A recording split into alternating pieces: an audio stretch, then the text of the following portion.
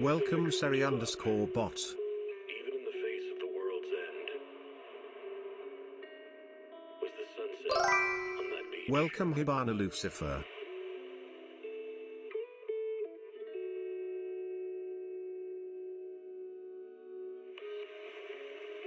Watching the sun gently slide into the water's embrace, or fireworks dancing on the canvas of the night sky. Even if tomorrow weren't better, it wouldn't be worse, I thought. When you're reading this letter, I imagine much has changed.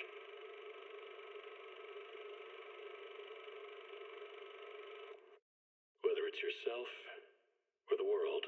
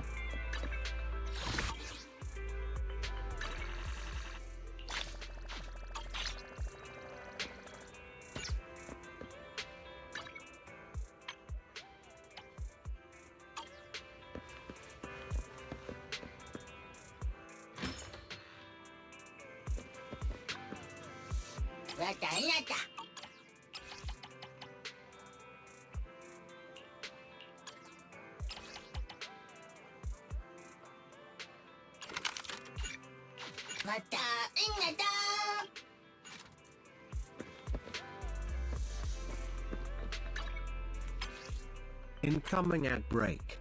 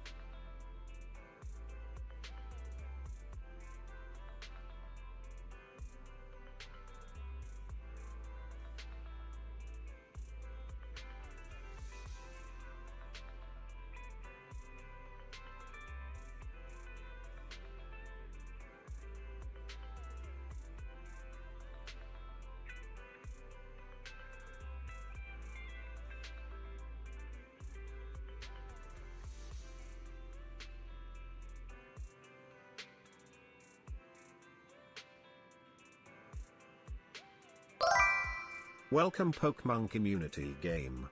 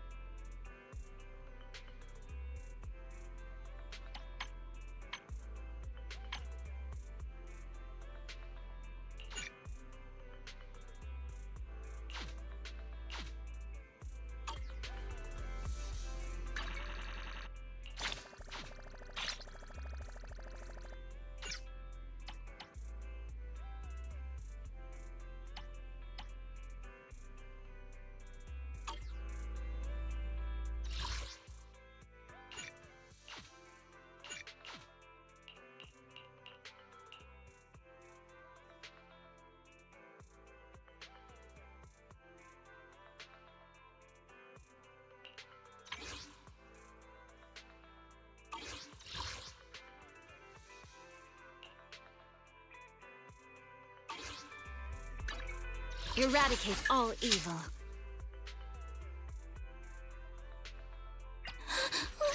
Don't look at me.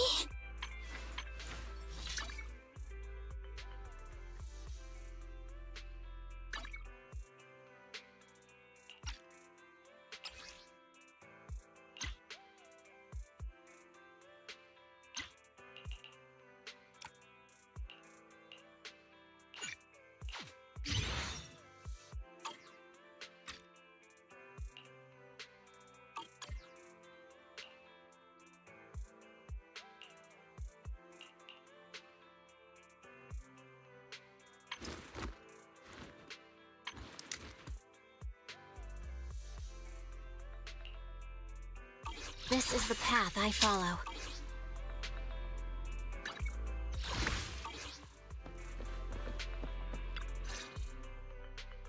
Apologies for the intrusion. I'm Hugo. Let's just say I'm something of a collector. I've heard your video store is the most classy one in all of New Eridu, and I must say, it absolutely lives up to its reputation. The ambiance here is understated yet refined, elegant but still cozy. It's so soothing, like a steady beacon in the dark.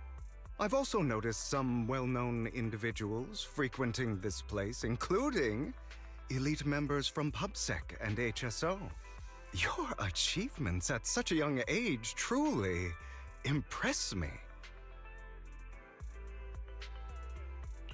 Oh, you give us too much credit. Trust me, I'm being honest. I do find your store quite special. So, I guess the rumors about this place are true. Children of devils.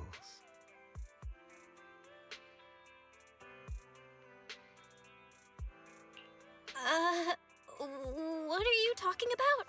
I'm not following. Am I imagining it? Or do you seem really nervous all of a sudden? Children of Devils is an old movie I've been searching for, but it's so niche I can't find a copy in good condition. Or perhaps... did this movie remind you of something else?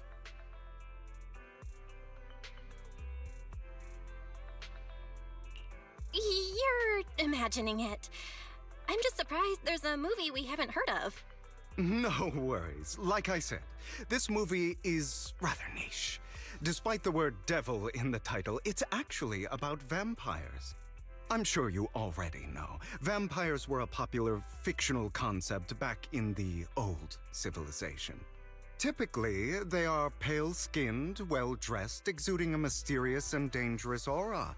But beneath their immaculate facade lie lethal fangs for draining human blood.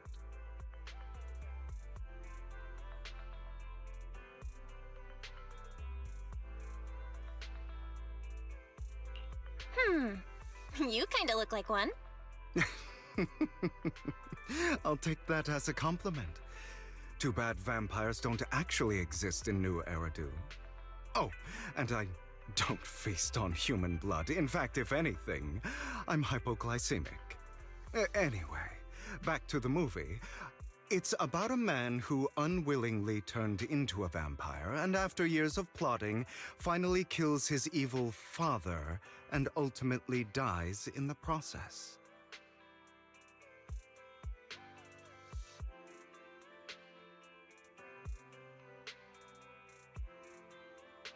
So, it's a tragic story. I actually think the ending is pretty good. At least he accomplished his goal, and death was just the price he was willing to pay. Well, it's a shame you don't have the videotape I'm looking for. I'll just grab a copy of every movie you currently have for rent.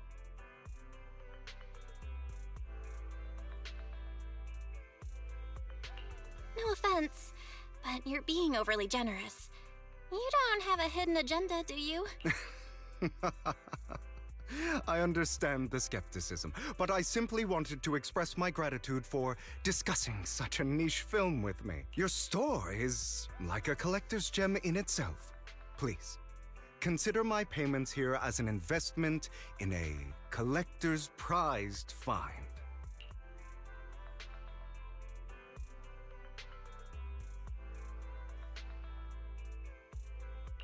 Your definition of a collectible is pretty broad. Just as I'd expect of a collector. Because of my work, I happen to know some of New Eridu's upper echelon. Some even collect human organs.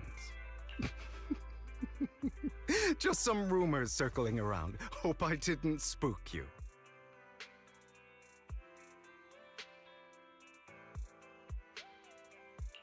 That's nothing.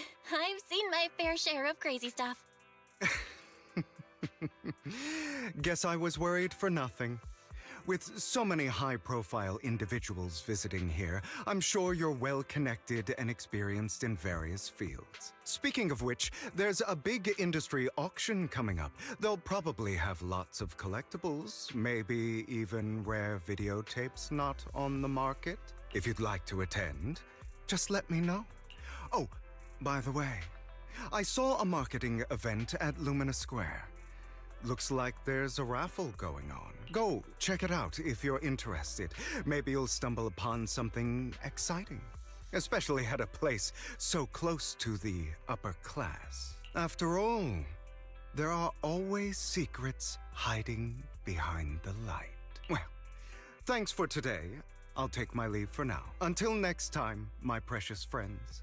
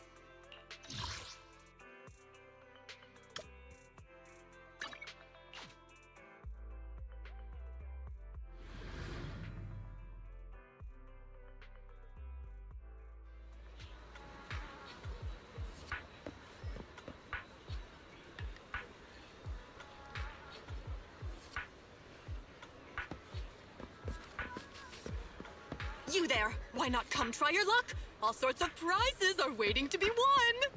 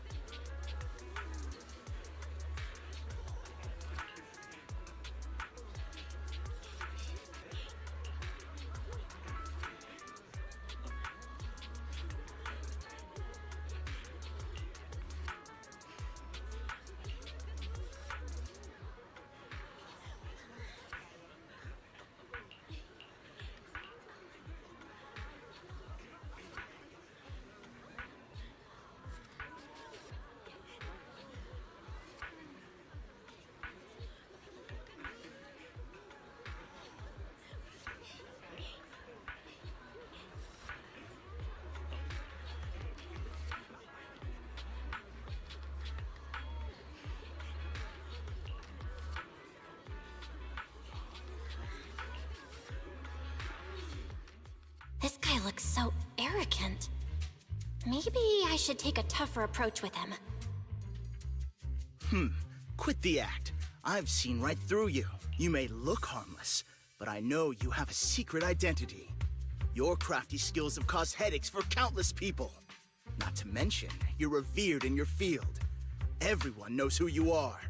Your true identity is a member of the most infamous band of thieves in New Eridu, Mockingbird.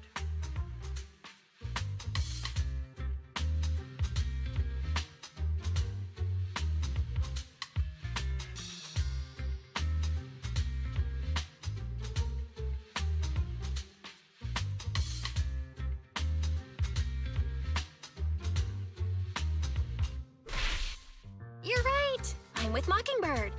But that doesn't prove I stole from you, does it? Aha! You've admitted it yourself. I know you're joking, but it's probably unwise to validate an accusation like that. Forget it. Clearly, you have no idea who I am. I'm Curtis Ravenlock. That's right, of the esteemed Ravenlock family from Tops. You'll face consequences for crossing me.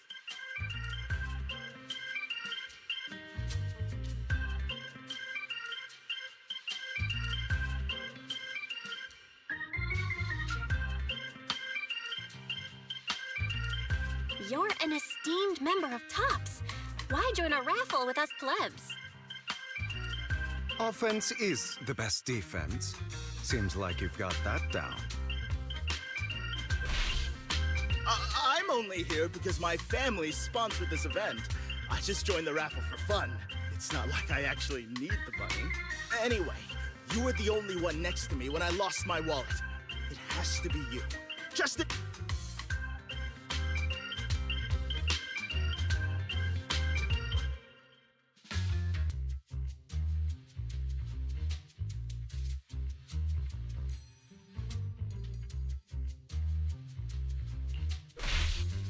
You've got it wrong. I didn't steal your wallet. I just happened to be standing next to you. Coincidence? Do you really expect me to buy that? You've been suspicious from the start. You're being too soft. You need a firmer stance with someone like him. In any case, my wallet is missing.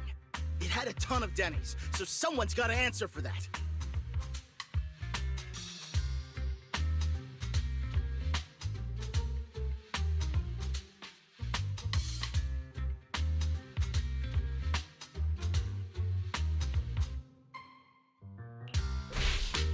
I bet you staged all this, and your wallet's been on you the whole time. What do you mean by staged? Why would I do that? Someone stole my wallet. It's theft! With all due respect, I doubt he's clever enough to stage anything. Clearly, your accusation is baseless, Mr. Ravenlock. Your outfit, while elegant, shows unironed creases and noticeable signs of wear. You've likely worn it for a long time. Plus, the wet ink on your cuffs suggests that you rushed straight here from your workplace. Likely so you wouldn't miss today's raffle. All in all, it's clear you're not well off and quite Nice to careless. meet you. I'm Chances Spyro. are you lost your wallet yourself, and it probably didn't hold much cash. Is that why you jumped to accuse others? Hoping to leverage your family name to make a quick Denny? That's utter nonsense! Regardless, you owe this person an apology. Damn it! You'll regret this. Just you wait! I really hate it when innocent people are wrongfully accused. But it's all over now. I hope it didn't ruin your mood.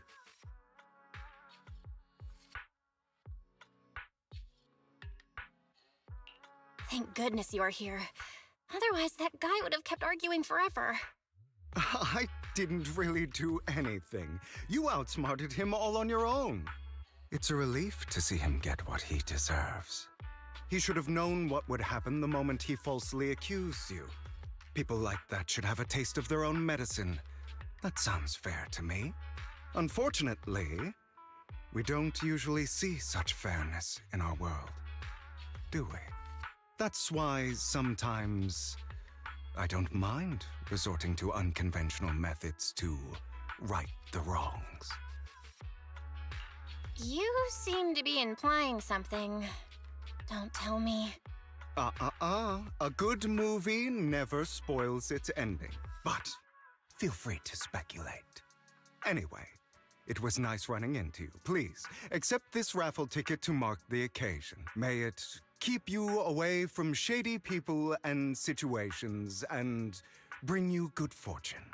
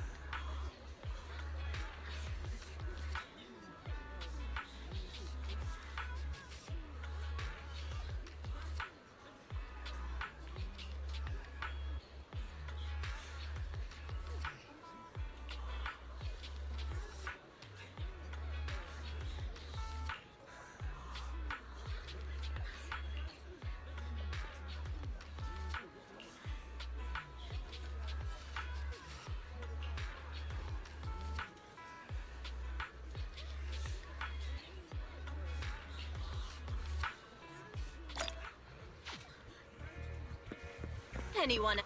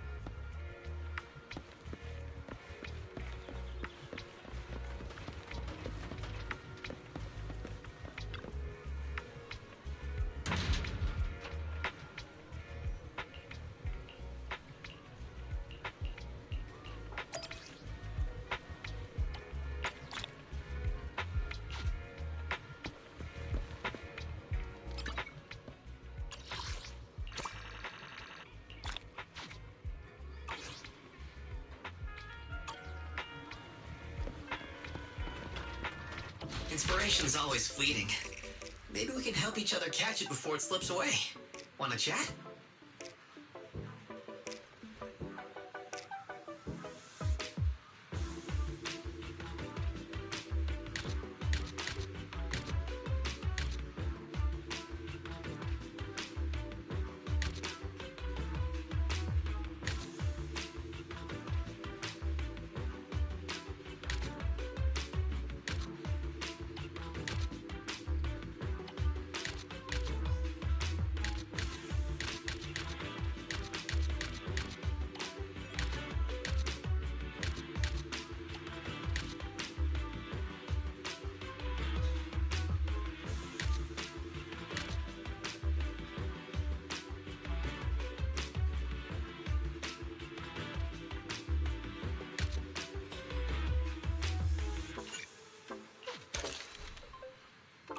Come back anytime, especially when you've got an idea.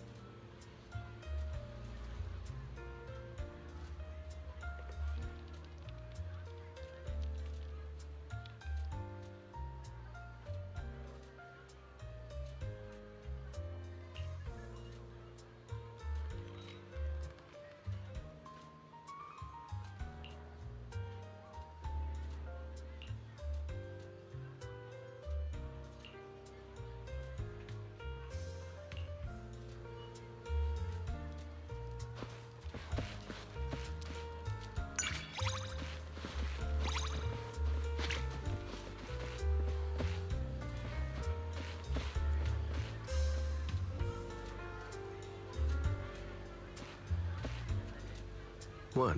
Tired already?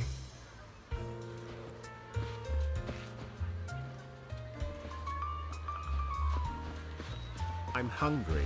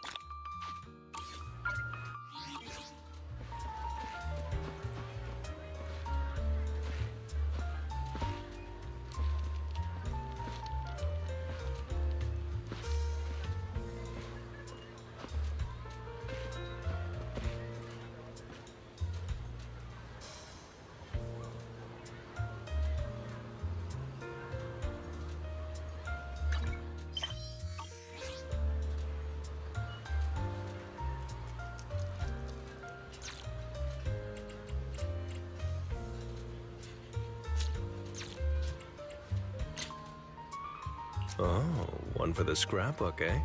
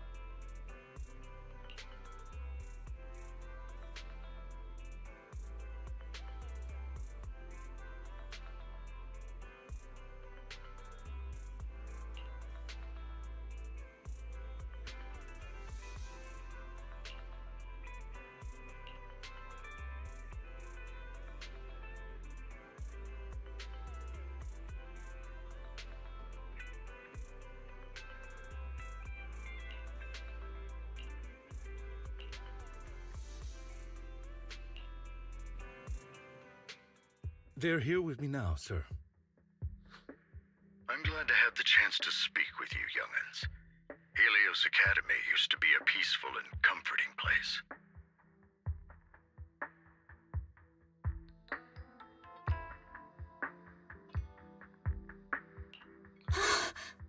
I know you still can't fully trust me, and I understand that completely. But please do know that I mean you no harm. Your teacher, Carol, and I, we used to be friends. She was a kind person. I was truly sorry to learn that she was the one held responsible for the fall of the old capital.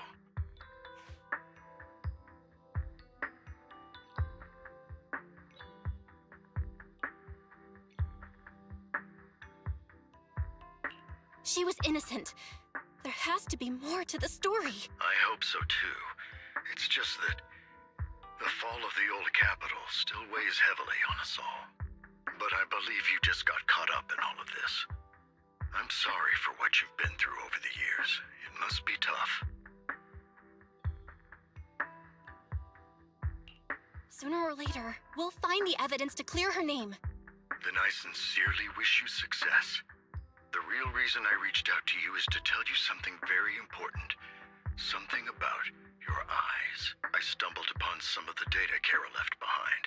She spent much of her time studying ways to minimize the side effects of your eye implants. Teacher, she was always looking out for us. Yes, which is why I believe this was her final wish. As her friend, I want to see it through. Simply put, your eye implants are directly linked to your brain, and their functionality depends on your body's limits. As a result, the HDD system takes up a part of your body's capacity. This leads to certain issues, the most notable being that it suppresses your innate ether aptitude.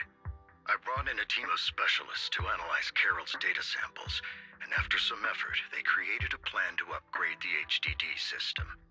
After the upgrade, the HDD system will operate with significantly reduced power consumption, allowing for a substantial boost in your ether aptitude, or rather, a restoration to its original level. Do you mean that once the HDD upgrade is done, we'll be able to enter the hollows ourselves without EOS?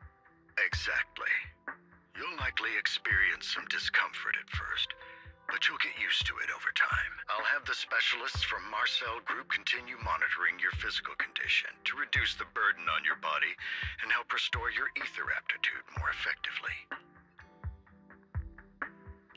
You're actually sharing such advanced technology with us?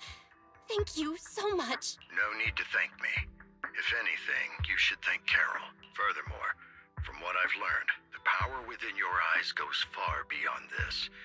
That's why I waited until now to tell you. Perhaps the power within you could affect all of New Eridu. But you must understand, power is a double-edged sword. It can be used against enemies or allies. As the mayor of New Eridu, I must ensure everyone's safety. So I hope you'll forgive my caution. I'd been observing you for some time.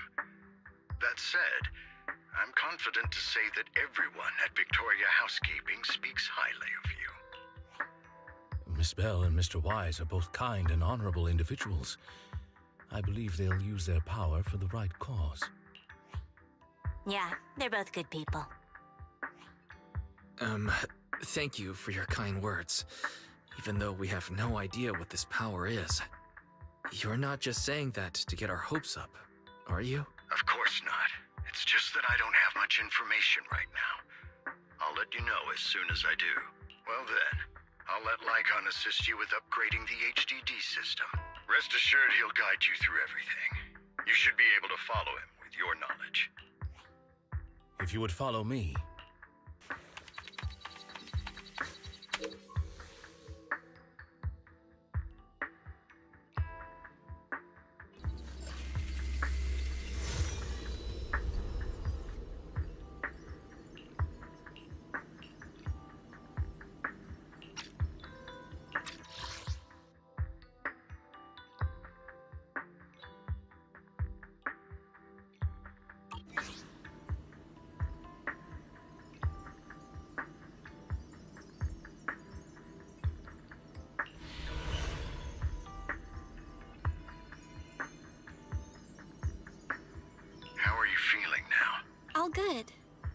think. Really? I'm feeling a bit off. Your body is adjusting. Give it time to adapt to the changes. As a precaution, hold off on entering the hollows until you feel better. I see. In that case, I'll sit back and help Belle for now then. It's quite impressive one of you adapted so quickly. Your ether aptitude is now on par with most hollow investigators, meaning you're ready to explore regular hollows. But you must be careful at first. Lycon, Ellen, why don't you two go along? One of the data piles in the hollow near the metro is malfunctioning, and we need a skilled proxy to address it. I'll assign this task to you. Of course, you'll receive fair compensation upon completion. Take your time in the journeys ahead. You've got plenty of time to uncover your full potential.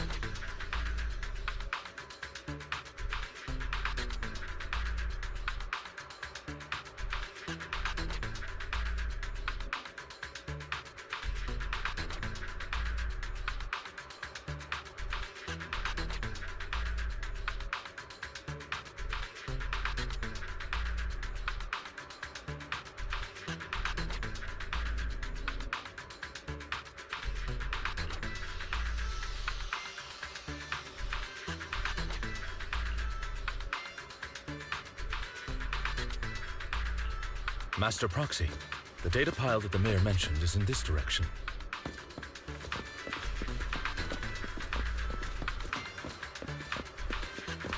Let's keep moving.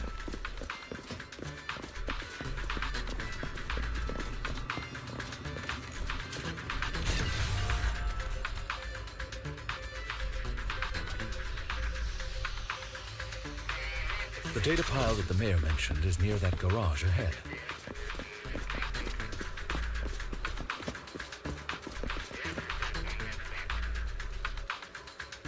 What a pain.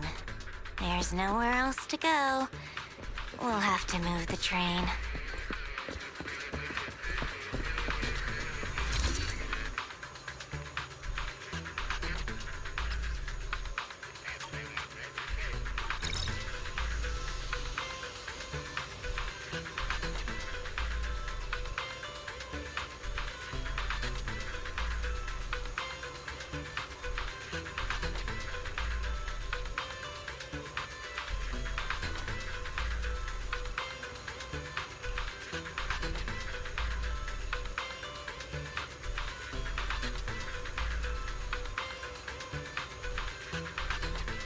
We should search for the passcode nearby to disable the laser, and then move the train.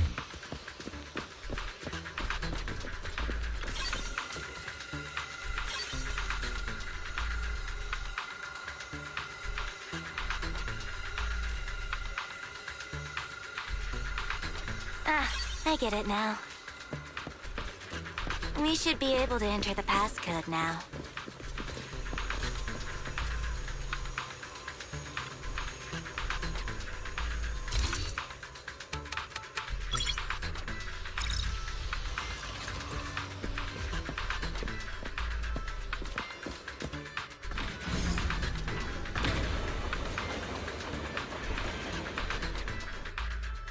How are you feeling now, Master Proxy? Fantastic!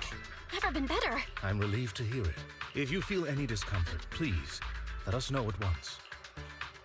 Yeah, I'll carry you on my back if needed.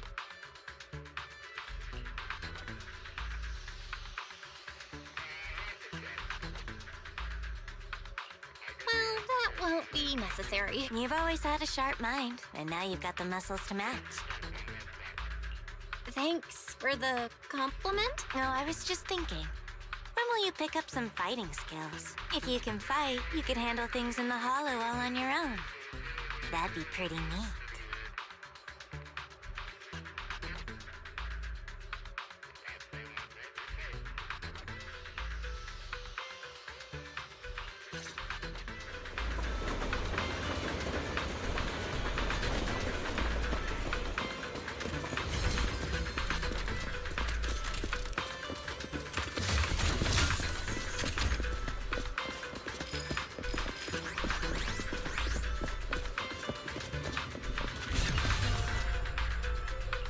Master Proxy, the data pile is right up ahead. It seems to be guarded, however.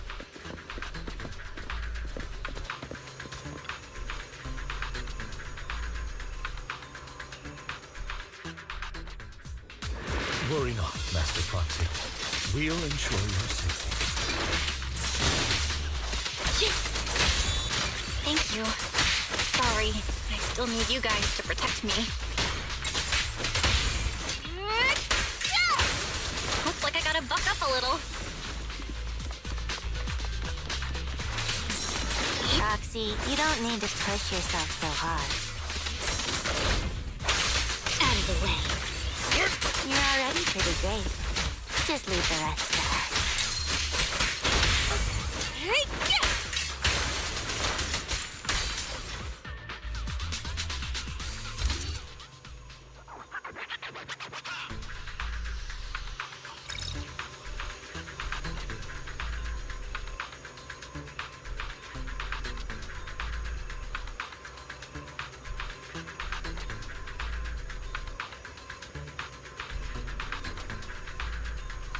Oh, it's another passcode.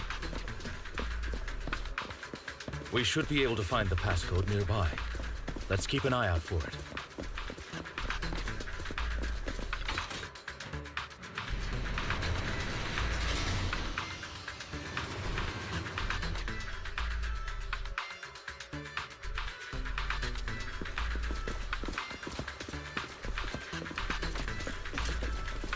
Maintaining the data piles in the hollows requires a proxy with the utmost professionalism.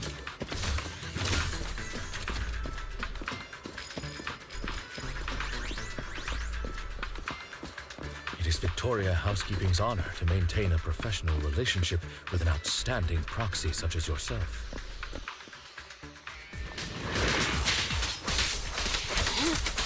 Better dodge.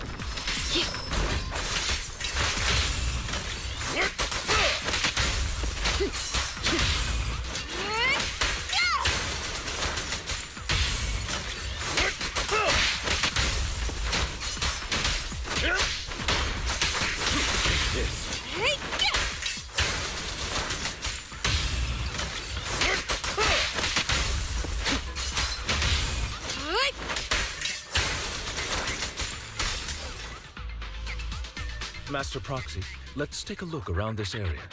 We might be able to find clues regarding the passcode.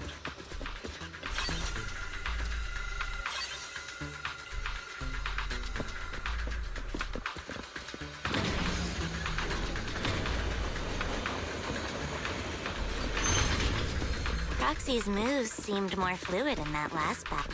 Master Proxy, this should be the second passcode.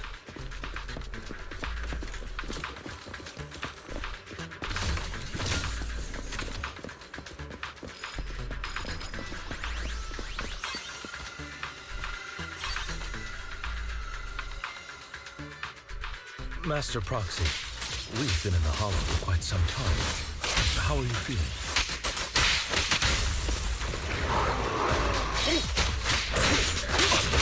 I feel fine. Nothing out of the ordinary. That's good to hear. After all, this is the first time you've entered a hollow since the system upgrade. Best not to overdo it. Get lost!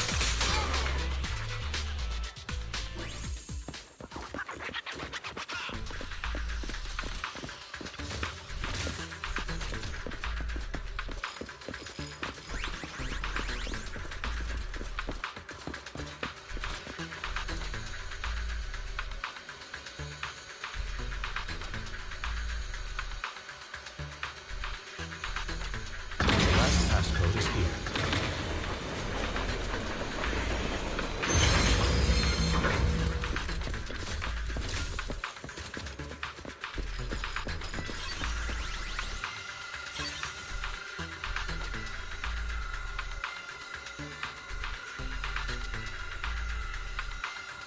All right, that's all of them. Let us return and open that lock.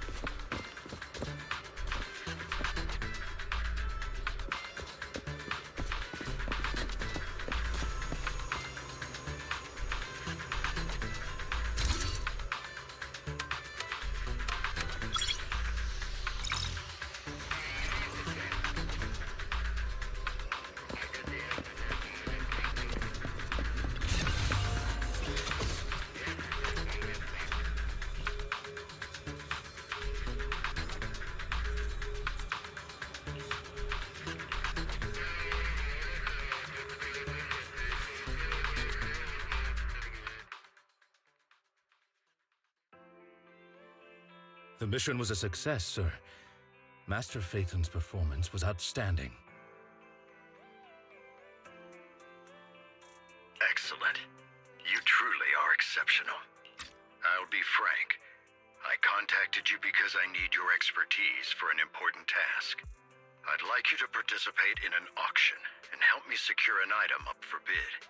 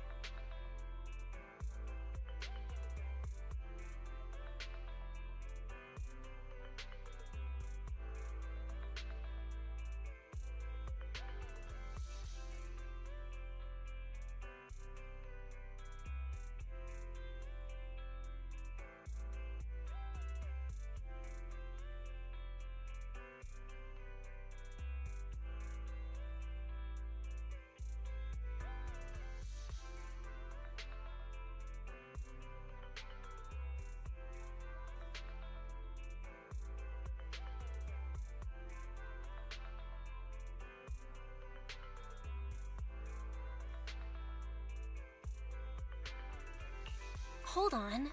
Is it the same auction I heard about? The one with all the high-profile attendees? Yes, that's the one. I knew asking you was the right choice. Since you're aware of it, I'll get straight to the point. It's related to the sacrifice you encountered. Sacrifice? Has it appeared again? Remember the sacrifice you took down near the construction site? Public security did some research after retrieving it. It turns out it can maintain its form outside the hollow and carries human genes. Within it, we extracted a mysterious core. This core possesses the same inexplicable power as the sacrifice, allowing it to exist without relying on ether. However, the core was recently stolen from the most secure lab in New Eridu. We suspect this is an inside job rather than an external theft. We searched extensively without success, until I saw the auction flyer. The core has been concealed within an auction item.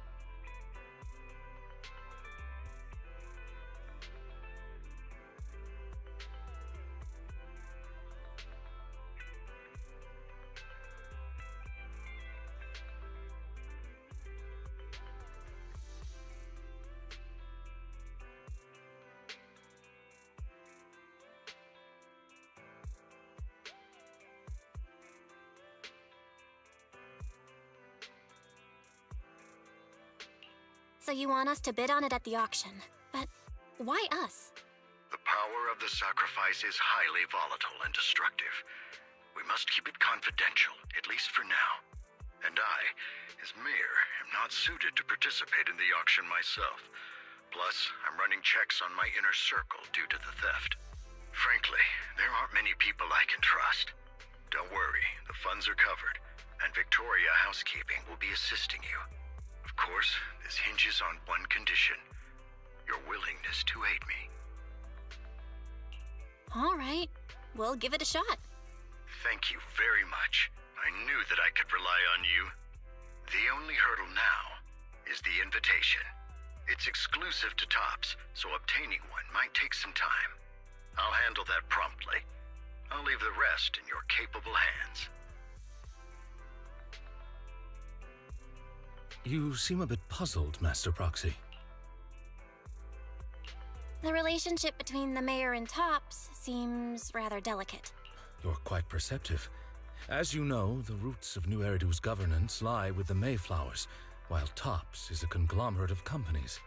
Power and profit often lay the foundation for conflicts, which is why securing Incoming ad invitations break. could be tricky for us.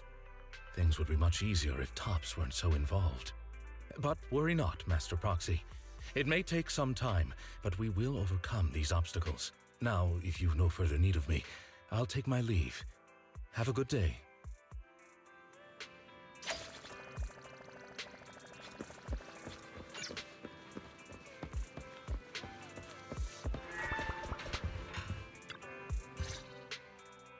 Didn't that collector Hugo mention if we wanted to attend the auction to give him a call? But he didn't leave us with his contact information. Odd, right? If he wanted us to contact him, why not leave a number? Did he just forget? Maybe he did leave us his contact, but we missed it? Come to think of it, Hugo did leave us a raffle ticket, and said something weird. He said something cringy like, "There are always secrets hiding behind the light." Wait, don't tell me.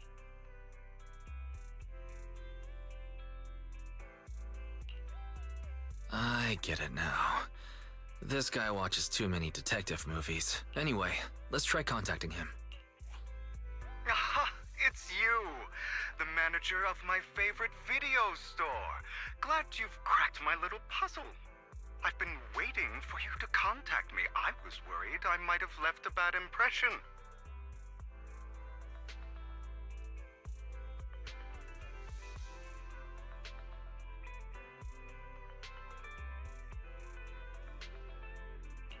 Actually, I have a favor to ask. About the auction you mentioned. Could you secure 2 invites for us? Ah, so you'd like to attend the auction? I'd love to assist, but unfortunately, I have some tasks at hand. But if you two can help me with my current task, I should be able to find time to get the invitations you need. What kind of task? Is it something I can handle? Nothing too dangerous, I hope. Don't worry, I would never put you in danger. Let's discuss the specifics in person. I'll wait for you at Do Gardening Shop in Lumina Square.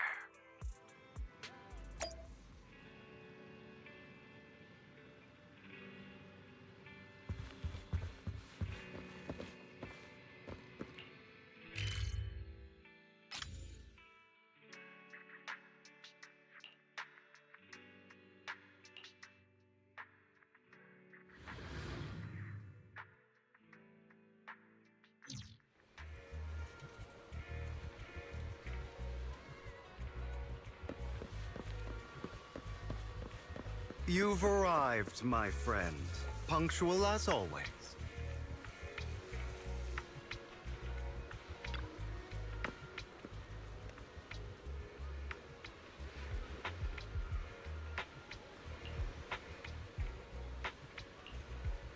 I'm hungry.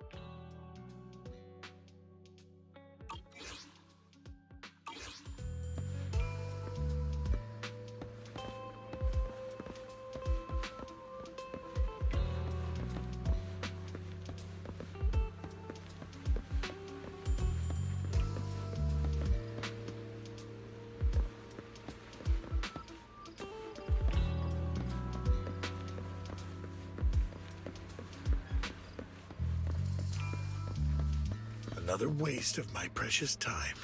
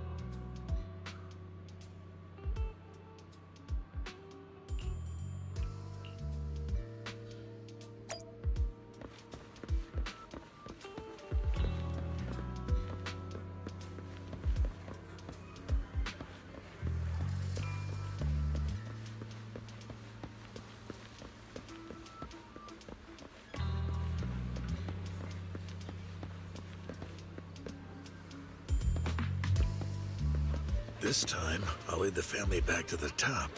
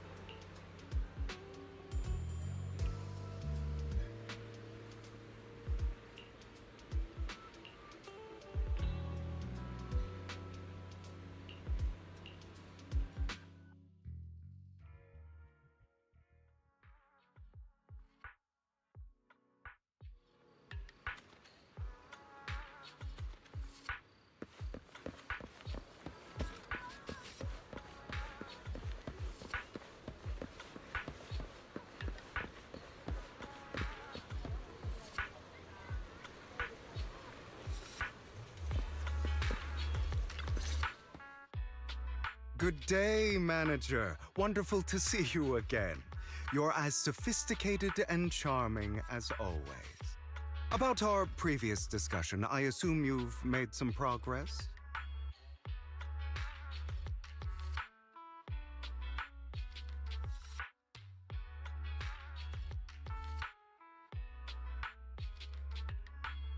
I see. Looks like it's more complicated than I thought. I appreciate your help. Here are the promised invitations for you. One was mine, but I won't be able to attend as I'll be occupied that day. I had to pull a few strings to secure these invitations, so please don't mention where they came from. Otherwise, someone might come hunt me down. Wait, seriously?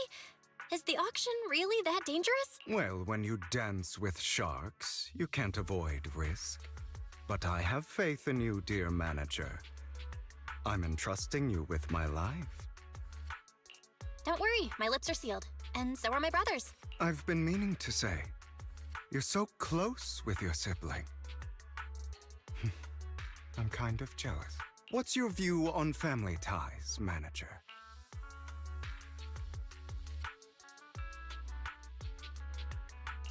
It's a bond you can count on.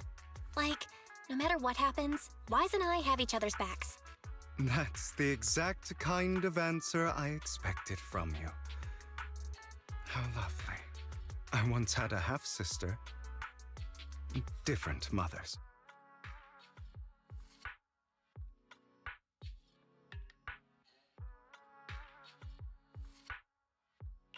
Had?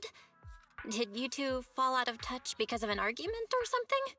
No, we never argued. I would like to try, but It's too late. She's been gone so long. I can barely remember her face.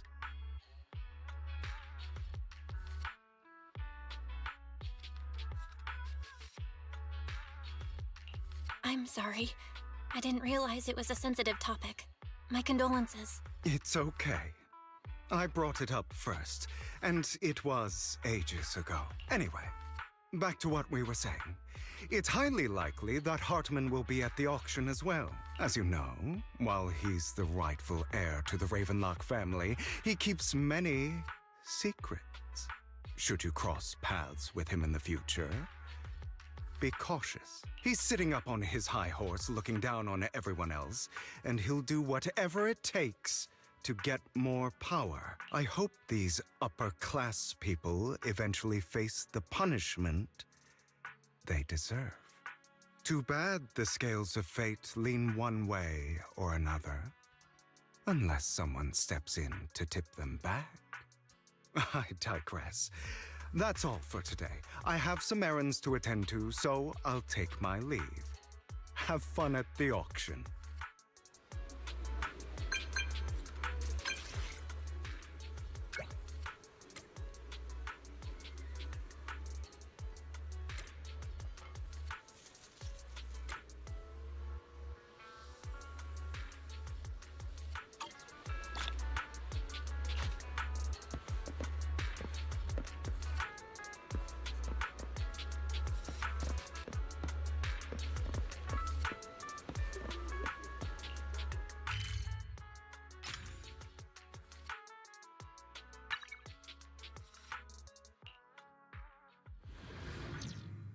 It is a pleasure to see you again, Master Proxy. It's been a while.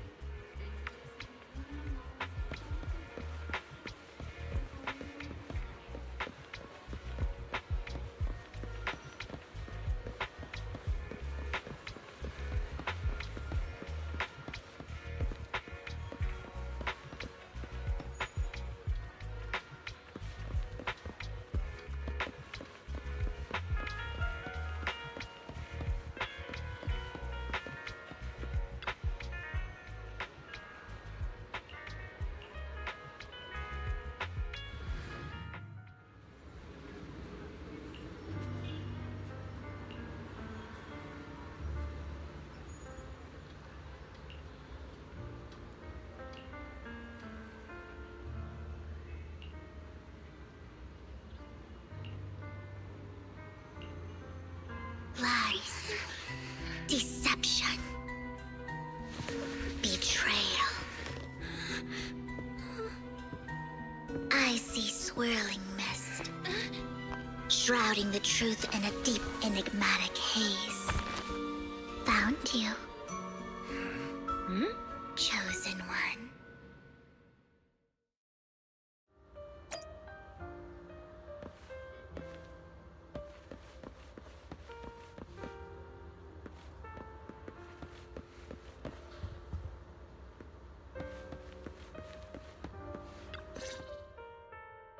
You are exactly as I thought you'd be.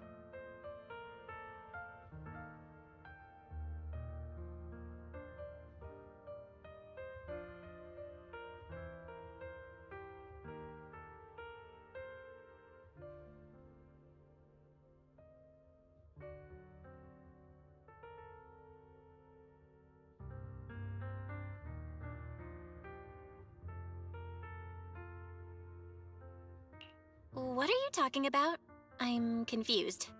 Words can only convey so much, so it's understandable if what I say doesn't make sense to you now. But you'll know what I mean soon enough. Young lady, I know you might think I'm lying, but... I'm telling the truth. That item was my late husband's keepsake, and I had to pawn it due to financial difficulties. But I can't bear to see it auctioned away to who knows where. I'd never be able to get it back. Please help me bid for it. There's a hidden flaw in that item. If you point it out during inspection, it will be withdrawn from the auction and returned to the pawn shop. That way you won't have to pay for it. In return, I'll offer you some compensation. It may not be much, but it's all I can manage. Please. Mom, please don't cry. Your story might be genuine, but your intention is not. Besides, this has nothing to do with me. Your misfortune is not my concern. Young lady, you don't look like you're struggling for money. How can you be so cold-hearted? I'm sure this refined individual here feels the same way.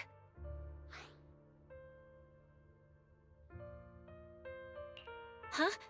Are you referring to me? Yes, you! If you're willing, could you please...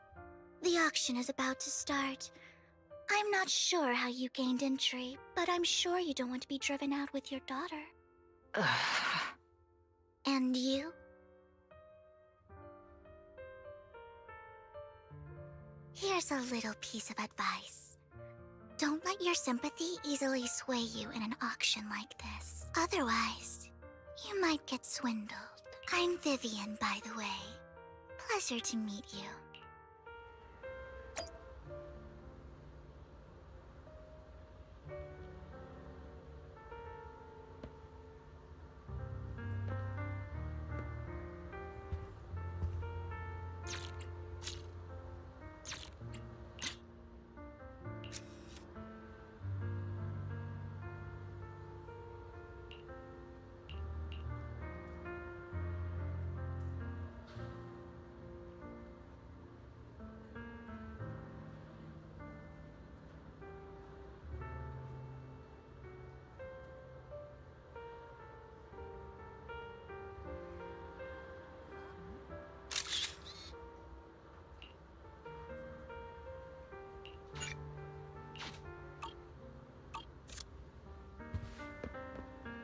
Dear guests, the auction will begin shortly. Please make your way to the venue.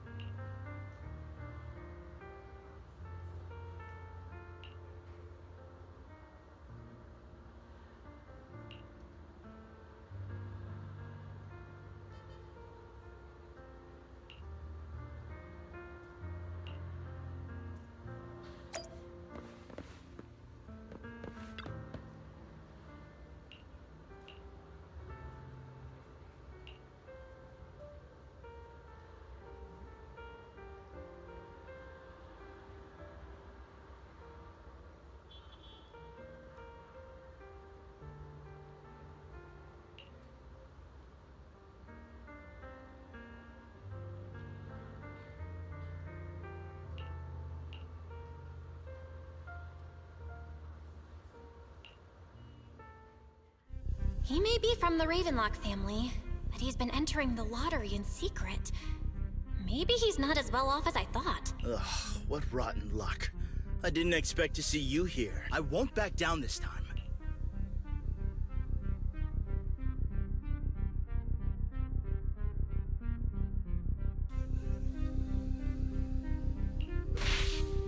Let's raise the bid a little. How about 10%? Such a small amount, as expected of a commoner. I'll raise the bid by 50%. The start of an auction is crucial. Your opponent is determined to win, so it's best to shake his confidence first. You should just give up already. I'm dead set on getting this item.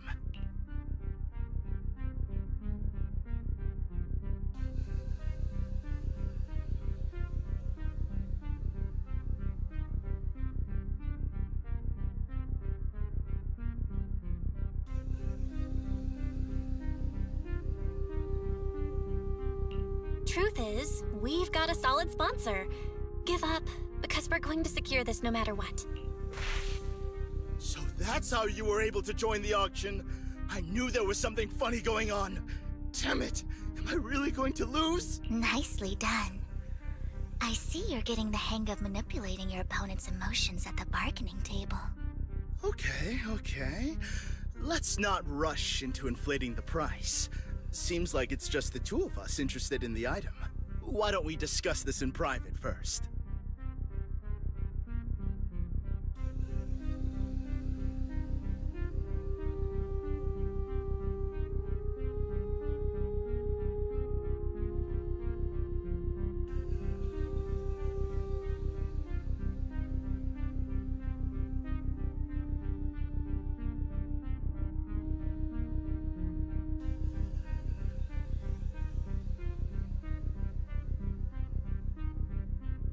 No matter what, I won't back down.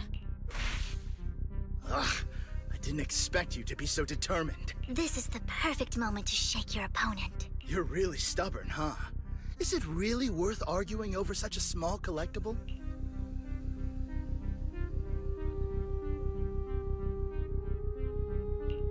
Sure is. The money in our pocket is our biggest advantage. Host, I'm raising the bid.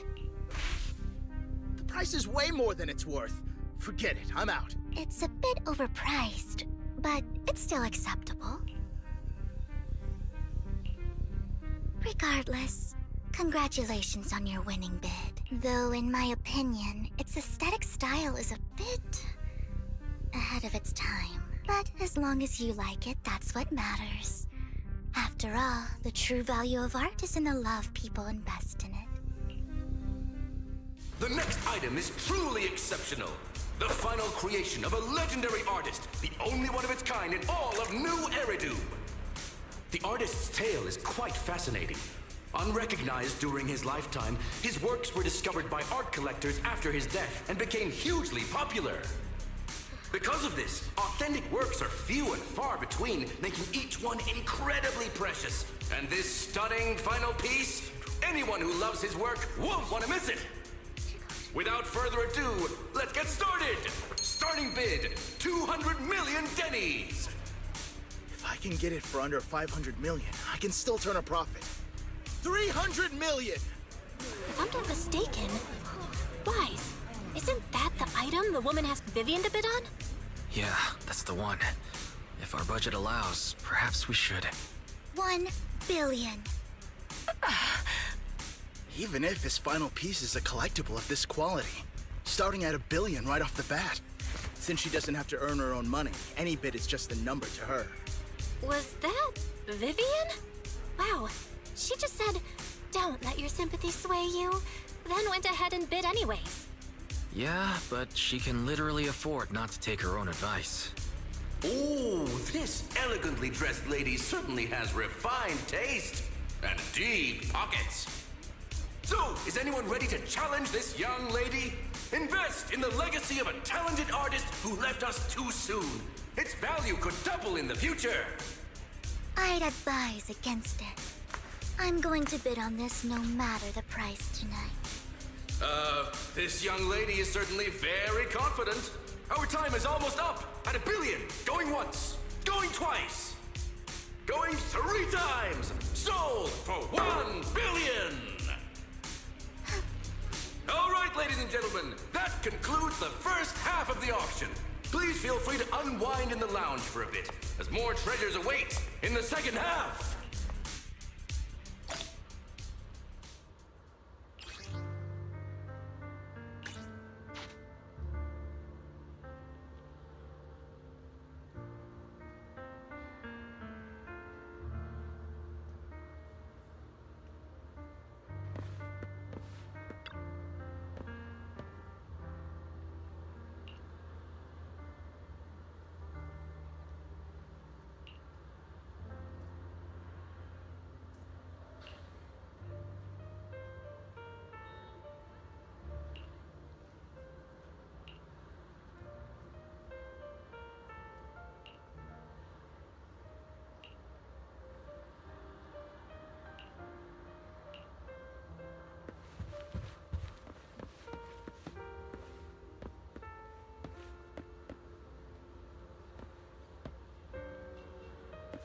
The coffee here is drinkable.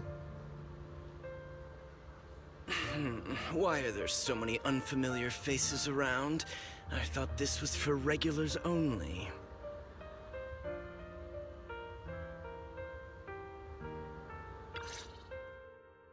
You have a strange look on your face. Despite her ruthless exterior, she's actually quite kind-hearted. Though you wouldn't dare think that, would you? Not at all. That's not what I'm thinking.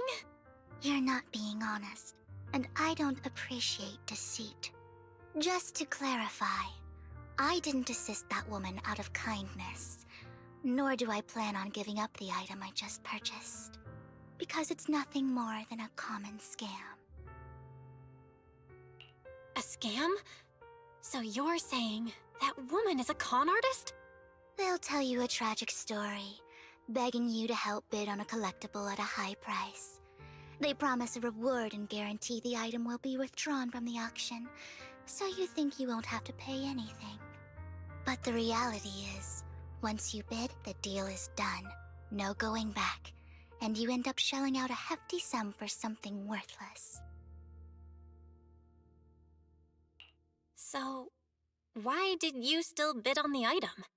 I really enjoyed the story of that legendary artist. Art at its essence sells stories, doesn't it? I'm willing to pay the price for the stories I choose. That's another lie. Looks like you believed me. How did you figure it out again? Let me give you another piece of advice. Appearances can be deceiving. People often mask their true intentions. Sometimes, what you can't see is the real truth.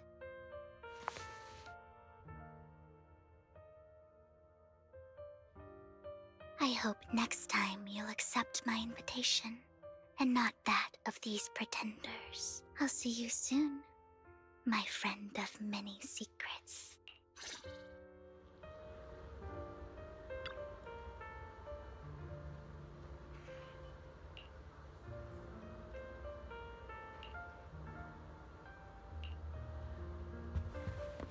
The second half of the auction is about to begin. Please make your way to the venue.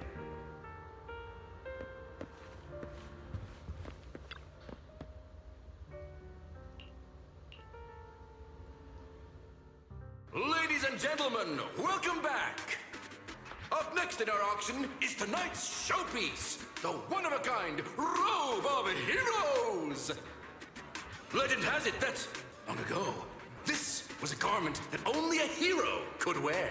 What's truly fascinating is the unique gem embedded in the collar of this robe. It's unlike any gem I've ever seen. Almost magical.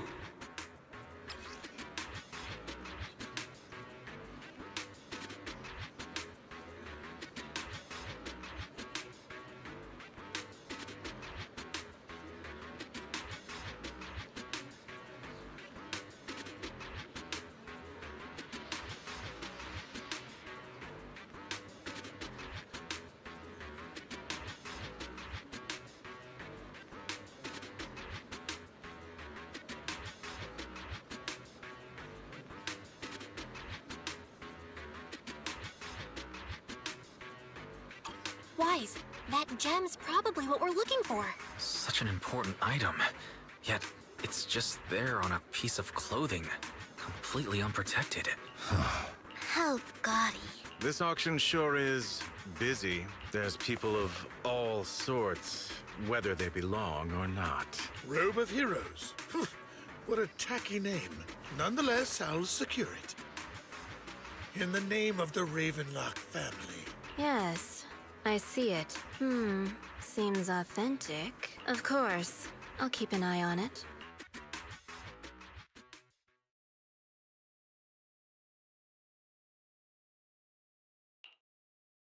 I didn't expect this to drag on so long.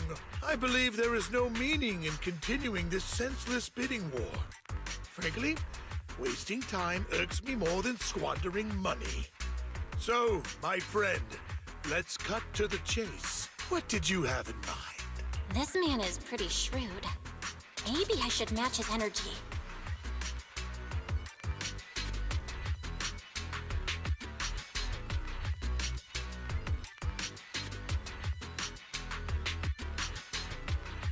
ZZZ. Perhaps a better question should be, what can you offer me? The ball's in my court now. Good. I enjoy conversing with people of sufficient intelligence. There are more antiques in this auction than just the robe. Why rush into this? You might find something else you prefer.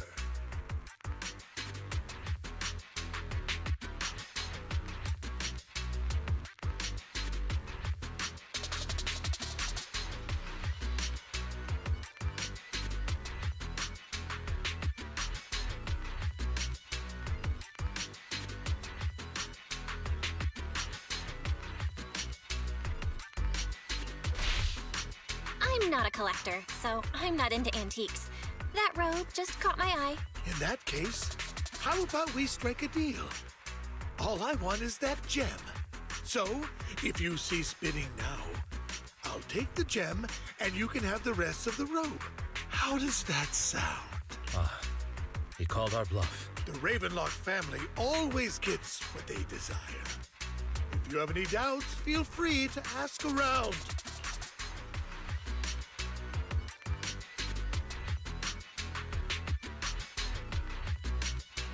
What a coincidence! I, too, always get what I want.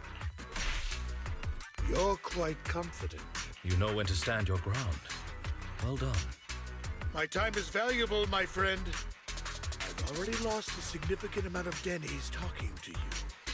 If I offer you a token of appreciation, let's say a hefty sum of dennies, would you consider backing out of this bid?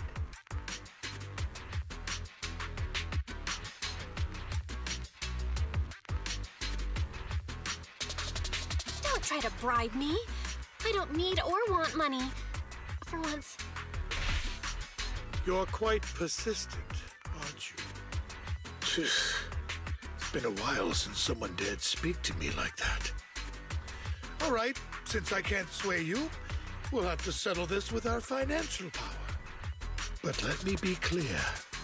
No matter how high it goes, I won't back down.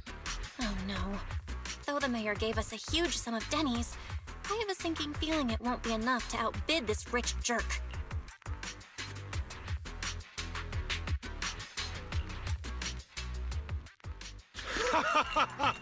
Thank you, everyone.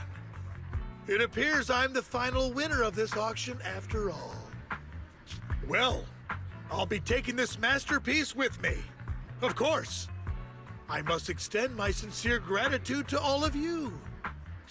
Damn it, we almost won! Ugh, denny-grabbing jerks! I got a message from Hugo. He wants us to... Look up? What happened? Why'd the lights go out?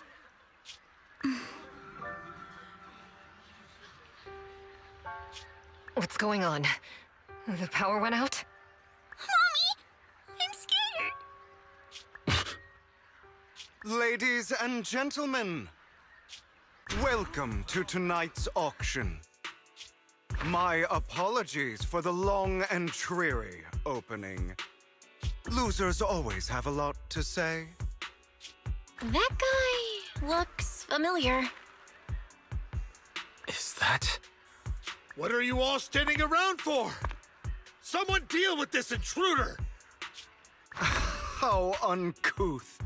I'm simply here to reclaim what's rightfully mine. You! When did you? Well then, tonight's show is coming to an end. I wish you all a lovely evening. Yours truly, Mockingbird. After him! Catch that thief or forget about getting paid tonight!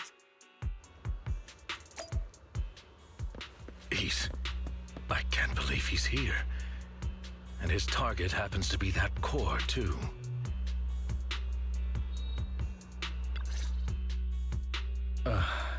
Forgive me, Master Proxy, but that... Mockingbird and I have... history.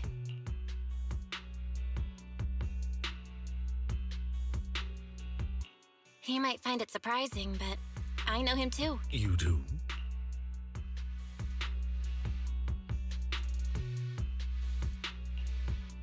I see. So that's how you know him. Years ago, we founded Mockingbird, the Phantom Thieves Syndicate. Things started off well. We were young, with naive ideals and lofty goals, and we pursued what we thought was right. But one night, that all changed. There may have been signs of what was to come, but no one noticed them at the time, or perhaps we chose to ignore them.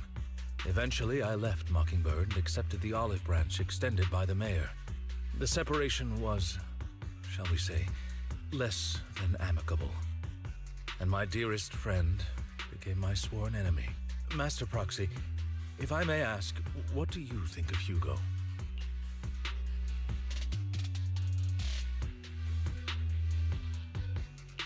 Though he helped us before, and he seems pretty nice, I can't help but feel something's off. He's a part of Mockingbird after all. Mockingbird has changed from how we envisioned it. And Hugo, too, No, it's nothing. In any case, he's very dangerous. I'm still unsure of his intentions, but we cannot risk letting him have the sacrifice core. Based on my past experiences, I can likely predict the route he'll take to evade his pursuers and escape. However, this path lies within the Hollow. Master Proxy, can you... Let's head straight there. I'm feeling super strong right now. Very well. Please, follow me then.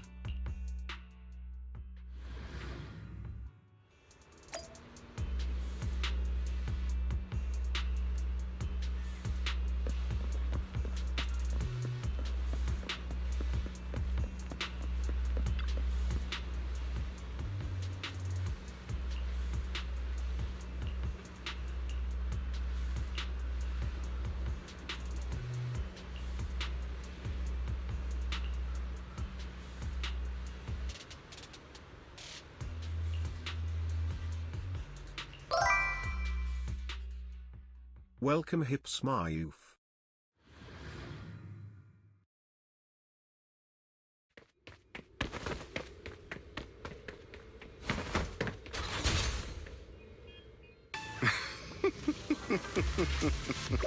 As I thought.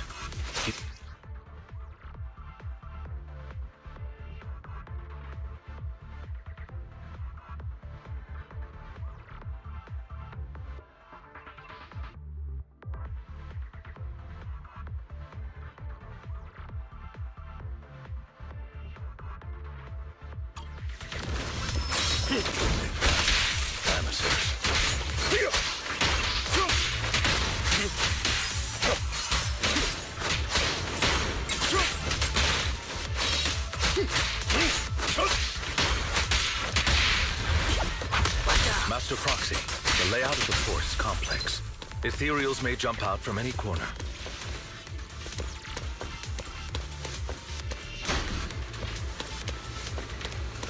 Do be extra careful.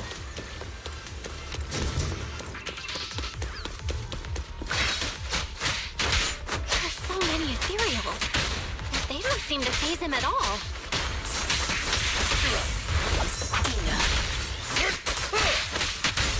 Though I am loath to admit it, that man is quite formidable.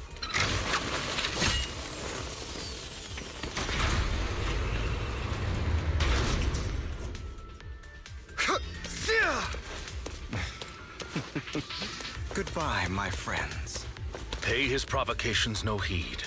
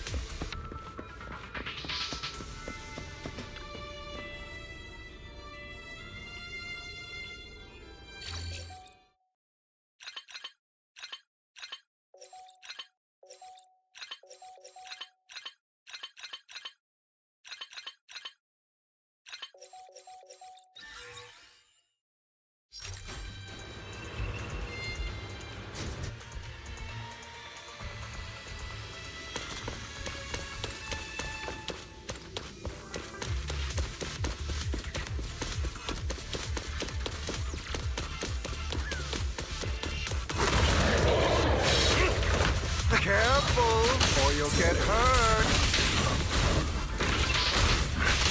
I'm not going to let you have your way.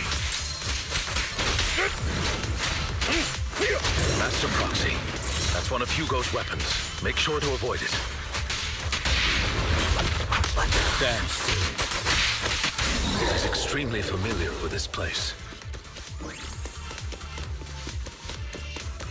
Master Proxy, dragging this out will only be to our disadvantage. Let's proceed through here post-haste.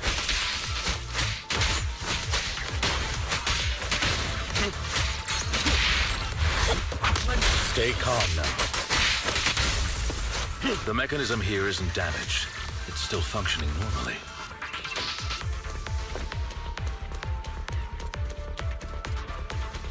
Something's not right. It feels too easy, almost as if let us through on purpose.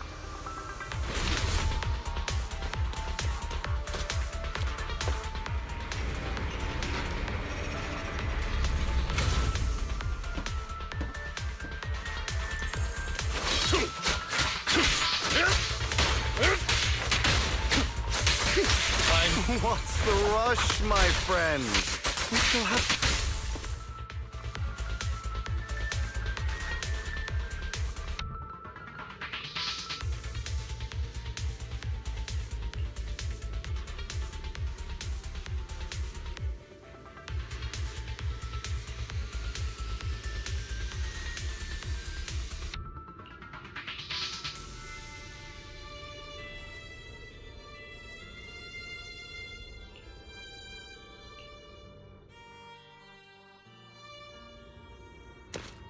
This must be the right way.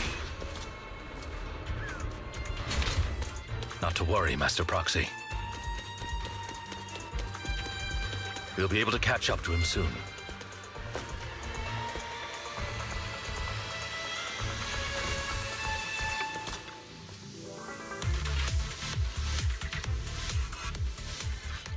It should be this way.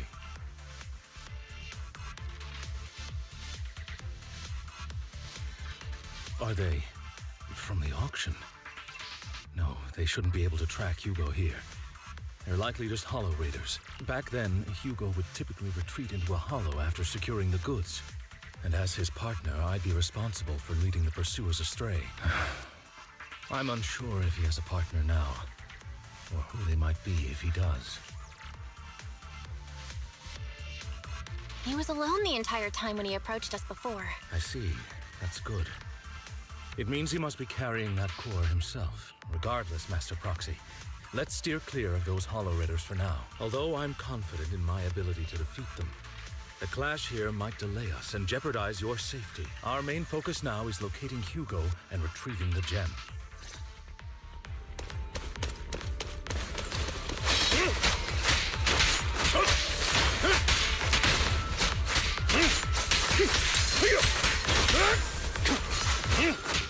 Move, please.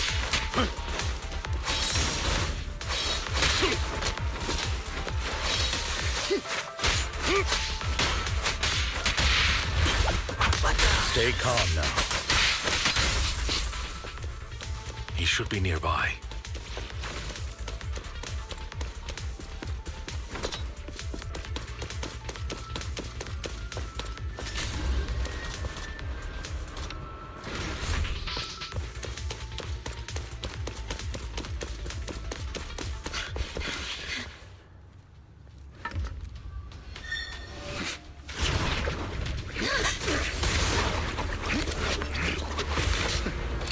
Long time no see, traitor.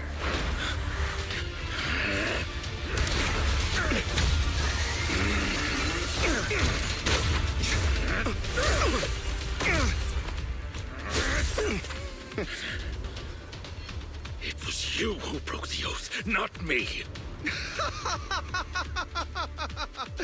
You haven't changed, pompous and self-righteous.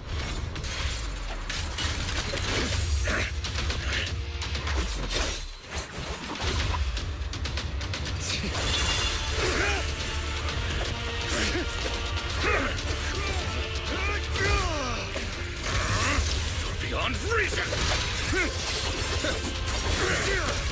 Both of you! Enough!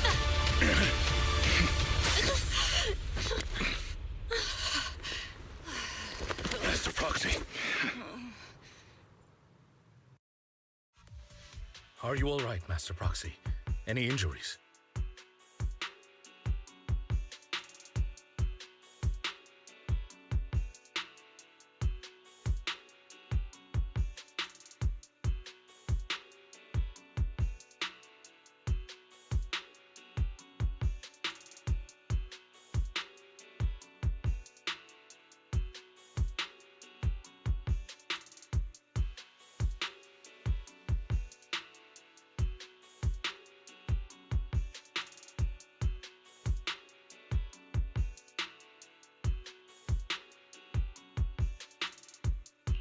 I'm fine.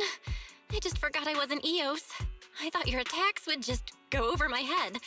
I'm not used to being this tall, I guess. Rest assured, manager. My blade has always been steady. I'll never point my weapon at my allies, especially not you.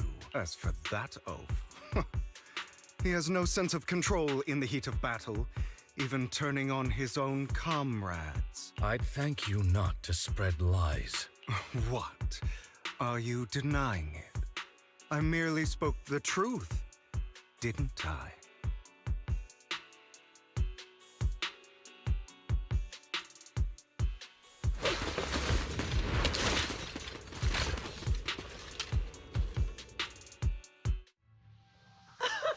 Thought we were in for a tough day, but it seems we struck gold in the end. If you value your lives, you better hand over all your etheric resources and any other valuables you've got. I have no conflict with you, gentlemen. I'm here for personal reasons, not to mine ether resources. Cut the crap. It's been a rough day, and we need something to make it right. Whatever your business is, pay your dough or bite the dust. Pay our dough. This is the Hollow. You're not claiming this Hollow as your own, are you? Not even the current mayor of New Eridu would dare to make that assertion. Am I correct, Mr. Mayflower Watchdog? You sure have a mouth on you, pretty boy. Don't push it. We've buried idiots like you in the Hollow before, and soon you'll be joining them. I'd urge you to reconsider. Huh? Unfortunately, your kind advice has come too late. They've already worn my patience thin. Oh, help me! Scared? Then perhaps you should think twice before you act. You've made your bed. Now lie in it. Sorry! I'm so sorry! Please have mercy! Spare us! We won't do it again! Are you quite done blowing off steam? Don't kill them. I'll hand them over to public security once we're out of... Who do you think you are to tell me what to do? They weren't planning to show you any mercy, yet you forgive them so easily. You haven't changed at all over the years, Lycon. To hell with you and your foolish fantasies of being some almighty savior. Haven't you learned your lesson from what happened with your eye and legs? My principles remain unshaken. No one has the right to take another's life. Sinners deserve punishment. Do you know how many lives they've taken? I'm merely delivering the justice the world needs. It is not our place to pass judgment. I know I will not sway you. There's no point in continuing this argument. I will stop you. I always will. Go ahead and try. I will defeat you. I always will. Be prepared to kneel before me, traitor. You talk too much. Beg for mercy.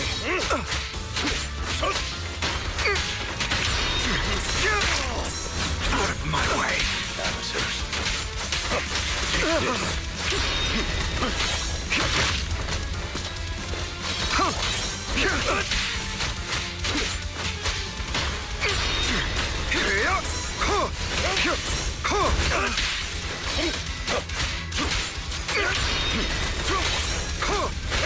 Proxy, Really?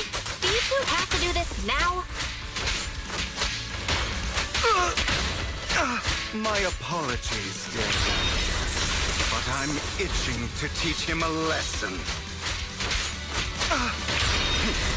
Take this. Shut up.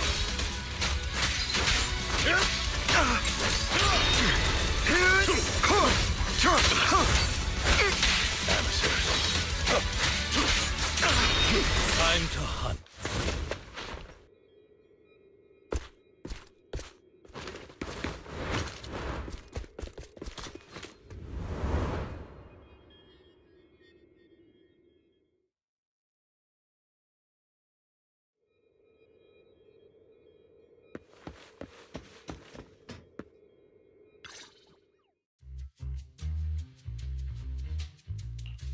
Worry not. Mastery of my skills will come in time. But there's something more important I would like to teach you. Something about faith. Does a phantom thief even need faith? Of course. What else would we fight for? For wealth, fame, and power to stand at the top, so nothing and no one can imprison us. Isn't that what everyone desires? Or perhaps by faith, do you mean something asinine and empty, like justice, dreams, or friendship? Hilarious. Grow up, Lycon. It's time to let go of your naive fantasies of being some almighty savior. You just don't get it. All right, enough squabbling. What I'm trying to teach you is very simple. I may not walk the path of justice, but I do not walk the path of evil. There's too much injustice in this world, and there are times when it becomes necessary to right those wrongs with unconventional methods. Taking lives, however, is out of the question. Life is a precious gift, one that nobody has the right to steal. No one should have the authority to judge whether another lives or dies. Keep that in mind. I will. You don't seem convinced, Hugo. As you mentioned, this world is unjust. That's why we must strive to bring fairness to this world. Those who cause harm should face consequences, just as those who take lives should. But not all lives hold the same value. Sometimes, you may need to eliminate one if it means saving more. You're too proud. Your pride may lead you astray. I have my own path and beliefs, Jack. I'll determine for myself what's fair and unfair. Hey, watch your mouth. If it weren't for Jack, you'd be dead already. You're a smart kid, Hugo. Skill too. You could easily take the life of a sinner. However, what if one day you found out you were wrong? What if that so-called sinner were innocent? Could you bring them back to life? I wouldn't make that mistake. To err is human. Everyone is bound to make mistakes. It's good you are open with your thoughts. I just don't want your troubled past to weigh you down. Because your hatred doesn't define you. It only eats away at you.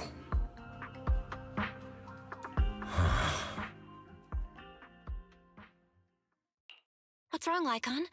You've been quiet for a while now. My apologies, Master Proxy. I was just reminded of some past memories. Before Hugo and I founded Mockingbird, we had a mentor, Jack. He took us under his wing when we were in dire straits, imparting his skills and life lessons. But Hugo didn't agree with his viewpoints. Perhaps our paths were always fated to diverge. Okay, I'll admit. I've been itching to ask. Why did you two split up? Mockingbird faced numerous triumphs, but also setbacks, and one of them was a disastrous one. Hugo. You... Was this you? All this? So what if it was? Have you gone crazy? Have you been planning this all along? You'd bury all these lives in the name of vengeance? They deserve to die, especially my so-called father. Incoming ad break. I should have killed him a long time ago. A really long time ago. You know what, Lycon? There's some people whose only purpose in life is to bring more suffering into this world. Sometimes murder is what brings justice back into this world. And for that, I must stain these hands in blood. Enough! I can't trust anything you say anymore. I'm leaving Mockingbird, now! Where are you going? Anywhere. Someone from the Mayflowers got in touch with me before. Are you mad? You know what those hypocrites in city administration are like. They're no different from tops. We fought them together all this time, and now you're leaving to serve as their lapdog. Are you going to turn your back on Mockingbird? Turn your back on me? The mayor is different from the others. But it doesn't matter. I'm not going to even try convincing you. As your friend, I'll give you one last piece of advice. Please, stop here. Otherwise, the day will come where your hatred and ambition will consume you.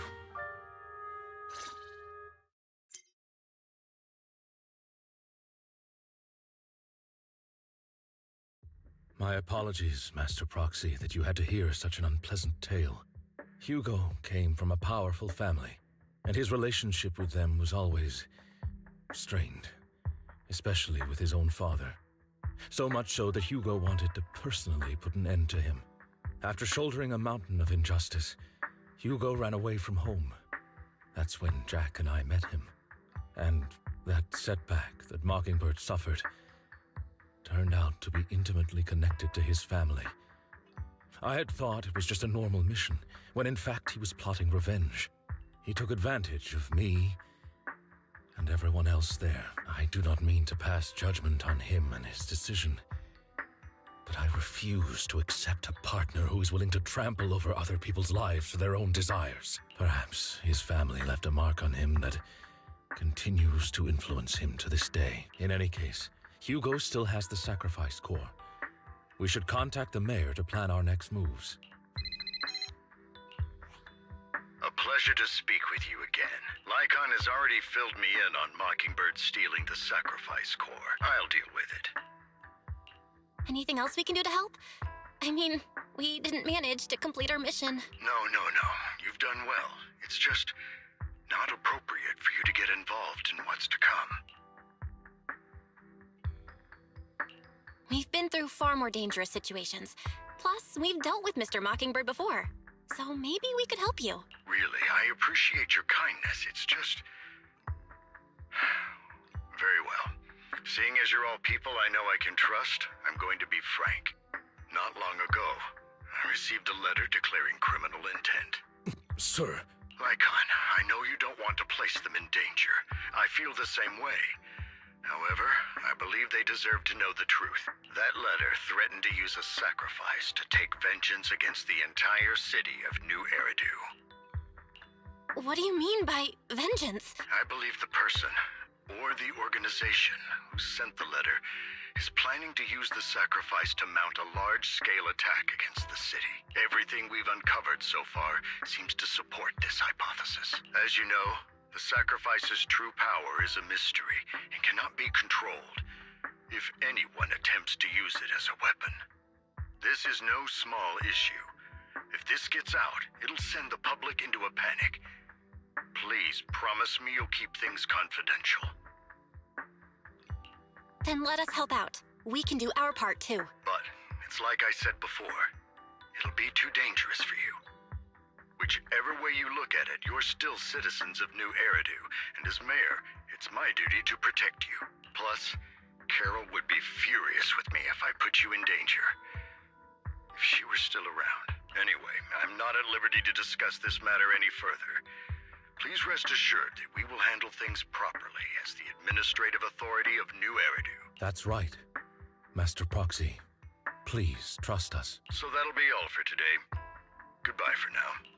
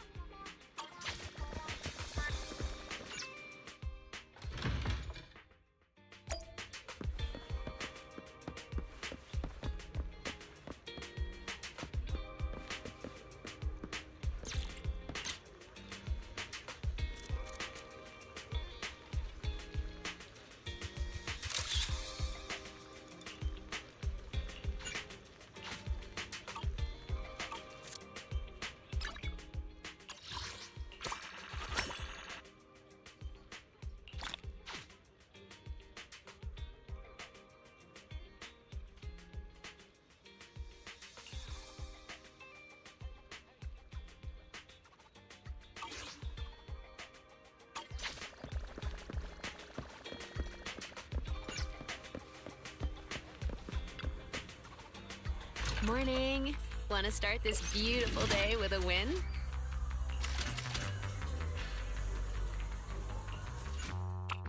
Start!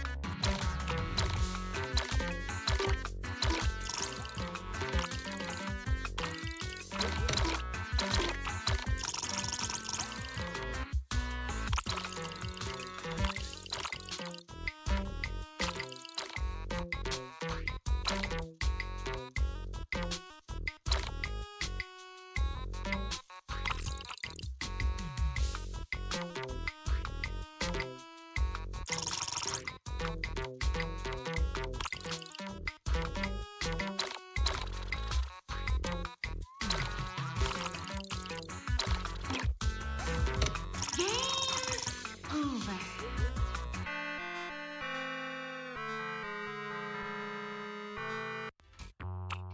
Start.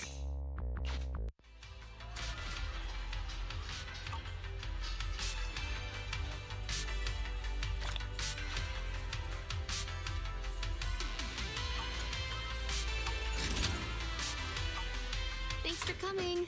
Hope you had a great time.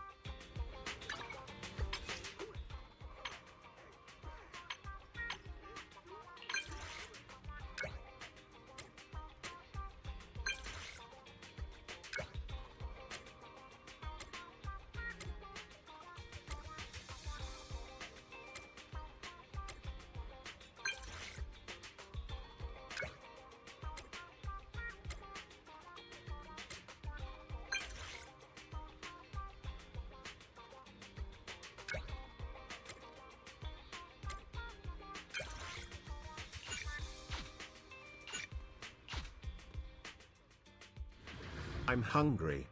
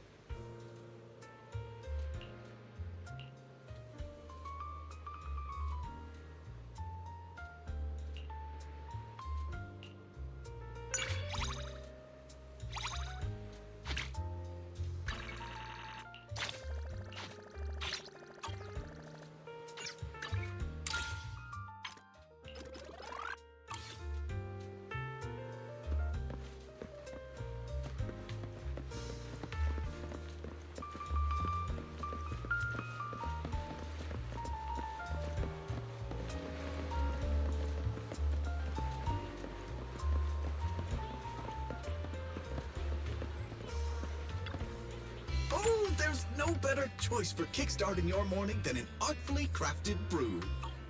Oh, I never need to guess my customers' preferences. I have coffee, and coffee reveals everything.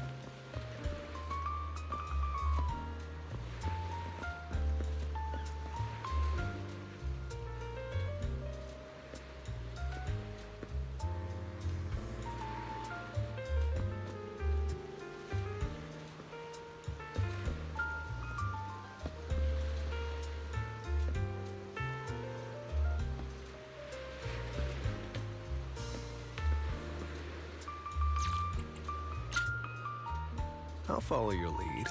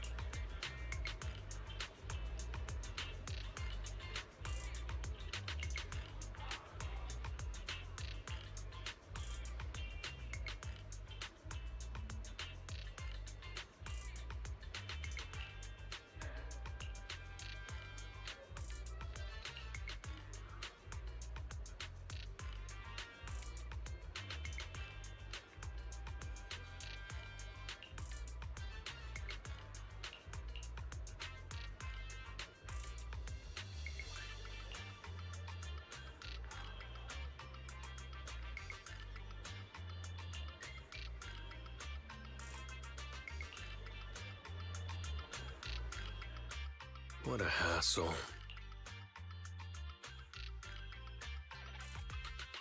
It feels like something like this happened not too long ago. Hey, manager. Funny seeing you here. Don't try to change the subject, Lighter. One way or another, we're settling this today. Okay, I give up. You win. Congratulations. Are you looking down on me? Dang it, if this is your attitude. Don't even think about it. Let me be clear. If you dare lay a hand on this young lady, I guarantee you'll be in very, very big trouble.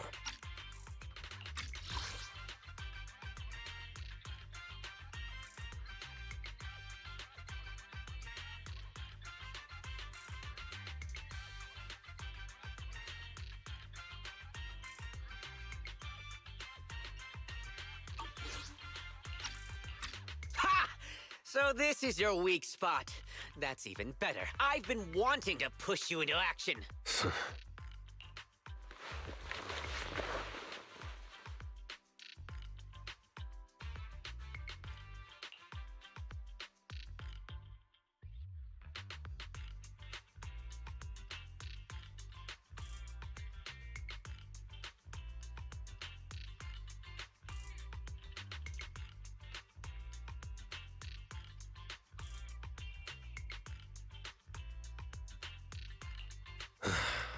Let me ask you a question. What are you fighting for? To prove I'm the best, of course. I'll become the strongest leader in the mercenary world has ever seen. And I'll start by taking you down. That's quite ambitious. So tell me, what qualities should the strongest leader have? Qualities? Naturally, you gotta be the strongest and most powerful fighter. Is that it? Have you actually taken the time to understand your team members? Do you know what kind of leader they want? Can you make the right decisions? Can you protect everyone? Can you help them grow? To take it further, do you even have people you can call true companions? Being a great fighter is the least of a mercenary leader's concerns. Without the support of their peers, a mercenary leader, no matter how strong, is meaningless. That's just some advice from my experience. Take it or leave it. But until you get your team in order, I'm not gonna waste my time facing you. You... Fine. I'll let it slide this time, but next time we meet, I'm gonna win.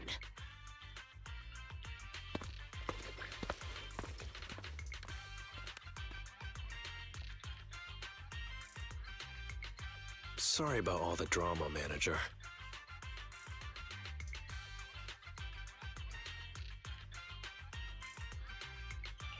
Seriously, those were some wise words, Lighter. I'm flattered, but to be honest, I just didn't want to fight him. I didn't expect him to be so easily persuaded. That saved me a lot of trouble.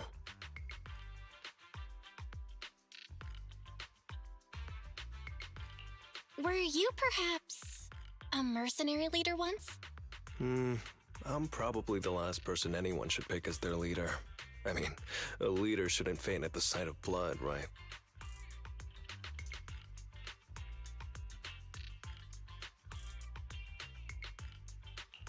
But it's okay for the champion to pass out at the sight of blood? You're just saying that, right? Whoa, that was a sharp comeback. I'll be honest with you, it's no secret. I was once just like that guy, a self-important mercenary leader. And eventually, I got what I deserved. I was abandoned by half of my companions.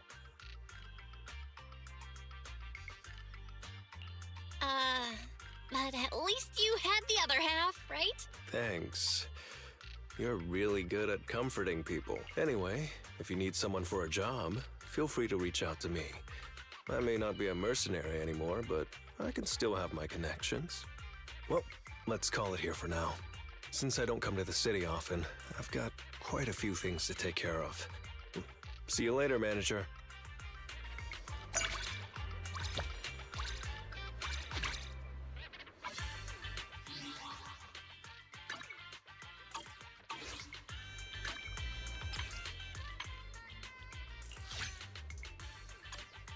How about a stroll?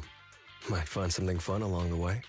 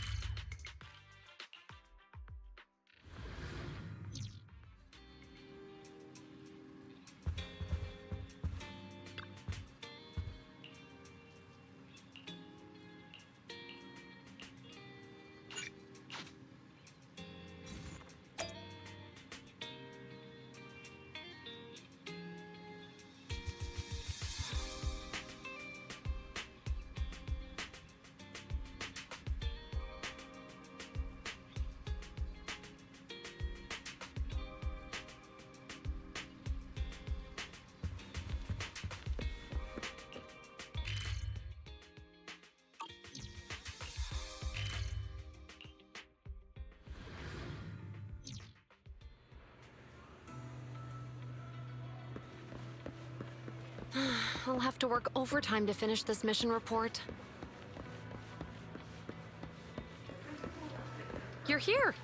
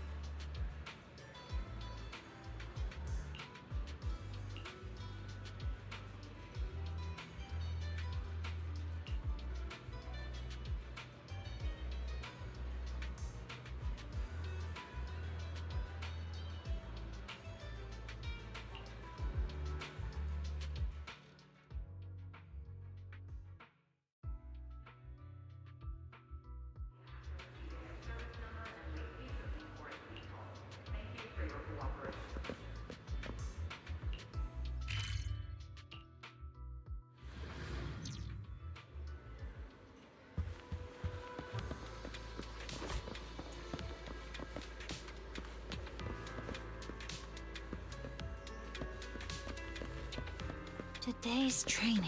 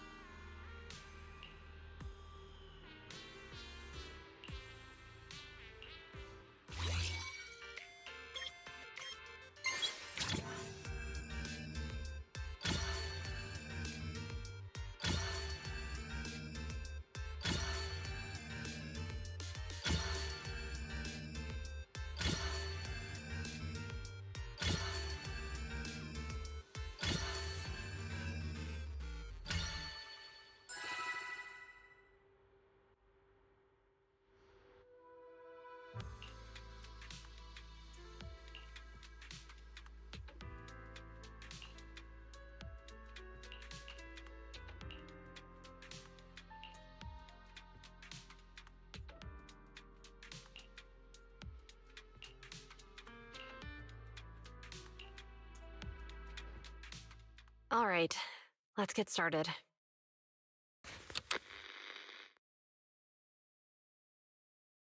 I'm probably not getting out of this hollow, but at least this tape recorder still works. Let's say these are my last words. I gave away my anti-corruption equipment to save those civilians, so I'm not in good shape. Unfortunately, we came up against a horde of ethereals right after that. I rushed over to fight them off and tried to save the civilians, but in the thick of all the fighting, I turned back and realized that I was somehow alone. Nobody was behind me. Luckily, I managed to defeat the ethereals, but the wounds and corruption I sustained in doing so should be fatal. I don't mean to cast the blame at all here, and if any of my colleagues ever pick up this cassette, I hope that nobody is ever held accountable.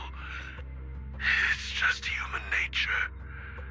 It's normal. I just have a few regrets. Oh, what's that over there?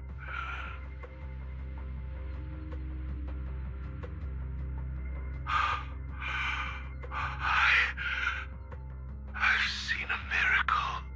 Yes, that thing is right. So long as humanity is in constant conflict against the Hollows, we'll never be able to grasp true power. Only by embracing everything. It's the only way. Only by embracing this power can everyone survive. Oh, Creator, please grant me this!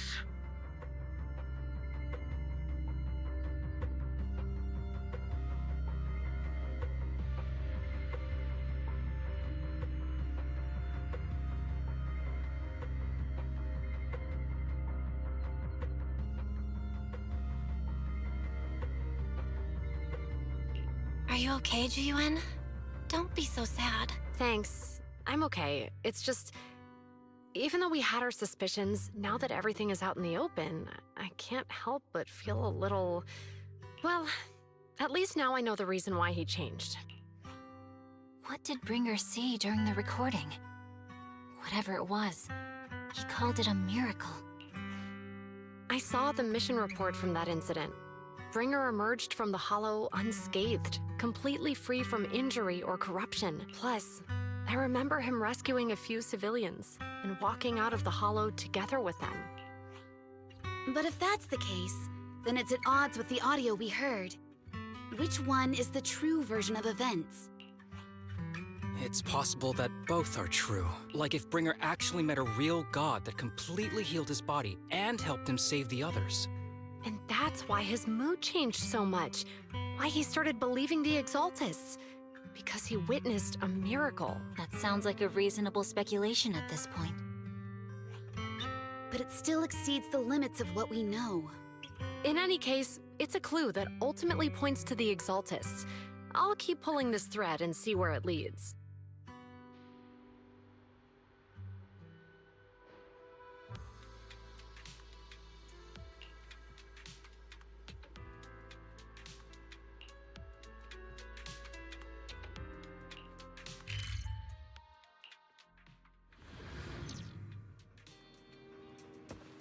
I've been waiting for you for quite some time.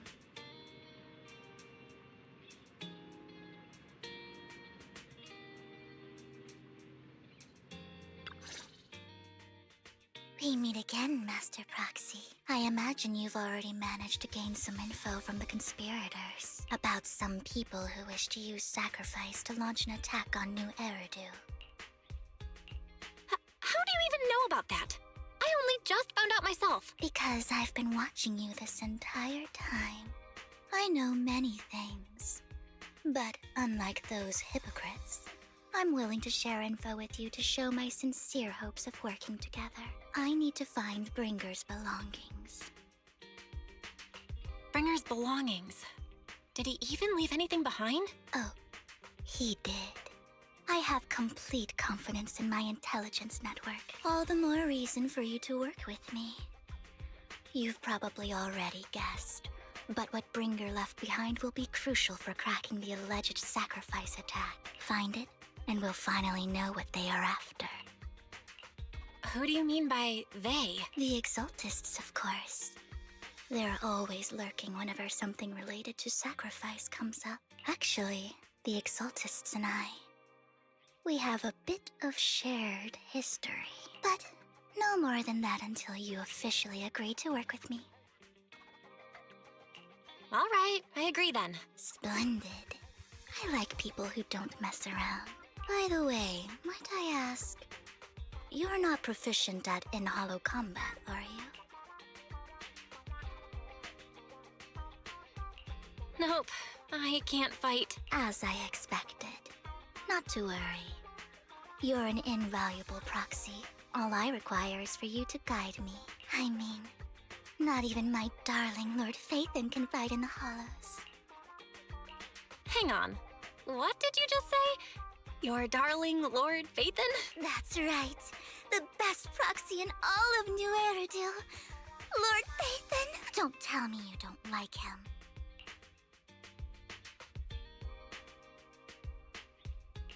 It's not that I don't like him. It's just, it's a little complicated. Well, if it's not that you don't like him, then that means you do like him, right? And I know exactly how you feel. My love for Lord Phaethon is really complicated, too. Great, you're a fan of Lord Phaethon, too. But that makes sense. All of New Eridu ought to be fans of Lord Phaethon. Fine, you're right. I'm actually a fan of Lord Phaethon. Then we're fellow fans! Wonderful. I feel so much closer to you now.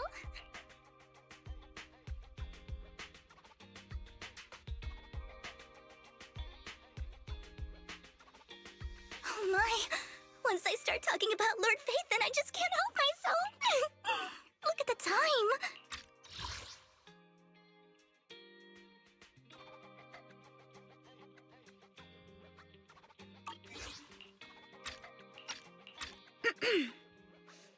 I suppose that's all for today, then. I'll be in touch with more news.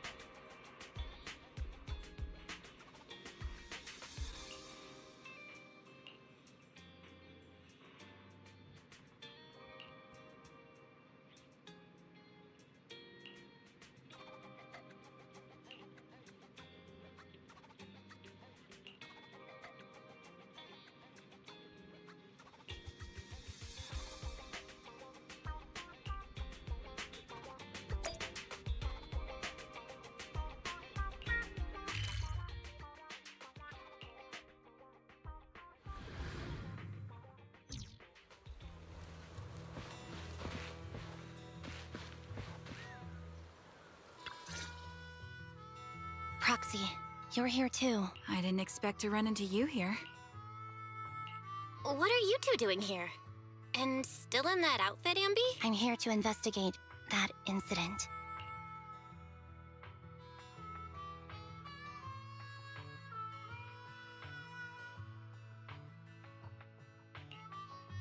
I've recently dug up some clues about the person behind the operation, but my key contact is ultra cautious and keeps demanding me to prove my identity.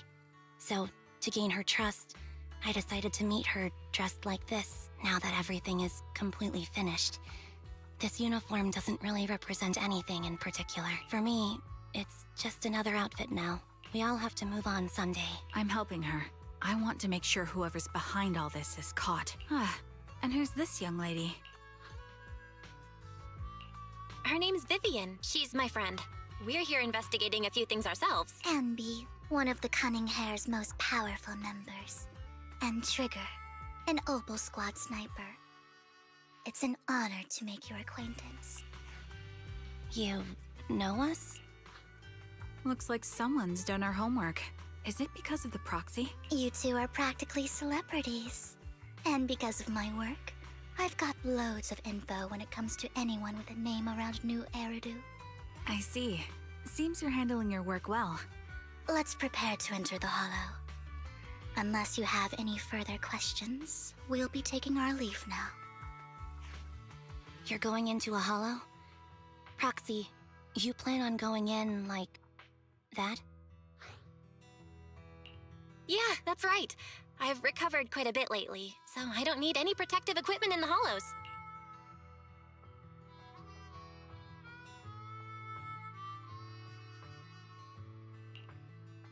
Huh. Aren't you that lady from before at the auction? Hello. I didn't expect to see you again, young lady.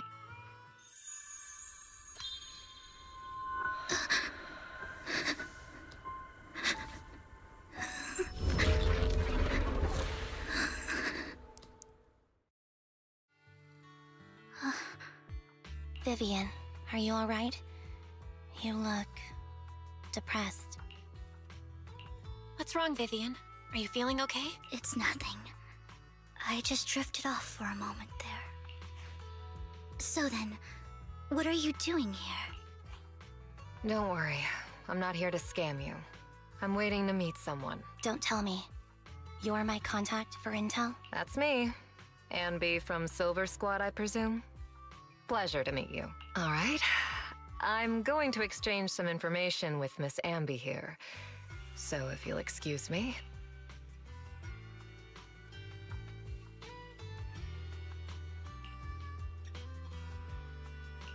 You're not looking so good. Everything okay? I can tell you later, but not right now. Okay, that's all the information I got for you. In return, I want you to do something for me. Take me into the Hollow. I left something very valuable inside. I have to find it. Seeing as we were just about to go in ourselves, why not join us? It's fine by me.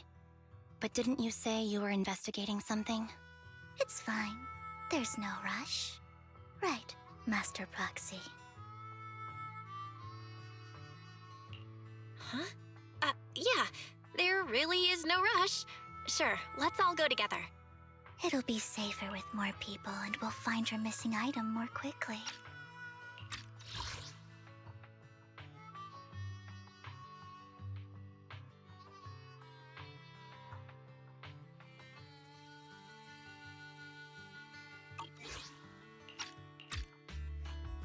Thank you.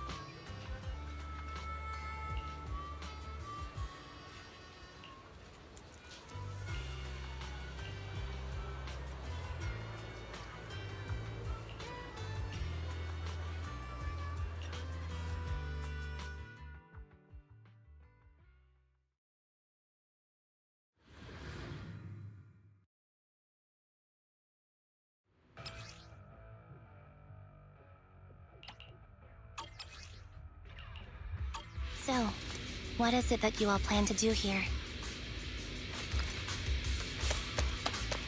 We are here to look for something too. Something extremely important.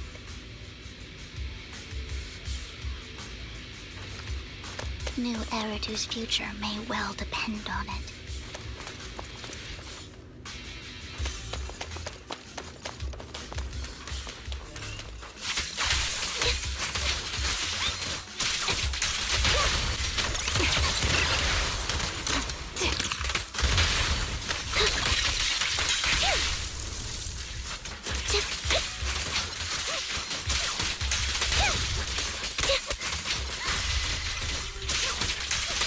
Nice to meet you. I'm Spyro.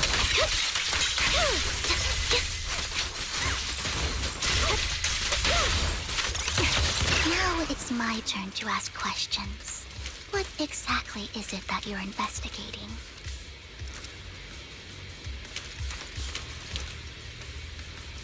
Since you're familiar with the name Silver, then you should know that it shouldn't exist anymore.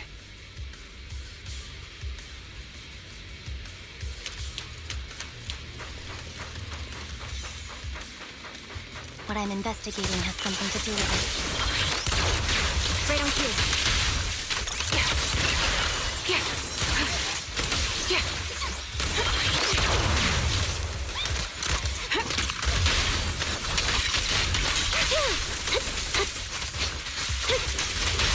Quick shot! Recalibrating.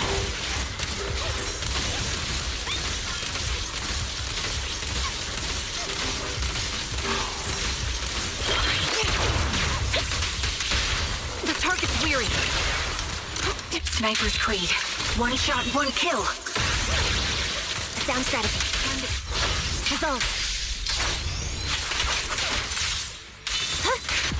Proxy, let's use that fissure to head to the next location.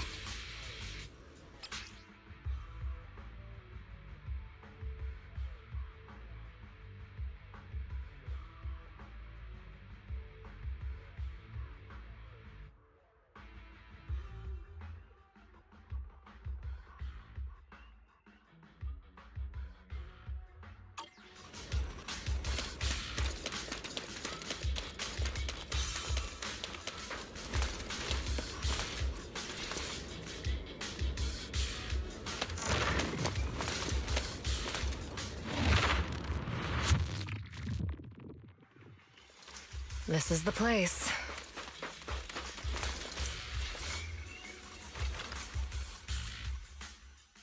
So, what is it that you're looking for? A ring. I was excavating ether here before and accidentally lost it somewhere. Please, could you all help me find it? It has to be somewhere among all this stuff here. Sure. I'll start looking. I'll go with you. I'll stay here with her then. Thanks, but you don't have to worry about me. Go ahead and accompany the others. I'm sure it'll be faster that way.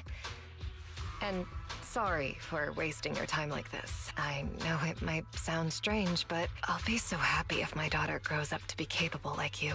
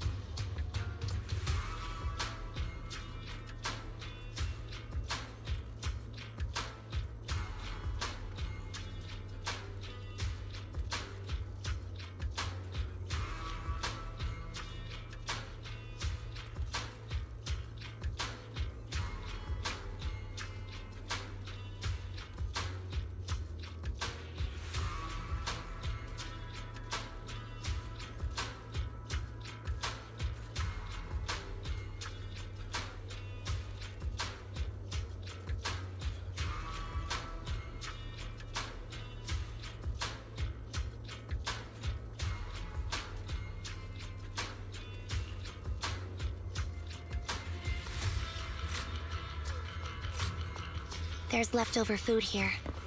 I don't want to imagine what's inside the bag.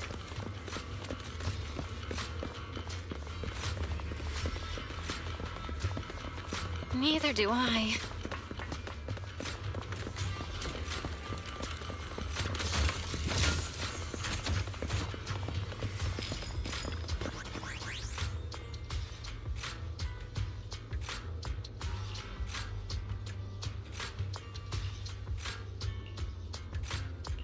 A toy that seems emotionally stable. There shouldn't be a ring hidden in it.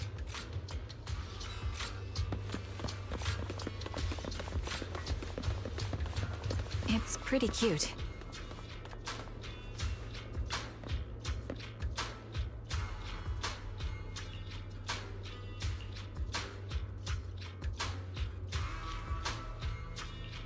It's a fancy lunchbox? I wonder if its owner is safe and sound.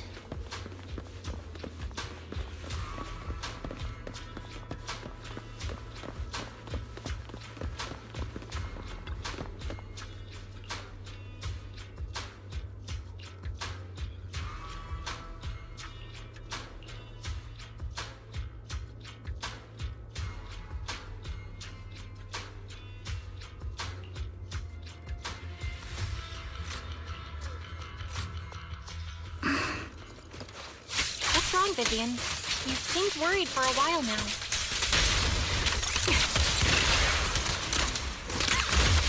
Ether vision I'm worried about Sienna.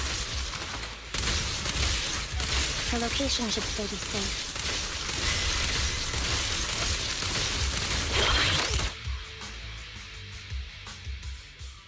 Could the ring be in that gas tank? Good thing this gas tank is empty.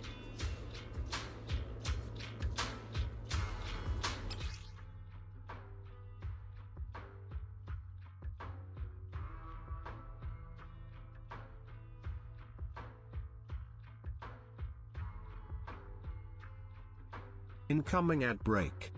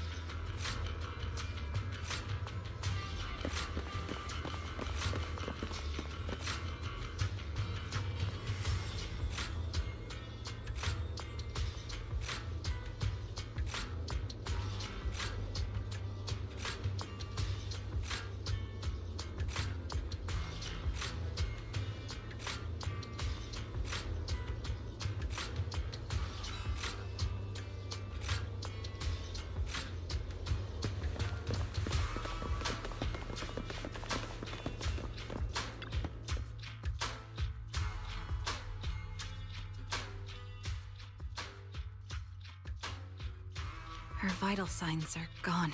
What happened? I guess this was her final scam. There's one thing I must remind you. Your time is running out. I'm not sure how you can tell, but you're right. I'm going to die in here. That's my plan. I'm very sick and don't have much longer. If I try to get treatment, it'll just be a burden on my daughter.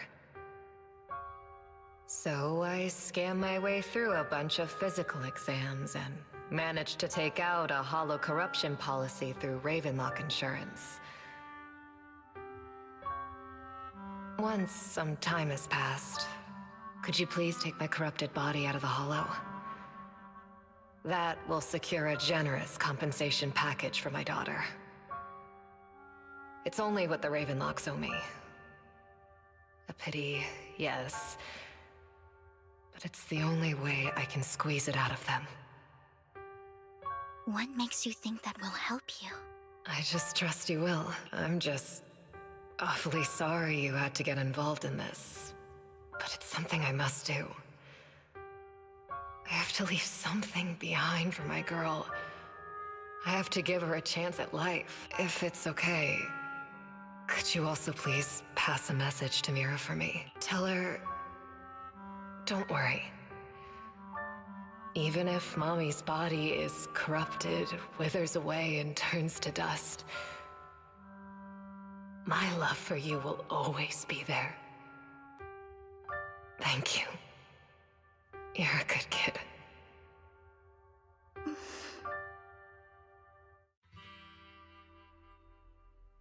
She was betting that we'd help her. So, you were aware of this the whole time? Yes.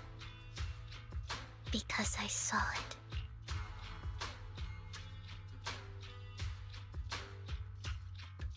You might not believe me, but I've had this ability to see the future since I was a little girl.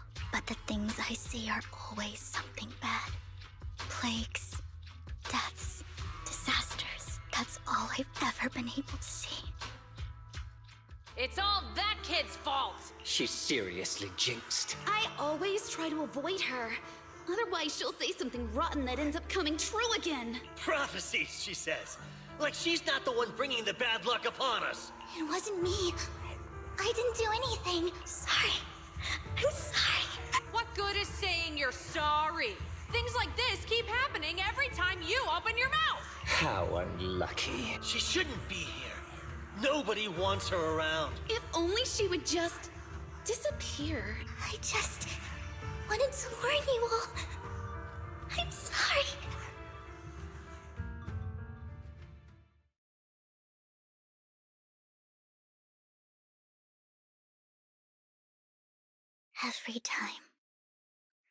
Every time it's the same. In the end, there's nothing I can change. Sometimes I even wonder whether it's me predicting these things, or if my very existence is manifesting these calamities. Vivian, it's not your fault. You were just trying to be kind and warn them about impending disasters. I can tell it's never been easy for you. Thank you. No matter what. I just hope she finally gets to rest in peace. I hope no misfortune, whether I foresee it or not, ever happens to anyone.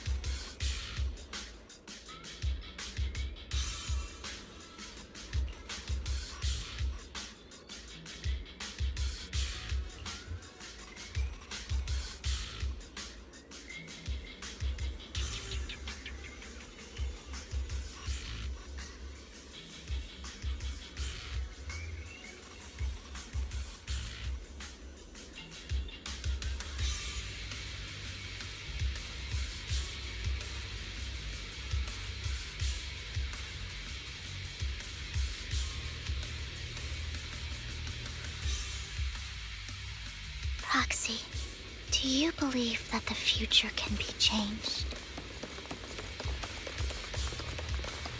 Whoa, that's kind of an out-of-the-blue question.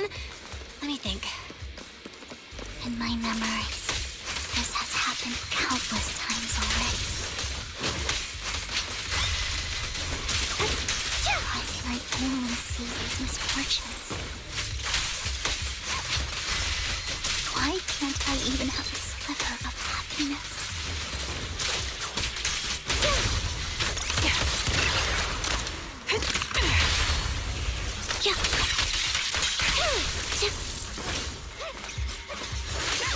Proxy, the fissure that we're looking for is up ahead.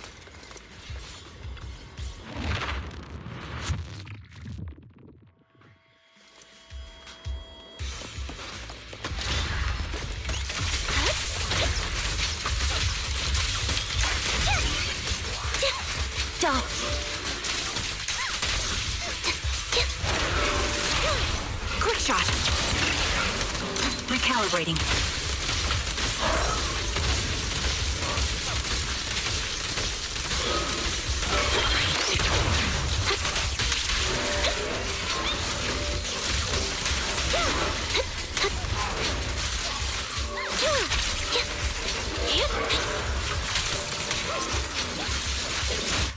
He won't back down.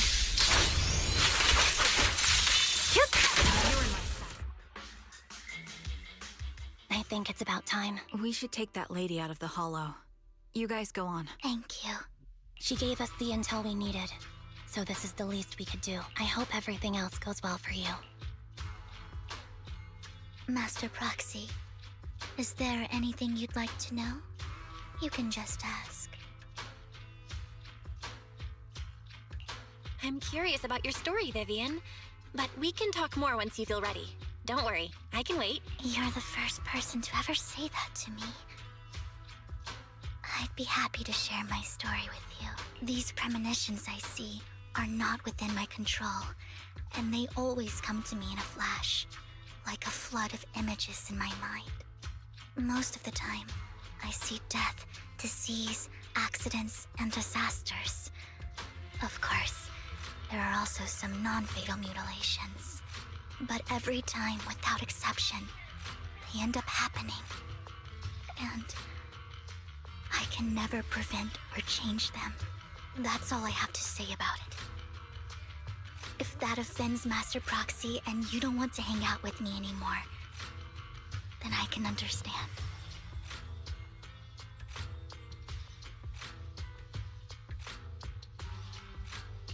I don't mind at all.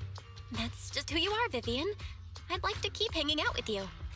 I've always considered this ability as a curse. It's not a curse. If anything, I think you've been given a gift. Thank you. Really?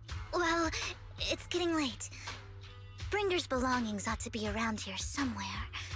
Let's take a closer look. To the previous clues. What Bringer left behind is hidden inside a vending machine.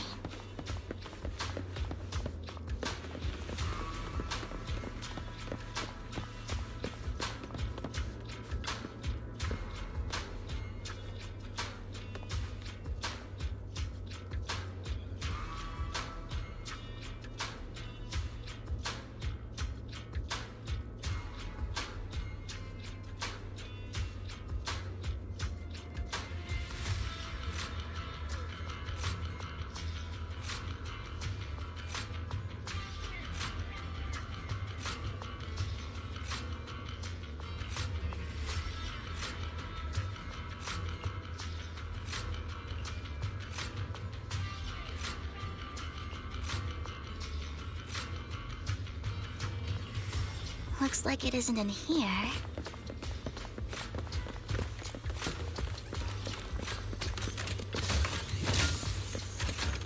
Let's try this vending machine. It might be the one we're looking for.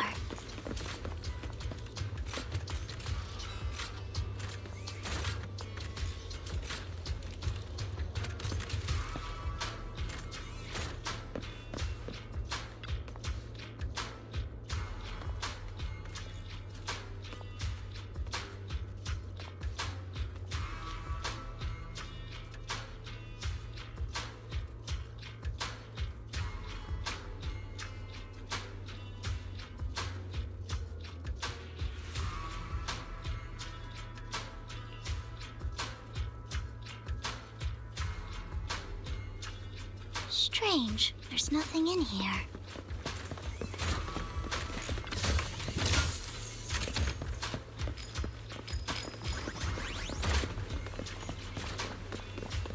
This vending machine looks a little suspicious too.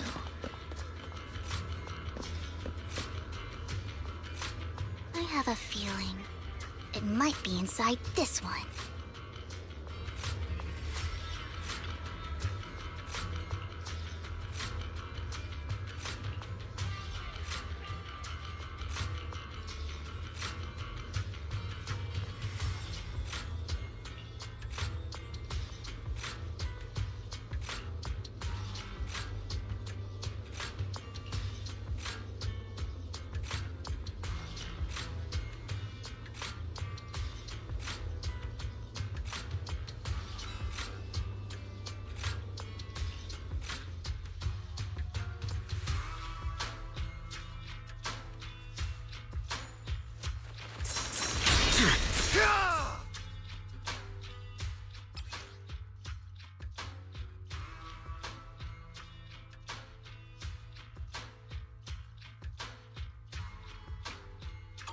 This is it. This notebook is what Bringer left behind. But I don't know what these markings on it mean.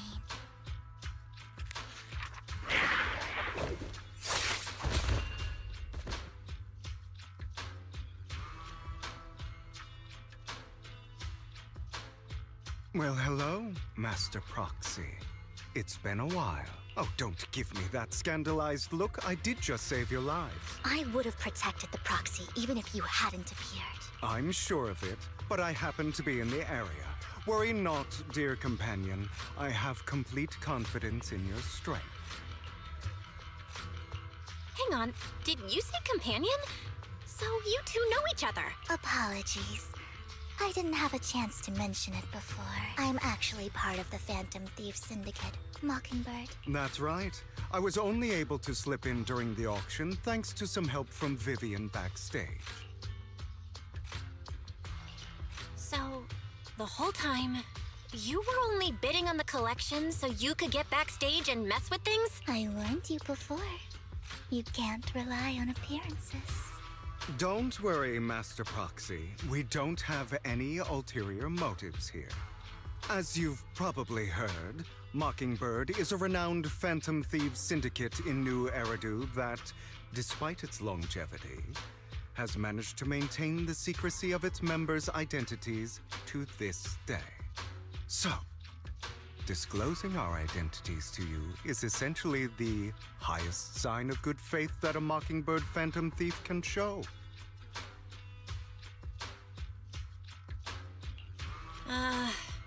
That sorta makes sense. Your trust is most appreciated. Mockingbird's purpose is very simple, really. To form long-standing and cooperative relationships with outstanding proxies like yourself. We need your abilities. Before you make any decisions, please allow me to briefly explain the concept behind the Mockingbird Syndicate. We all know there isn't anything in this world that's fair. A prime example being the uneven distribution of wealth. People from tops splurge on luxurious collectibles, while the poor have to gamble with their own lives just to get by. Of course, besides wealth, there's also an unequal distribution in this world of happiness and suffering, hope and despair, love and hate. It's all just so unfair. Somebody has to do something to tilt the balance of the scales. And thus Mockingbird was born. We take from those who have far more than they deserve and give it to those who deserve to have more. If you ask me, that's enough to be considered a form of justice.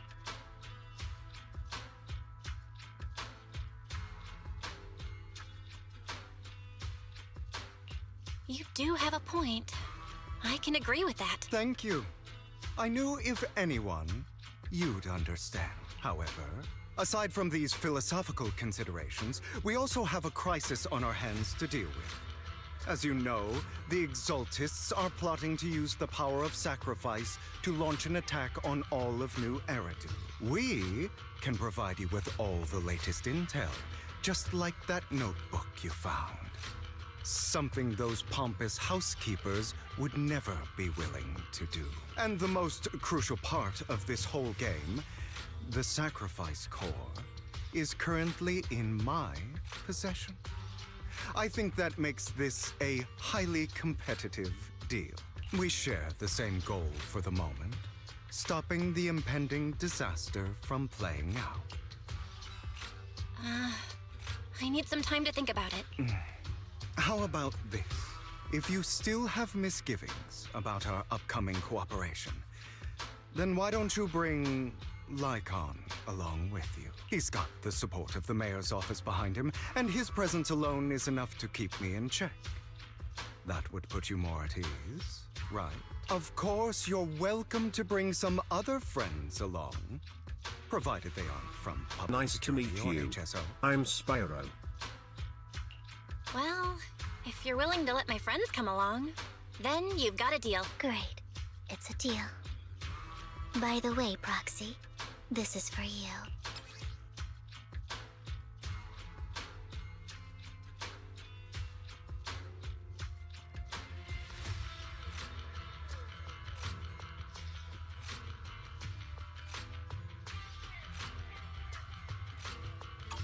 Consider it a souvenir commemorating our first time working together. For now, we'll carefully look through the contents of that notebook. I'll contact you if anything comes up.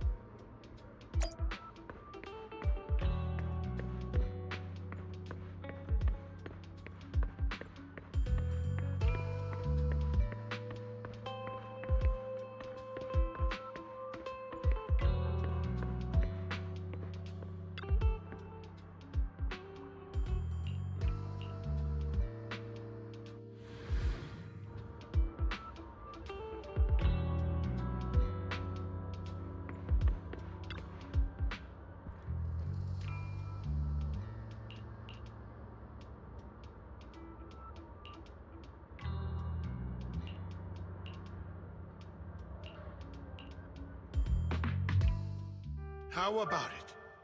Will you work with me? Correct. Let me be honest with you. I have the sacrifice core that you're after. I am Mockingbird. So it's you. I never thought you'd be so bold as to come see me alone. Relax, my friend. As you know, if I can sneak into such a heavily guarded auction, then naturally, I can just as easily slip away right now. I'm here with the sincere intention to seek cooperation. I can give you that sacrifice core. And what do you want in return? Wealth, glory, power. The things everyone else in the world wants, I want them too. And I'm confident that as the current heir to the Ravenlock family, those are all things you can give me. Then you've certainly come to the right place. My family is working on a big project. If things come to fruition, Ravenlock's status in Tops will significantly improve. At which point, I'll be sure to leave a spot for you. Naturally, as an outsider, you're precluded from handling any of our core business. But profits from the scraps alone will be enough to set you up for life. Mr. Hartman, I think you've misunderstood me. I have no intention of joining the Ravenlock family. In fact, I have an art gallery under my name that does pretty well for itself. I was hoping you could recommend me for Tops. You want to join Tops? That's easier said than done. Even for a family like ours, it would still require significant effort and... Just answer me yes or no. I don't think either of us can afford to waste time. I understand. Yes, you have my word. But in exchange, you'll have to give me the sacrifice core first. I'm sorry, but I'm afraid I can't. I've already hidden it somewhere safe, a place nobody else but me knows. You don't want to put all your chips on the table when dealing with Tops. I know that far too well. Then that means I also need to keep an eye out when working with the infamous Mockingbird, right? Mr. Hartman, I should remind you that I stand before you undisguised. Coming from a phantom thief who's never publicly revealed his identity. Shouldn't that be sufficient assurance? If I betray you, then you merely need to lift a finger to wipe me from the face of this world. You do make a valid point there. In that case, you have a deal. I appreciate your trust. Why don't we celebrate our new partnership with a toast?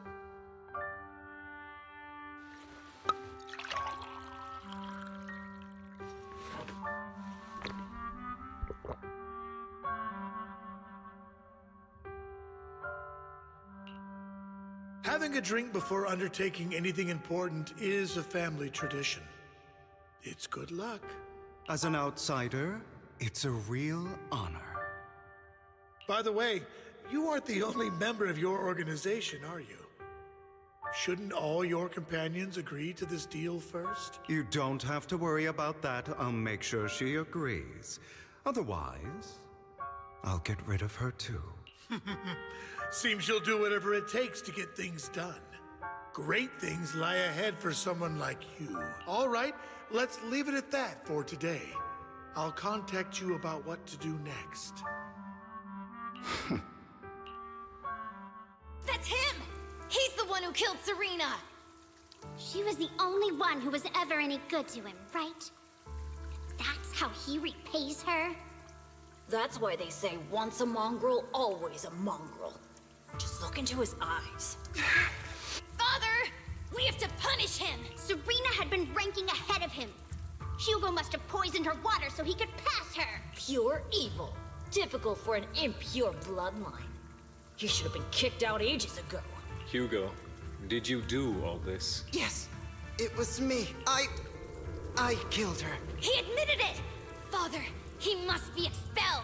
He has no right to live under the same roof as us. Why don't we reunite him with Serena then? Nobody would ever know. Hugo, well done. My children, how many times have I told you before? In this world, only the most ruthless, cruel, and unscrupulous of people ever make it to the top. Like Hugo here, who is willing to murder his only true loved one without a second thought. Only someone with the means and the gumption to do that is qualified to be my heir. But I... It's all over now, and the results are obvious.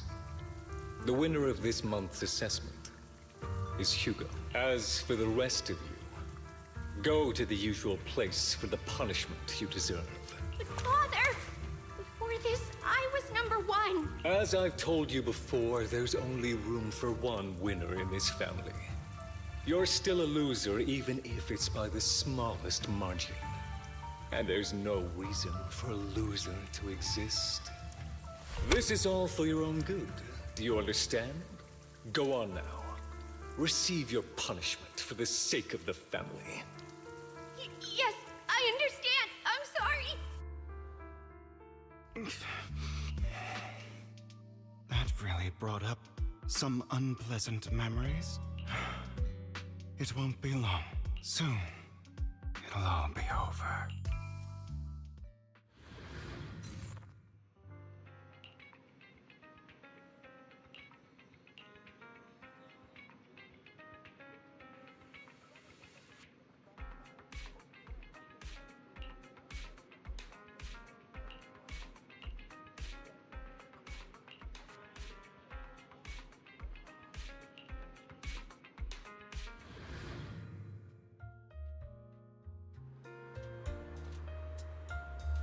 Thank you for escorting me here, Proxy. Today was quite eventful. If I were to head back now, I probably wouldn't be able. You're a child that only brings misfortune. People have been saying that about me for a long time.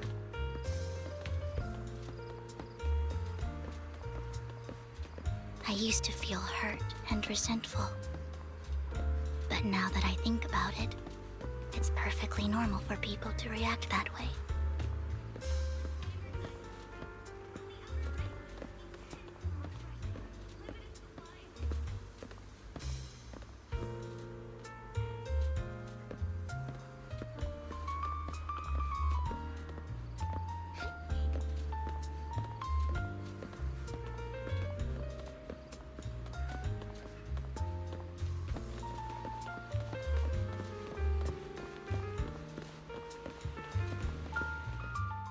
Why do I only predict suffering?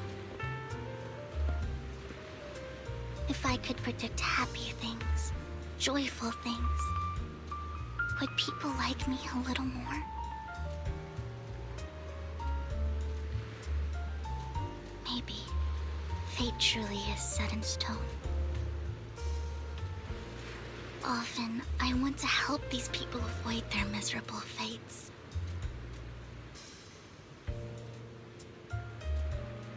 For a time, I even thought that I was successful, that I could change people's destiny.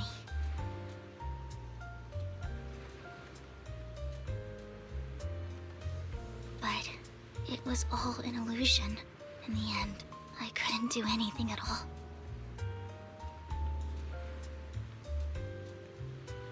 So, I was really happy when you said that my abilities weren't a curse, but a gift.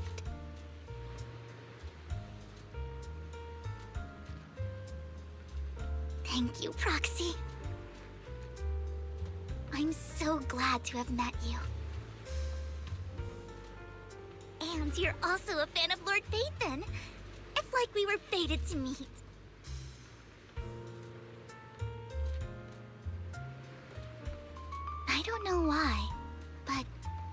completely at ease when I'm by your side. I feel like I'm free from judgment, from blame.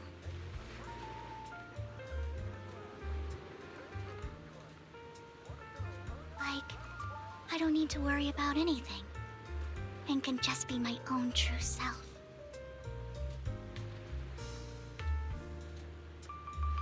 Perhaps people really do possess an aura, and ours just so happen to be extremely compatible.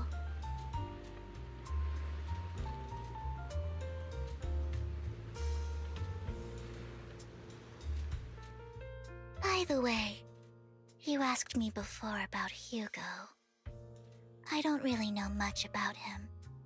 He rarely ever talks about his past, but judging from his eye colors, you can guess he's probably the bastard son of a renowned family. I think his mother was very worried about his different colored eyes, and even wanted to get rid of him at one point.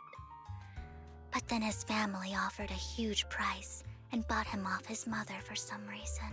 And just like that, he moved from a leaky and drafty boarding room to a luxurious mansion.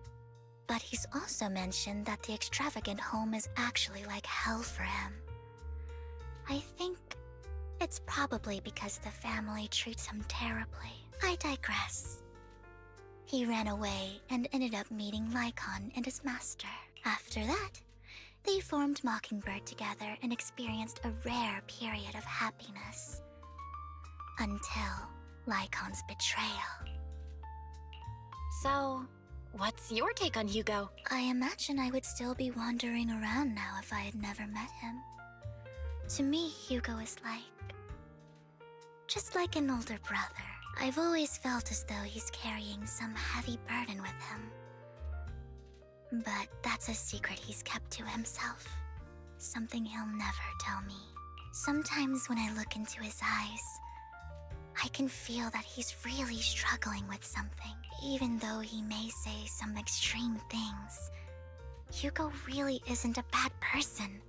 I think one day he'll tell me his secret. Until then, I just have to wait. Wait and trust him.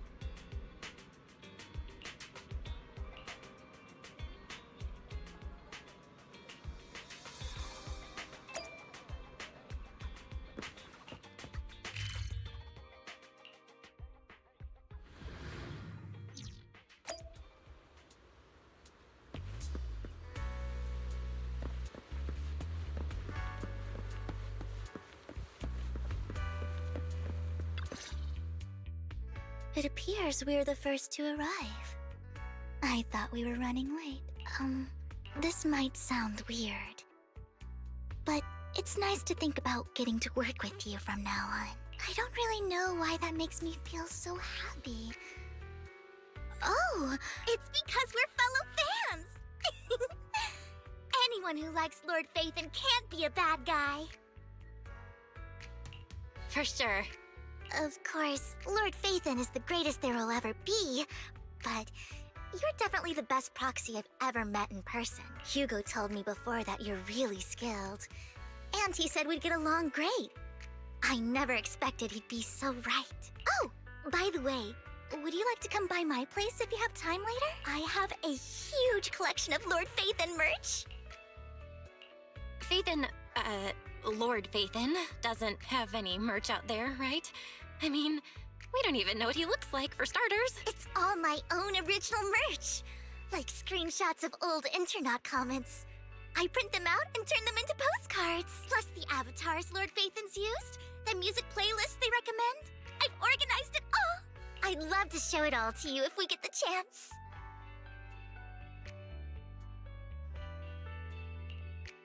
Well, I appreciate the thought. Speaking of which, what's taking those two so long? Hugo said he had some preparations to do before entering the Hollow. I wonder how that's coming along.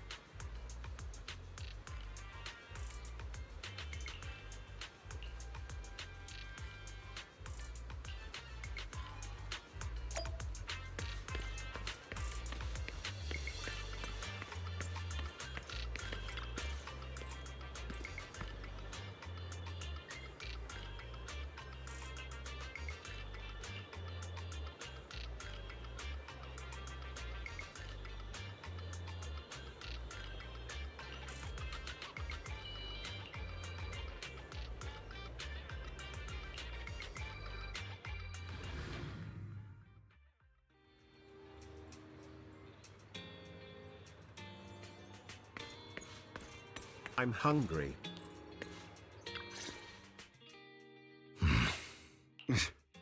This is getting to be more than just a coincidence, don't you think? Or perhaps you are actually stalking me. If I was stalking you, you wouldn't ever know. Overconfident as always. You haven't changed at all. We just make it a habit to check the state of our weapons prior to combat. Thanks for that little reminder. I almost forgot. I didn't expect you to let me join. What else could I do? Master Proxy would have insisted on having you join us. I never expected for us to have a chance to enjoy some pleasant conversation like this, without our weapons drawn, that is. It really has been too long. I still remember when we first established Mockingbird. Indeed. That was a long time ago. Thankfully, Jack went in peace. He must have known about his condition for some time. He even left us with instructions. Passing peacefully in your sleep is the most natural way to go.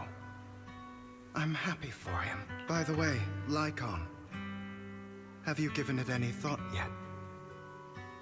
You mean about our guild for Phantom Thieves? Yeah. It's time for us to build an organization of our own. Jack always supported the idea, didn't he? I don't have any objections. But what should we call it then? How about Mockingbird? It's a bird known for mimicking the calls of others to blend in. The same way we don high society roles for ourselves when we're out on a mission. Oh, oops. I nearly forgot.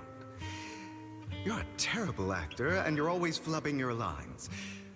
I guess we can rule out that name, then. No, call it Mockingbird. We're always just putting on an act, aren't we? I won't slip up on our next mission. Besides, we still ran missions together even when we didn't have a name. Having one now won't really make a difference. No. It does make a difference, Lycon. And I don't just want a name. I want Mockingbird to become a symbol. Like the sword of Damocles hanging over everyone's heads. Striking fear into the hearts of the rich and cruel whenever they hear the name. Just like Jack used to say, this world isn't fair. So that's why we have to influence it however we can. And change things in our own way. But on the basis of not causing harm to other people's lives. That's also what Jack used to say. You remember, don't you? Of course I remember. All right. I promise.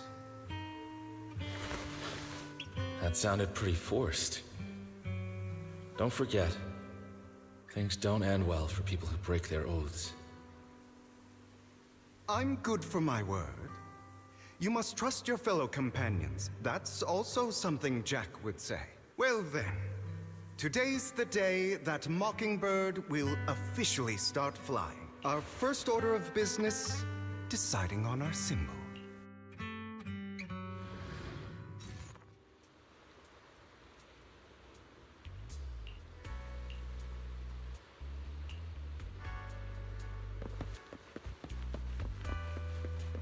Looks like we're all here. Hugo, you're late again. Do forgive me. Someone was pestering me and wasting my precious time.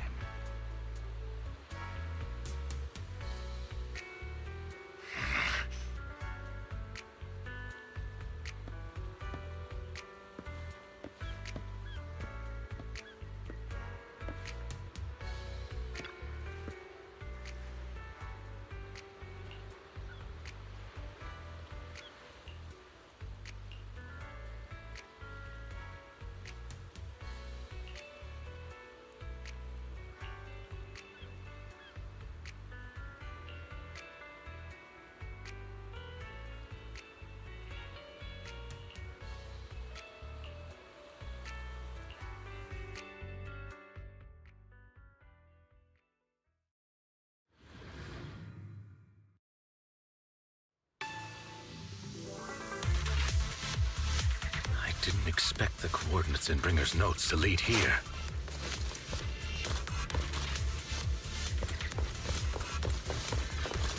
Oh, are you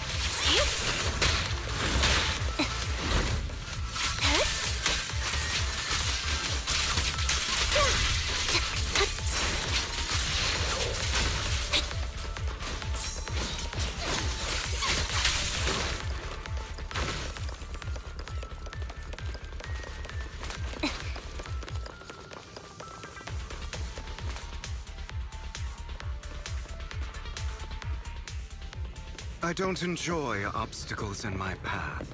Can we not? The generator room should be nearby. Over here. Wow, you really know this place like the back of your paw.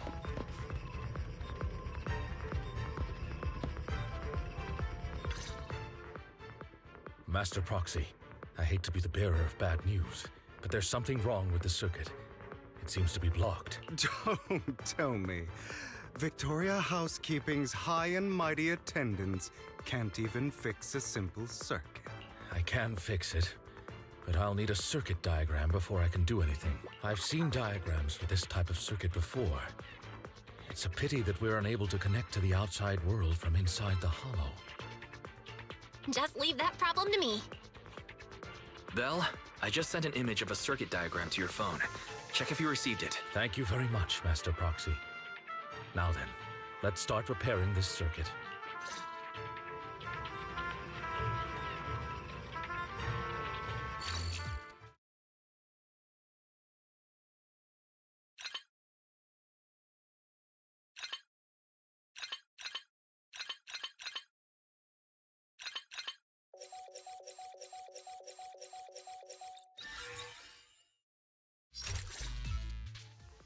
The circuit is fixed. We should now be able to open that door. Wait up. Wait a second. Something just doesn't add up. It's all coming together now. Communicating with the outside world from within a hollow. And getting that circuit diagram. In theory, there's only one person who could ever do that. Could it be your Lord Phaethon? Impossible. There's no way. But then again, only Phaethon could have done that. I mean, you're an incredible proxy, sure. And you're a good person. But could you really be Lord Phaethon?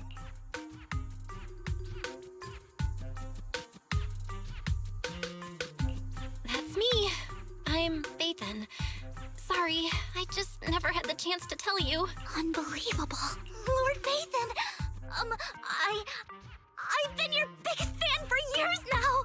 Goodness me, Lord Phaethon was right in front of me all along, and I had no idea. This is like a dream. Could you...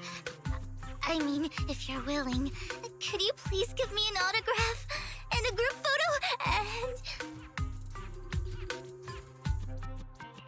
Anything you want. We just gotta get out of the hollow first. Oh, okay. Sorry, guess I got a little too excited. Anyone would be enraptured meeting someone they admire that much. Yeah, if I ever met my favorite movie director, I'd be the same. We should keep moving. This isn't the best place for idle chit-chat. The door's finally open.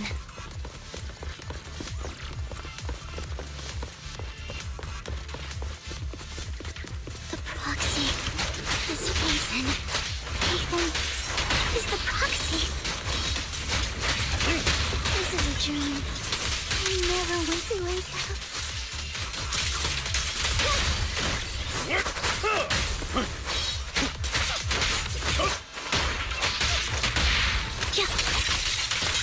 The fissure over there should lead to our destination.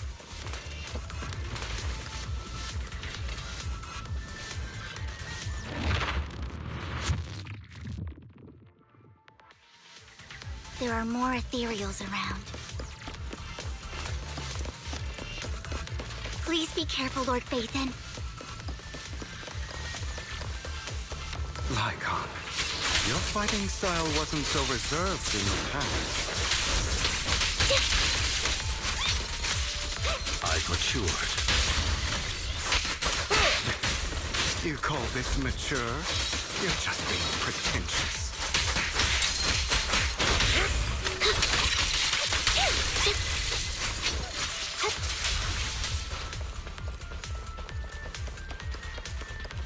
A difficult foe, that one. Let us leave this place at once. Ensuring Master Proxy's safety is our highest priority.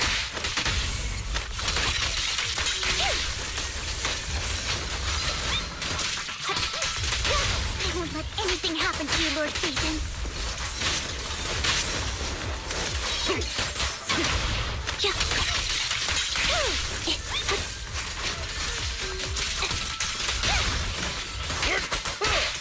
Lord Phaethon, how are you feeling? Are you tired? Do you need a break? Some food? Water?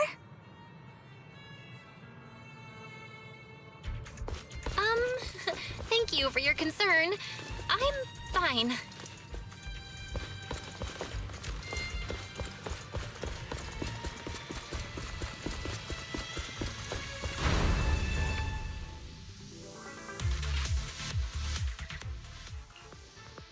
Master, a complex mechanism has been detected ahead.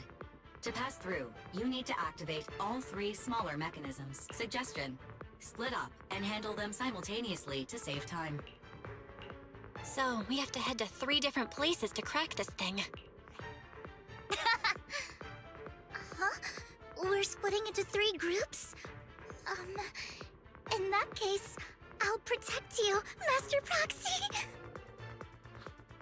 I can take care of one myself. That leaves the last one to me, then. You should go with Hugo. What's that supposed to mean? We get along just fine, don't we, Miss Cunninghair? I don't know what's going on with you two, but you've been bickering the whole time. It's annoying. This is a good chance for you guys to build some rapport. Anby's got a point. Hugo, just go with Lycon. You just want to be alone with your Lord Faithin, don't you, Vivian? Huh? That's not it!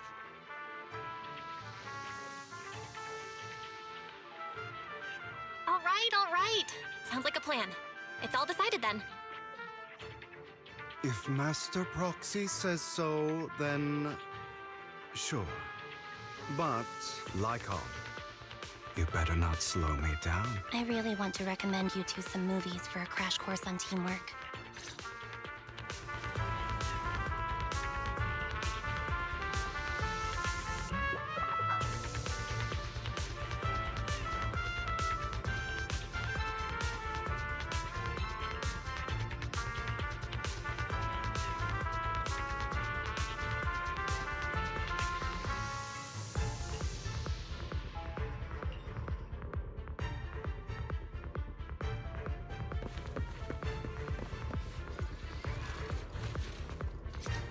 Lord Faithin, there are too many ethereals here.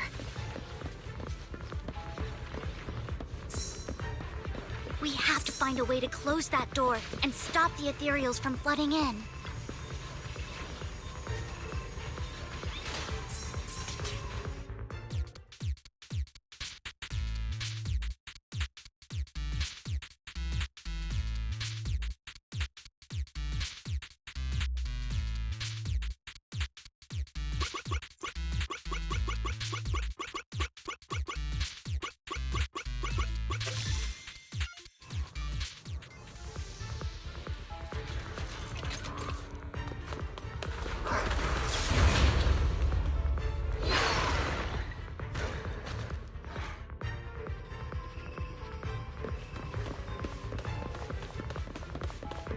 Lord Faithin, seems like we both need to press down on these mechanisms at the same time.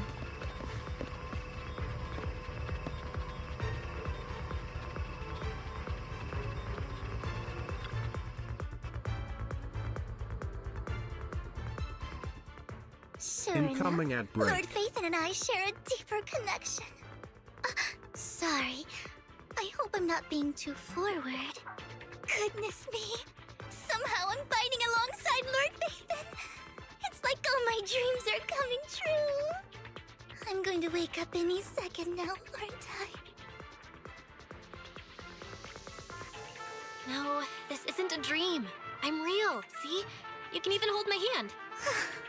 Not only is Lord Faithin incredible, but super kind. That's it. I pledge to be a die-hard Lord Faithin fan until my very last breath.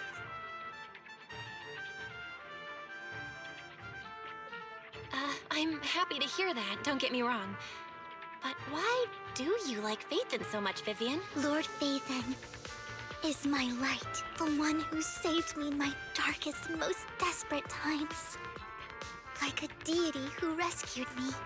You probably don't remember, but you really did save me that day. Wow, it's so embarrassing to say all this in front of you. Sorry, I hope I'm not bothering you too much.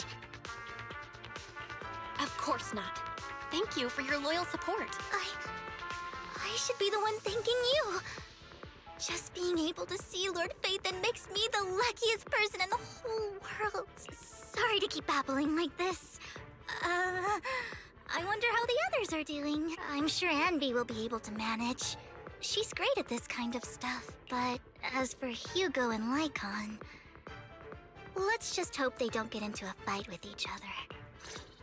There are too many ethereals here, though it's not a huge problem.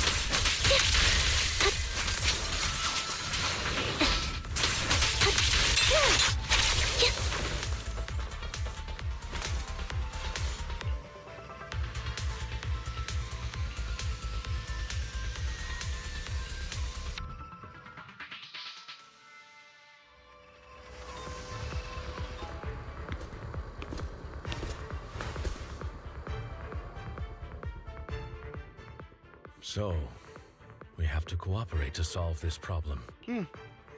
That's a real shame. I have no intention of arguing with you right now. Master Proxy and Miss Vivian are elsewhere, and we must rendezvous with them post-haste. What a coincidence. That's exactly what I was thinking. Just this once, we should trust each other. For the Proxy. I have no objections. Very well. Then you'd better keep your word. I know you've never fully trusted me, Lycon, even before it all fell apart.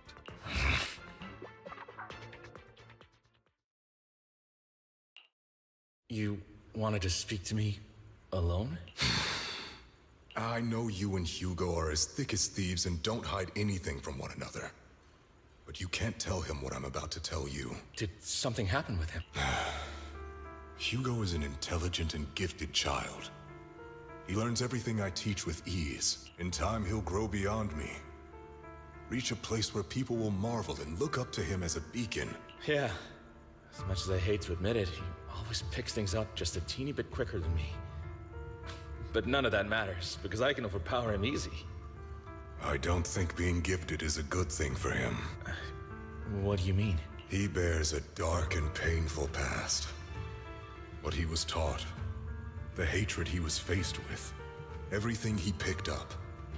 It's all become an integral, inseparable part of him. I believe that beautiful flowers can blossom even in the darkest abyss. But the roots of that flower would draw from evil instead of good. Hatred instead of love. It's a curse that flows through his lineage. A curse that fate branded him with. I've seen far too many people like that throughout this long life of mine. They struggle with this curse their whole lives. But they all end up failing in the end. The path of light is narrow and fleeting. And the darkness is filled with such temptation that dropping your guard for even just a moment can send you spiraling straight into the abyss. Do you mean Hugo's going to be a bad guy? I don't know. I hope he'll always stay true to his heart. That he won't give in to hatred and ambition. That he won't become the dragon that must be slain. But he has inherited the seed of evil. You cannot let it take root. I'm afraid I won't be there to help you. There's not much life left in this old body of mine. So then, Lycon, promise me now, you must hold his chain tight. To restrain him. To stop him. And when necessary, to choke him.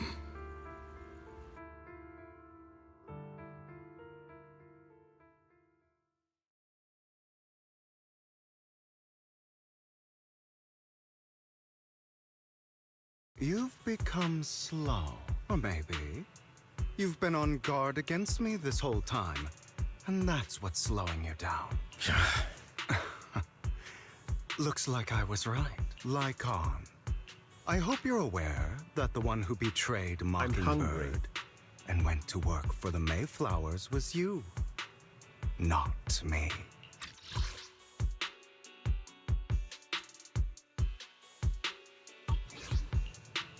I would never betray my companion. I don't wish to repeat myself, but you should not break our oath. That's the path I've chosen, and I'm going to stick to it. But you know that path will lead you the wrong way. Who are you to lecture me about right and wrong? I believe any path that makes you feel pain must be the wrong one.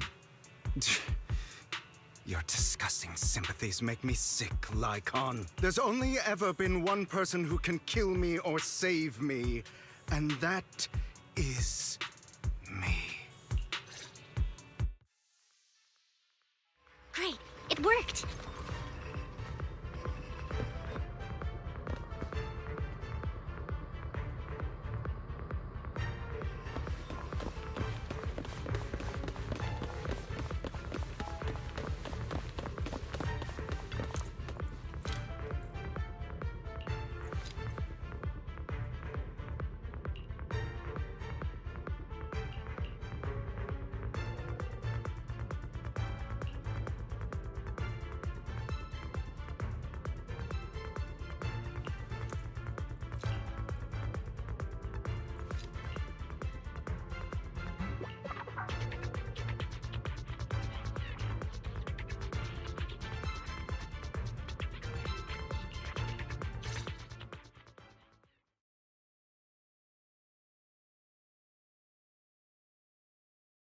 That was loud. What's happening up ahead? Hold on, everyone. I'll go check it out. It's probably multiple ethereals attacking. Just in case, I'll go with you. Vivian, you should go with them too. Keep an eye on Lycon, will you? I'm worried he might sell us out to the mayor when he gets the chance. I'd never do that. But if Miss Vivian wishes to join us, she's more than welcome. Okay. Then I'll go with you. Why do you look so nervous? I've spent so much time by your side already. I need to get away from Lord Phaethon for a little bit, or I might die from this overwhelming happiness. If that's the case, Miss Vivian, feel free to come along with me. Okay. All right. So, how does it feel to be worshipped, Lord Phaethon? You had that figured out a while ago, didn't you? Sharp as always. But of course, I couldn't spoil it for her. She has to figure it out on her own. That's what makes it special. Not only that, you asked Lycon and Vivian to leave for a reason. Is there something you'd like to say to me? I can't keep anything from you, can I? I've always treated Vivian like my own little sister. Maybe it's just a coincidence, but she looks a lot like Serena. I think I mentioned it before. Serena was my half-sister. She passed away a long time ago. Vivian adores you. Whether you're Phaethon or just Belle. Of course, I also have a lot of respect for someone like you. Strong, fair, and genuinely kind. So I hope... I beg you, please keep her safe. Hang on. What's that supposed to mean? Think of it as the last bit of conscience I have left. A kid as pure as her. She should stay alongside someone who walks in the light. Like you. Not even Vivian can agree with all my beliefs. One day we'll go our separate ways. Your beliefs? What do you mean exactly? You probably heard from Lycon. We swore an oath when we started Mockingbird. We swore to use our own hands to right the wrongs in this world. But never, under any circumstances, would we take another human life. I stayed true to my words. Until my father, man I hated, stood right before me. I could have ended his life easily, but I hesitated. I remembered that damned oath and their repeated attempts to convince me I didn't do it. Because of that, innocent people died. All because of him. If I'd killed him first, then none of those tragedies would have happened. People like him don't deserve to live. After that, I realized sometimes taking one life really can save countless others.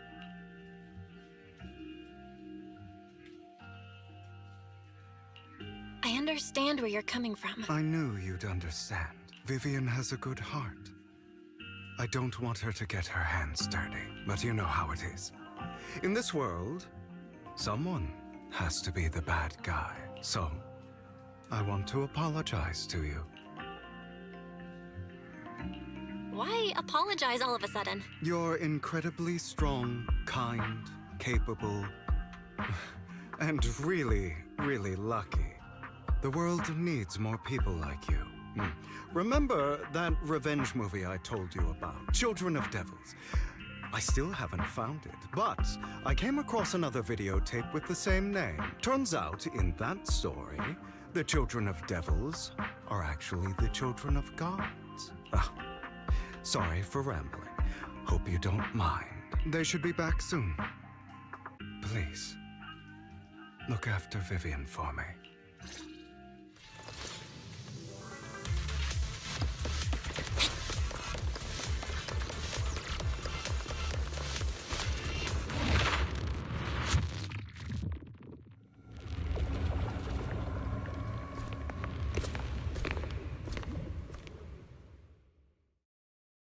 What is this?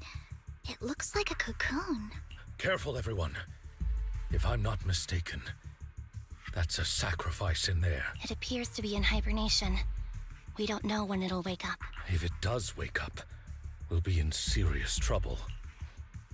Wait, those spots Bringer marked in his notebook. Are you saying each one might have a sacrifice like this? That means there must be at least a dozen of them. And that's only counting the ones we know so far. These sacrifices may still be hibernating, but the fact that there are so many of them out there is terrifying. The Exaltists must have a way to revive them. And that's not all. These sacrifices can exist outside the Hollows. If they make their way into populated areas... I'm afraid it will lead to a catastrophic disaster likened to the fall of the old capital. That's almost certainly what they meant by vengeance against all New Eridu.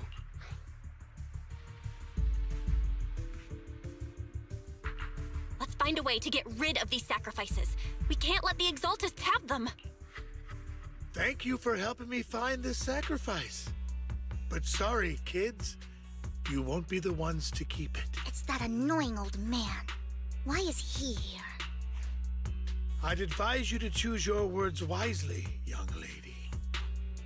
You're from the Ravenlock family. So it was you. That face. Oh, I know you. I heard about what happened to your friend. Truly unfortunate. If only she'd been smarter. It seems your goal was this sacrifice all along. You've been tailing us, haven't you? Keeping your distance so that I wouldn't notice. As expected of a Wolf Thyran, you are very perceptive. That's right. All thanks to your ex-partner, we were able to carry out our plan smoothly. My ex-partner? I'm not exactly happy being called that, but what he said is true.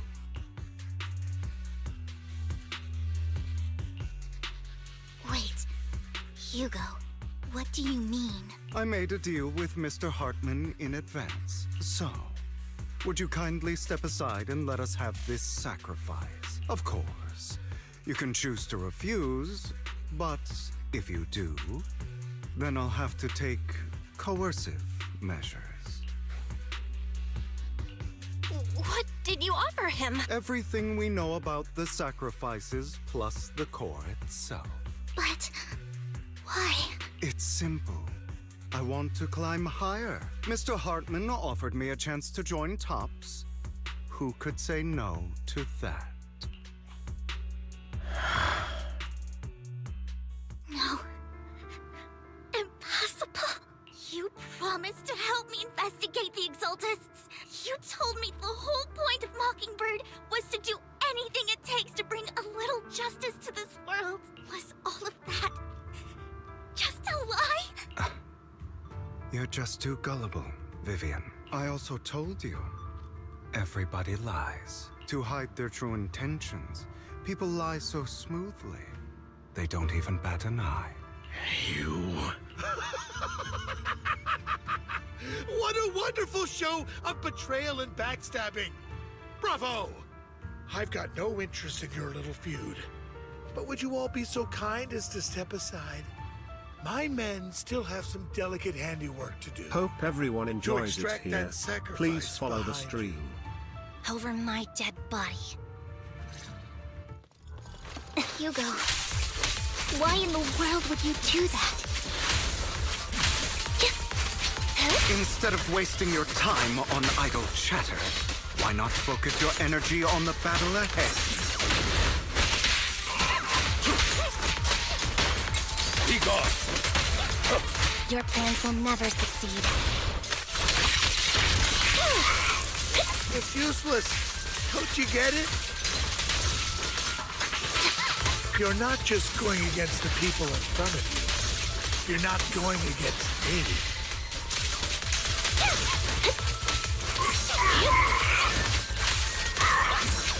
Rather, the entire Ravenlock family, even the whole of Top.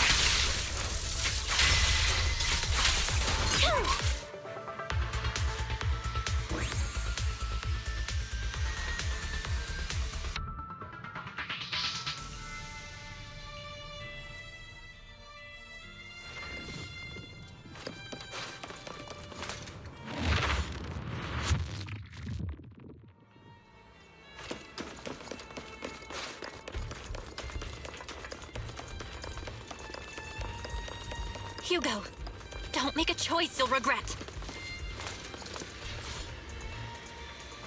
There's no turning back from me.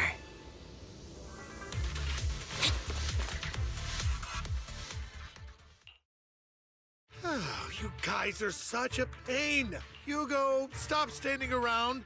Time for you to act. We had a deal. Give me the sacrifice core now. Did we? I don't remember. I imagine this is your favorite kind of entertainment. Watching allies betray each other, suspicion festering until it all turns to bitter hatred. Seeing people tear each other apart like wild beasts, just like your decaying family. Does it comfort that dead conscience of yours? You. What's that supposed to mean? I am loving the look on your face right now.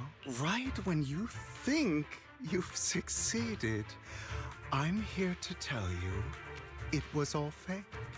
None of it was real. Let this pain sink in. It's karma for what you did to me back then. You're insane. I have no idea what you're talking about. You still don't recognize me, do you? Let me give you a little hint. My full name is Hugo Vlad Ravenlock. That's impossible. You're part of our family? I may be an illegitimate child, but I have the same blood flowing in my veins as you. I know you. You're that bastard of his. Damn it.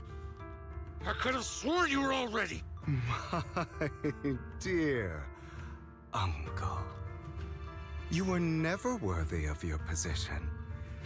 You have no claim to the Ravenlock lineage. You may have killed all of my father's other children, but sorry to disappoint. I'm still alive. I am the true heir to the Ravenlock family. You're a bastard. You have no right to inherit the family. That's not for you to decide. Master Edmund is very supportive of my claim. Edmund? That's impossible. You weaseled your way into Top's inner circle? Master Edmund doesn't care who achieves his goal. In other words, he'd happily let me take over the Ravenlock family, as long as I'm more competent than you. This can't be! You don't know the family's real secret! I know a lot more than you think, including everything that you've done. Just give up. You never even stood a chance. Damn it. This was all fake, right? You were just putting on an act to fool this old man, right? I actually fell for it. Don't do that again. At least give us a heads up next time. Vivian, everything I did was to rightfully inherit the Ravenlock family. That part is true. Now, I'm going to kill this man who stole what was never his. I'll make sure he can never be a threat again. You can't kill him. We still need information from him on the sacrifices and the Exaltists. You must be misunderstanding something, Lycon. Just like you chose the mayor, I chose Tops. At least for now, Tops has the same interests as me. I'm not going to harm my own self-interests. Be it intel on the sacrifices or the core itself. I'm handing everything over to Master Edmund. Why? I just want to take back what's mine. If fate is not willing to give me justice, then I'll just have to seize it with my own hands. Stealing, robbing, lying, or betraying. I'll do whatever it takes. Even if it means selling your soul to the devil? You know about the power struggle between Tops and City Hall. Those elites at Tops would be only too happy to see the Exaltists plotting a grand attack on New Eridu using sacrifices. That would severely harm the Mayflower's reputation and approval rating in New Eridu. And that's exactly what Tops wants to see. If that happens, countless people will die. I'm sorry it has to be this way, but I have to do this. I'm going to get everything Master Edmund wants. Inherit the Ravenlock name, climb to the top. And then I'll be able to change everything for good. For a permanent and absolute victory, we must endure the pain of cutting away rotten flesh and persevere through the darkest hour before dawn. Someone has to do it. I don't really agree.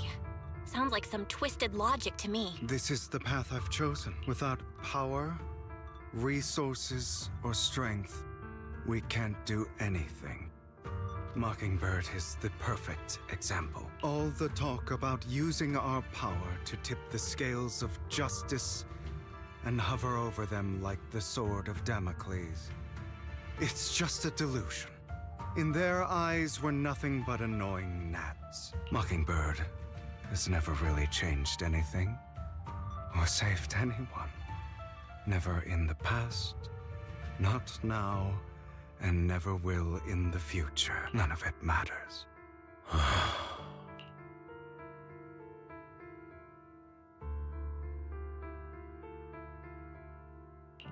I understand your anger and resentment, but you can't let those feelings consume you. Sorry, Proxy. I know what you're trying to say, but this isn't some children's story of a dragon slayer becoming an evil dragon. Sometimes, to slay the dragon, you must first become one. With sharp claws, rending fangs, and strength enough to destroy anything. So I will bloody my hands. I will carry the weight of my sins. I will become the abyss.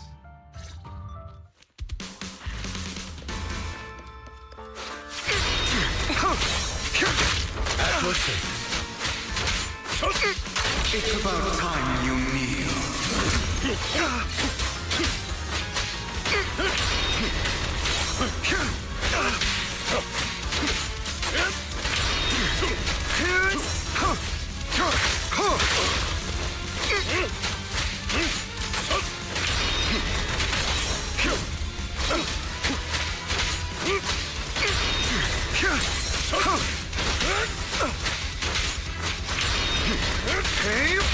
Flip a switch.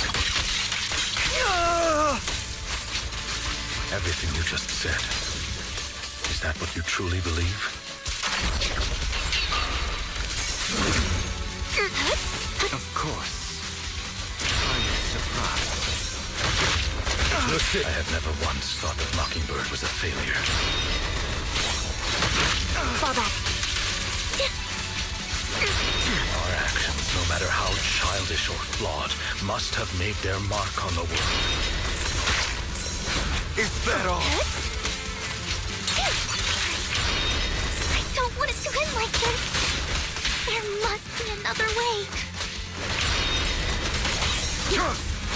There isn't, Vivian.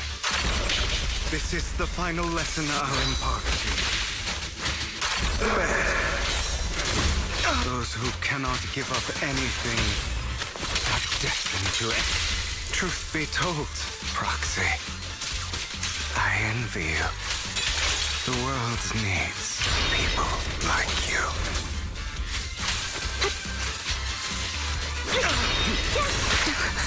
Is that all?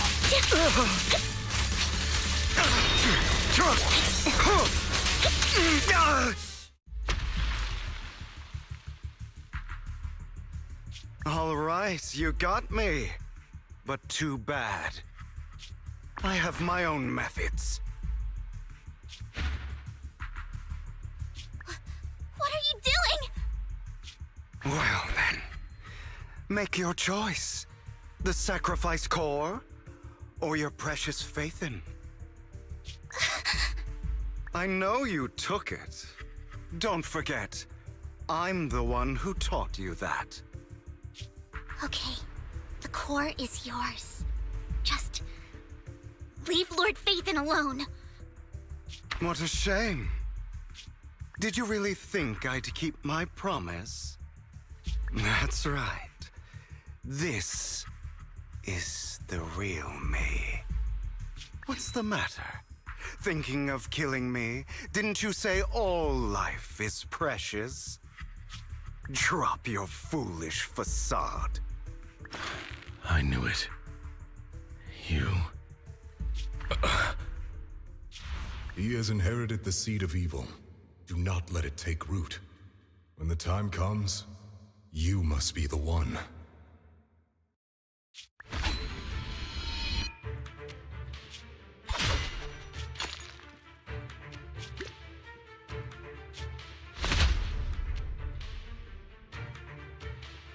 Go on, kill me. If you've got the guts, do it, traitor.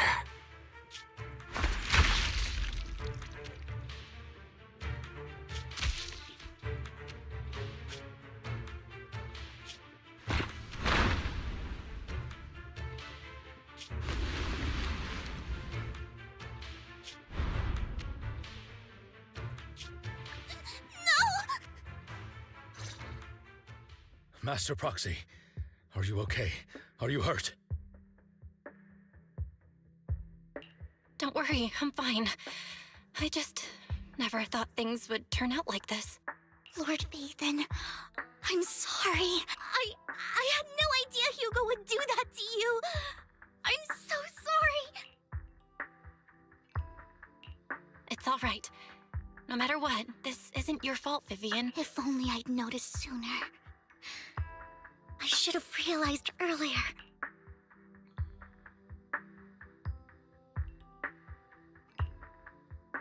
Hugo, he... That's a hollow down there.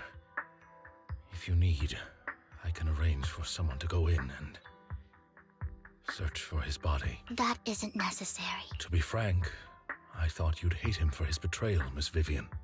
I do hate that he's keeping things from me, but all these years, Hugo's been like family to me. I believe he's still with us. Me too. There's a chance he's still alive. I'm terribly sorry, but I must tell you, it is impossible for Hugo to be alive. My hand went through his heart. Sorry to interrupt, everyone. But just so you know, Hartman's gone. Probably slipped away during all the chaos. I'm sorry, I was so focused on Master Proxy's safety.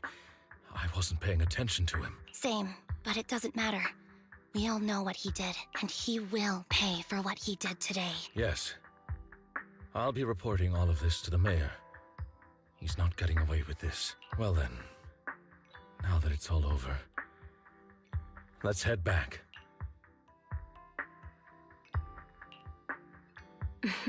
Another obstacle out of the way. She's going to be pleased about this. May the Creator guide us. Fear, suffering, despair, and destruction. That's the future I see, or faith in.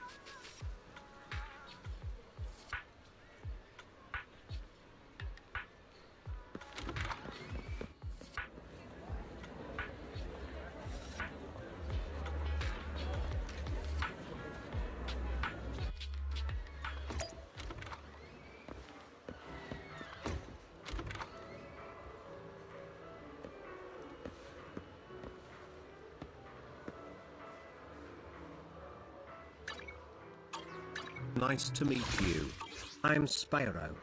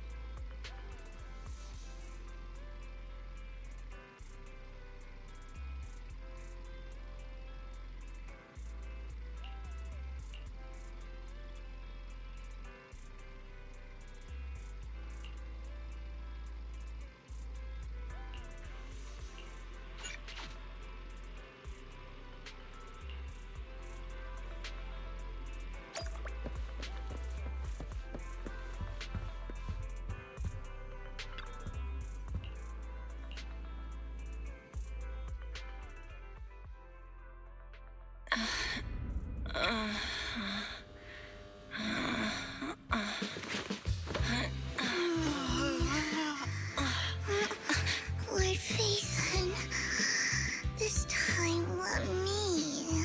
Vivian? Vivian?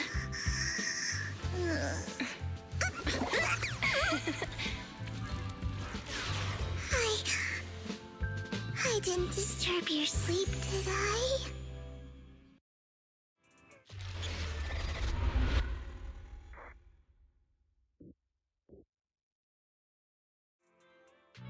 When I got here, the other Lord Phaethon said you were resting on the couch and just let me in. I meant to keep you company while you slept, but then I dozed off myself. Ugh. I was going to sit here looking super cute, hands cupping my face. You know, like the #1 sleepy face I want to wake up to pose. I can't believe I ended up falling asleep myself. What sleepy face? What pose? That was a lot of words in one breath. Are you sure you got enough sleep, Vivian? No, Lord Phaethon. I was just worried that I had disturbed your rest. Just being able to see you sleeping peacefully is already the highlight of my day. No, my entire month. Though it is a bit late, but... Good morning, Lord Phaethon. You're here super early today, Vivian. Is there something urgent? Mockingbird's death has stirred up quite the storm. I took some time to gather intel. It seems someone deliberately leaked the story that Hugo is an illegitimate child of the Ravenlock family. But I haven't found the source yet. Could it be Hugo's uncle, Hartman? Maybe he's trying to turn people against Hugo and Mockingbird by playing the illegitimate child card. I suspected that too. He could be using Hugo's background to make people believe Mockingbird is just another Top's pawn.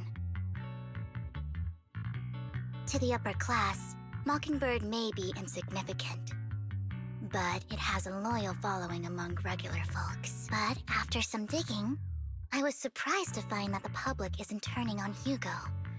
They're actually starting to see him in a better light. Some people feel bad for him.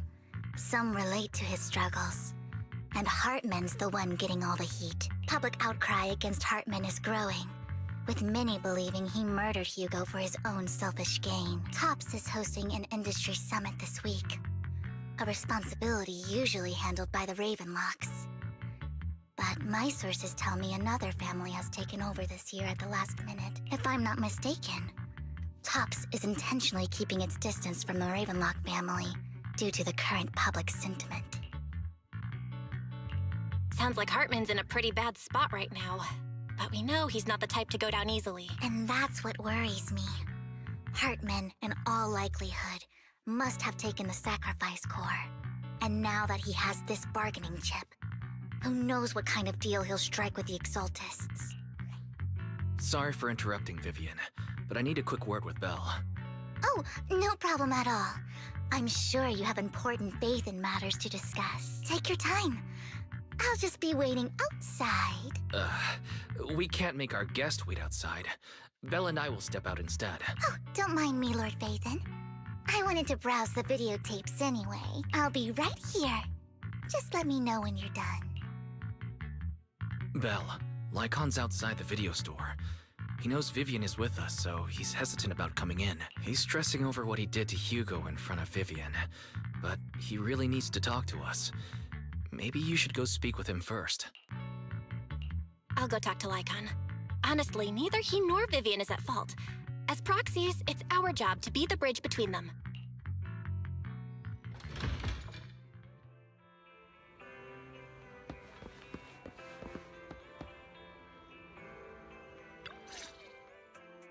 Good morning, Master Proxy. Good morning, Lycon. Wise mentioned you wanted to talk to us and Vivian about something? Yes, it's an urgent request from the mayor, one that directly affects New Eridu's safety. However, before we get into the details, as a former member of Mockingbird, I'm concerned about Miss Vivian. Hugo made many mistakes and betrayed the principles of Mockingbird, but I'm certain he didn't intend to put Miss Vivian or you in danger. I don't know Miss Vivian very well, and I was the one who took her companion's life. I might not be the right person to comfort her, but I hope she doesn't regret the choices she made or lose faith in the path she chose. Vivian's doing just fine. She's actually been gathering intel and has a clear understanding of where things are headed. She might be tougher than you think. If you're really concerned, why not just talk to her directly? If you'd like to apologize, it should be face-to-face, right? That's reassuring to hear. I trust your judgment. You've always had a sharp eye for people. Would you mind coming in with me? I'd like to apologize to Miss Vivian in person. No problem. But I'll be staying neutral. Everyone has their own stance on this, and I get where both of you are coming from. As a proxy, I'm just here to make sure you have an open conversation. I'm not taking sides. I respect that. Thank you.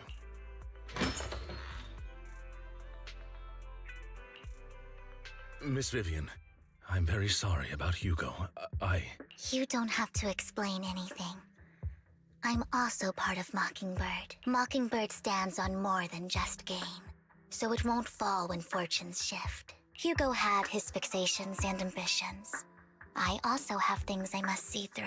I'm determined to get to the bottom of the Exaltists and the sacrifices. Miss Vivian, as a former member of Mockingbird, you have my deepest respect. You have my word, whatever comes next.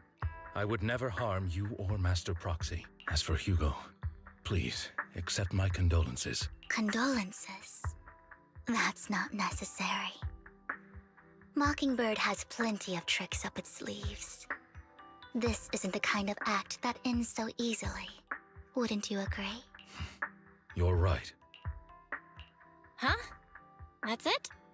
You two just figured it out? Well, that was fast. Master Proxy, I believe we all share the same goal.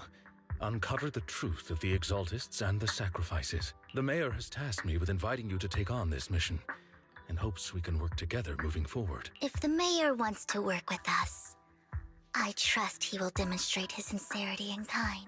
Mockingbird will not serve as a pawn for the powerful. That will never change. Of course. While the mayor cannot handle this personally, he will make sure we have all the intel and support we need. Miss Vivian, I know you have your own intelligence network, but for some high-profile shady dealings, perhaps the mayor can provide you a different perspective. Please, take your time to discuss. If you're open to collaborating, I'll set up a call with the mayor so he can speak with you both directly. I need to discuss this with Wise and Vivian. With so many people involved in this, we need to be very careful. Of course, I completely understand. When you've made up your minds, you can find me at the Ballet Twins.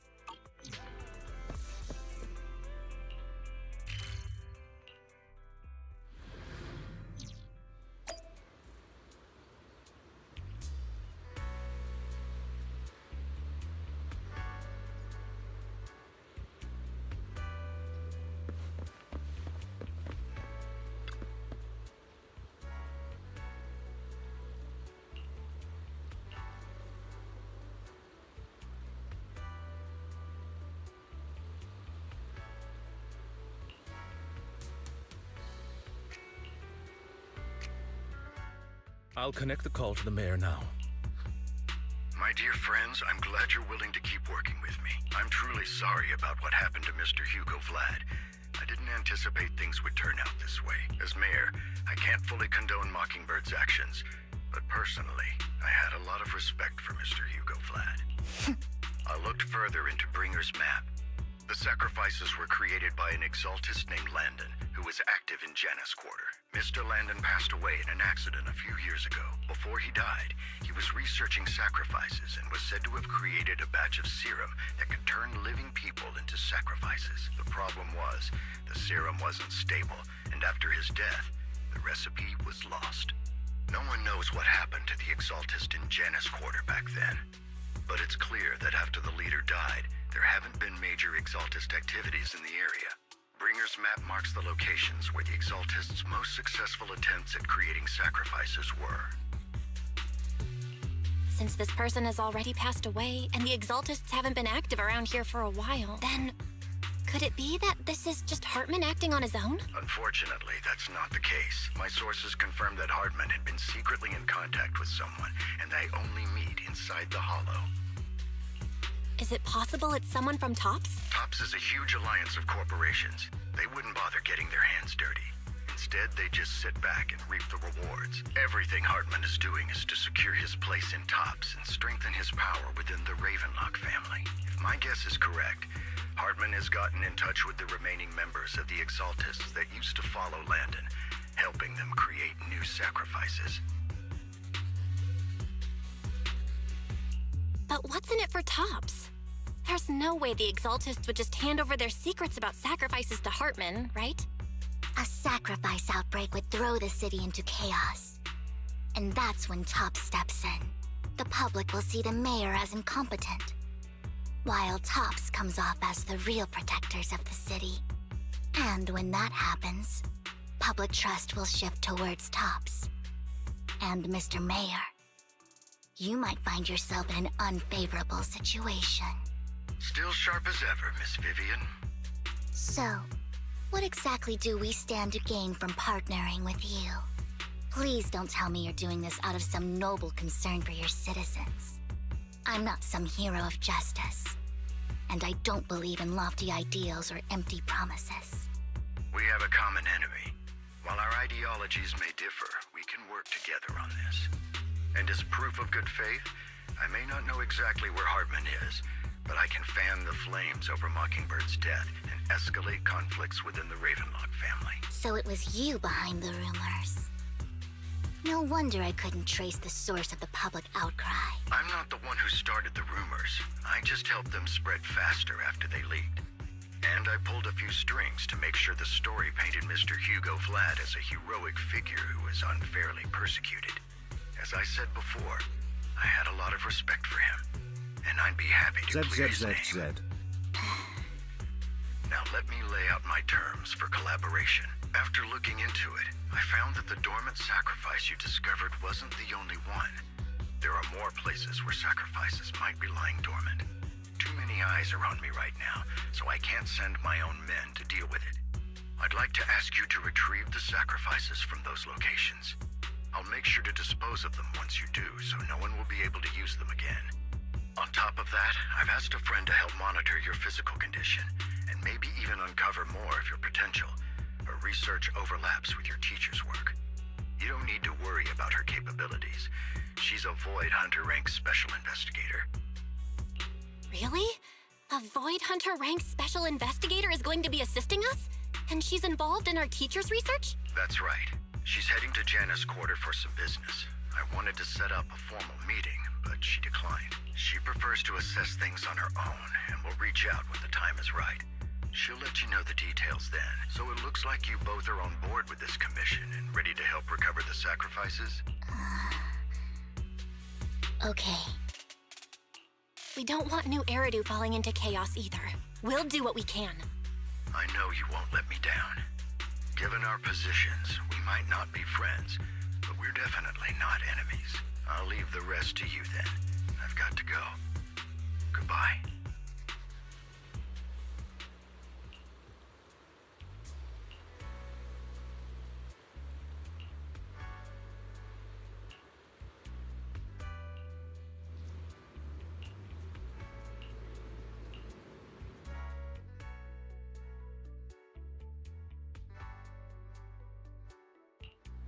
Eradicate all evil.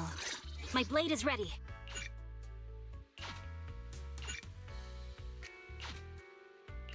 This is the path I follow. Want to see the red scarf? Let's start the experiment. Head made Is it time to clock?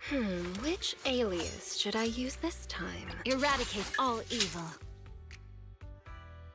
A mission? Take me along.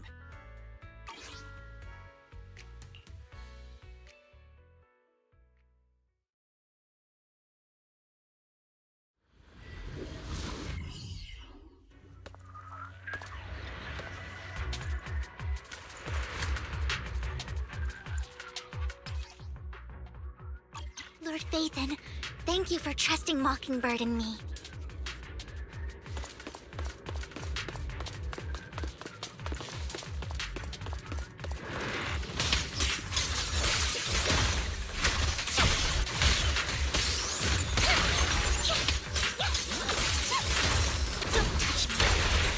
Well done.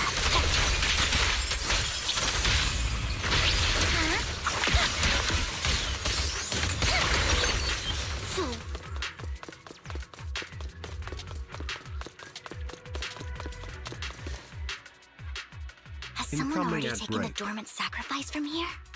Or did the Exaltus decide to relocate it? No. If these dormant sacrifices aren't handled carefully, they could awaken and turn against anyone nearby. Did she realize the mayor was looking into this?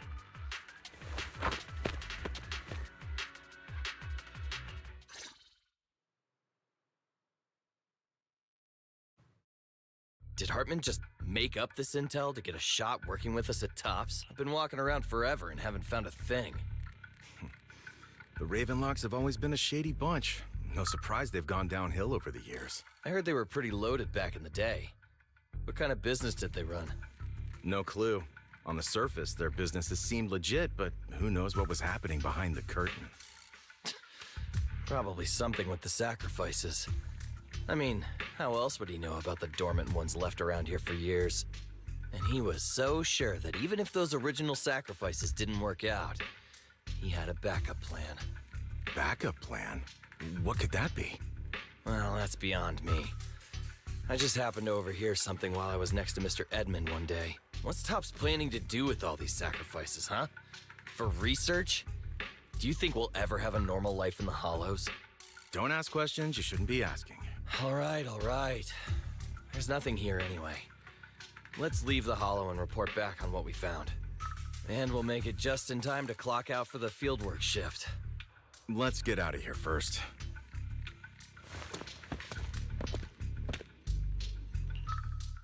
Hartman, that fool. He'll do anything to get into Topps. Even if it means playing with fire. She's an exaltist. Human lives have never mattered to her. The more people get dragged in, the greater the danger. Vivian, I've been dying to know, who's this she you keep mentioning? I apologize for losing my composure. Please don't mind me. The she I'm referring to is with the Exaltists. Someone I have a history with. That's why the moment I heard about the sacrifices, I felt compelled to uncover the truth. I never meant to hide anything from you. It's just that, for me, the Exaltists bring back painful memories. And I'm not ready to face them yet, so... Lord Phaethon, please give me a little more time. Once I've gathered my thoughts, I promise I'll tell you everything. Sure, I won't pry anymore. Everyone's got a past, and you don't have to dig up old wounds if you don't want to. I can see the Vivian I know now is super brave and kind. I believe you've really put in the work. Lord Phaethon, if we weren't in such a hurry, I'd spend 3 whole hours singing your praises. I'll make note of this and make sure to get it done before bedtime. First things first, let's track down those dormant sacrifices. The Exaltists have probably realized someone's after them by now. I wish we knew what Hartman's backup plan is.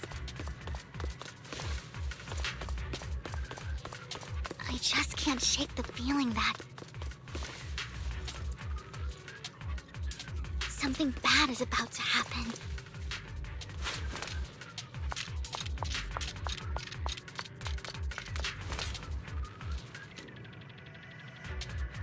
Oh my. Don't touch me. Fool. Don't touch me. Ambush.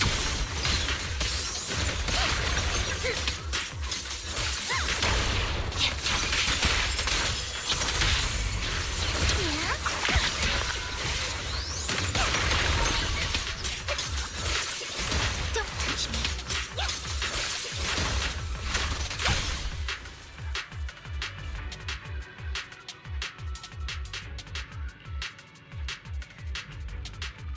Hugo may have done terrible things, but he had his reasons. Mockingbird might be seen as the bad guys by a lot of people, but don't touch me. Ironically, joining Mockingbird is what put me on the right path.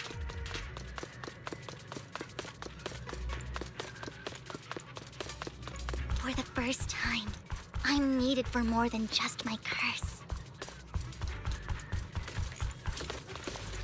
Don't touch me.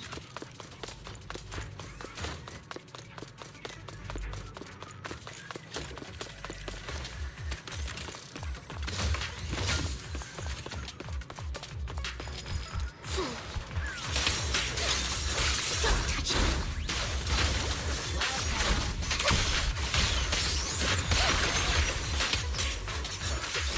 Don't touch me. Help me.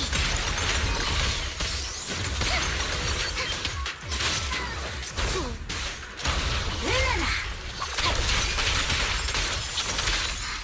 Nothing here either. Are we too late?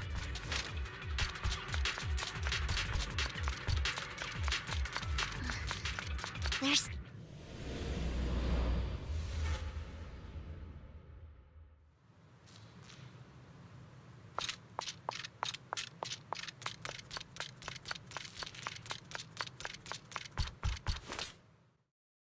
I knew it was you, Vivian. Camille, what are you doing here, sis? Are you destroying the dormant sacrifice? Vivian, don't call me sis. I'm not your sister. Are you trying to stop the Exaltists? I never left the Exaltists.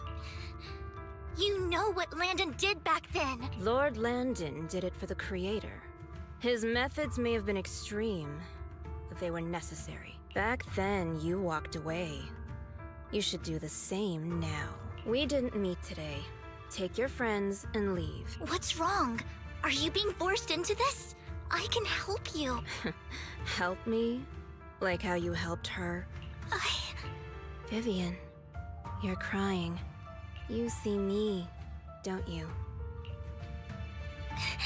No, You haven't changed a bit, Vivian. No need to hide your tears. I know exactly what's ahead for me. You've made your choice.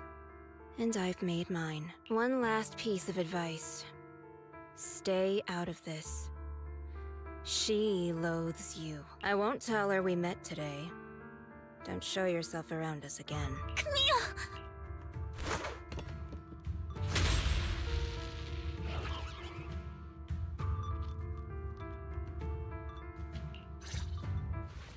Lord Phaethon, watch out! I'll tell you what that was about later. Let's take care of the ethereals first. Just this once. You better not get my trick. Shadowless blade.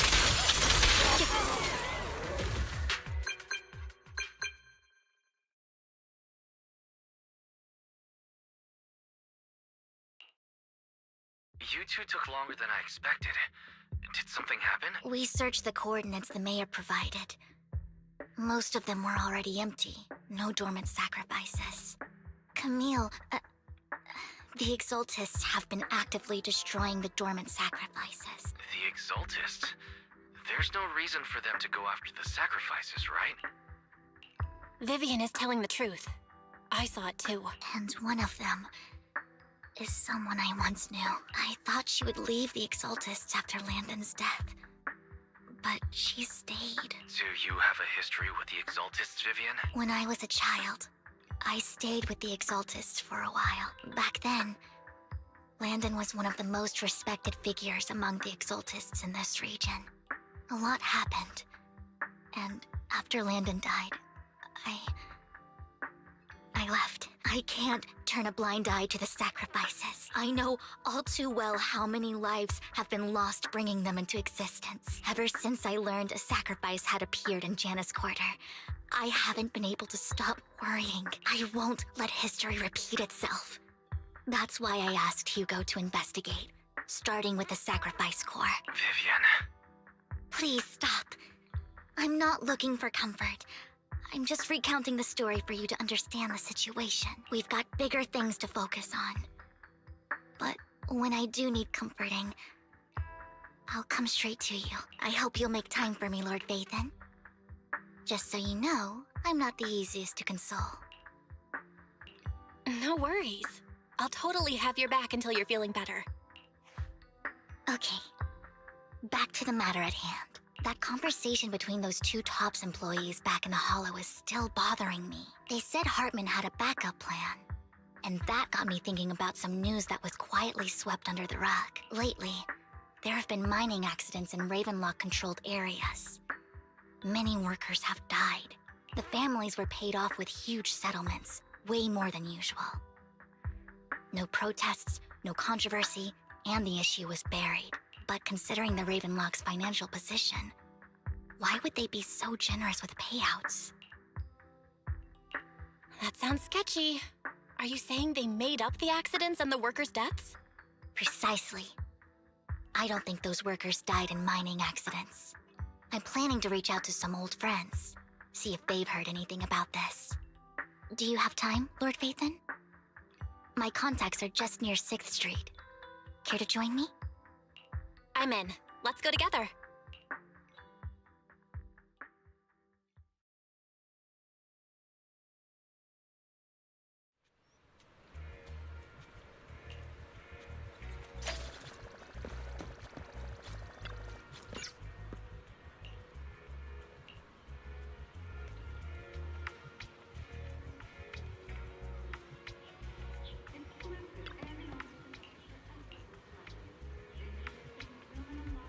An old friend of mine said she has some new intel.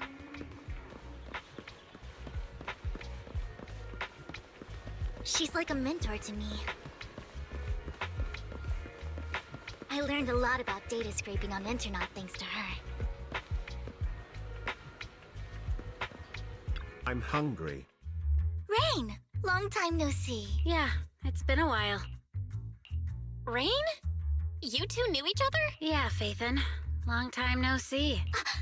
Rain, you actually know that Lord Faithin is Lord Faithin? No, I mean, you actually know Belle is Lord Faithin. I didn't know right away. One time, I needed a favor from Nicole. I only found out after meeting them. I mean, who would expect a legendary proxy to be running a video store for a living? Oh, by the way, your idol... Rain, let's not bring up old stuff. Lord Faithin wouldn't be interested in that. Why are you all tense? Right! Lord Faithin lives on 6th Street too, and might know your idol. Remember when you traced that post on Internet to 6th Street and actually went to check it out? And you came back all bummed, spouting nonsense. Like there was only a black cat at the location, and maybe your idol is actually a talking cat. Or something like that. I know that black cat. I'm always sneaking at snacks. Lord Faithin, please, let's drop this topic. Come on, Vivian. It's been years, and you still won't say who your idol is. If you'd just let me, I'd have tracked them down ages ago. I get it. You want to find the person who's important to you on your own. But you've tried so hard already. It's okay to lean on me a little, you know. I'm sure your idol won't hold it against you. I shouldn't have come to see you. Huh? What's wrong? Hey, Rain. Vivian said you might have some new intel. So let's get to the important stuff first. All right, let's get down to business. Here's something I'm pretty sure about. The Ravenlock family's claim that those missing workers died in an accident? Don't buy it. The last signal from those workers was near the Hollow. Then communication went dark. I think they were taken into the Hollow. And yesterday, I picked up that the Ravenlock family secretly hired some people to search the Hollow's perimeter. I caught a weird distress signal from someone and managed to track down the source. When I tried to reach out, the signal cut out completely.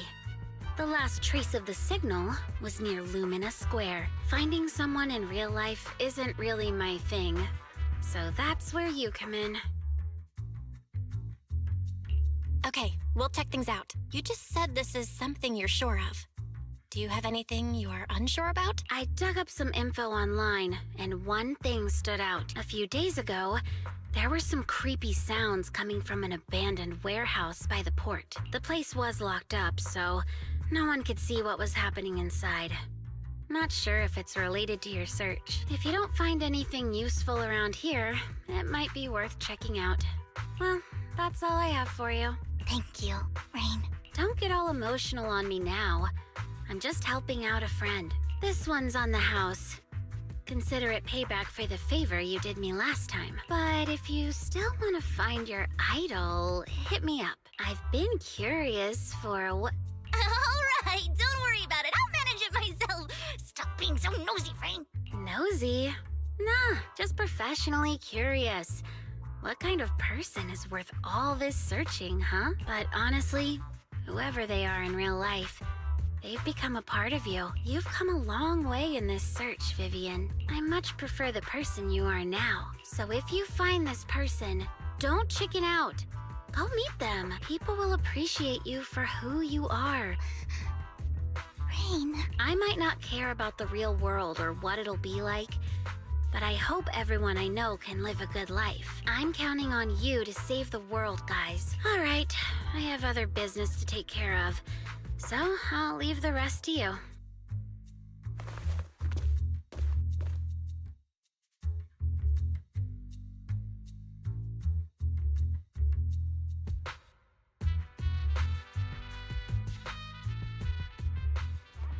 Lord Faithin, please pay no mind to what Rain said.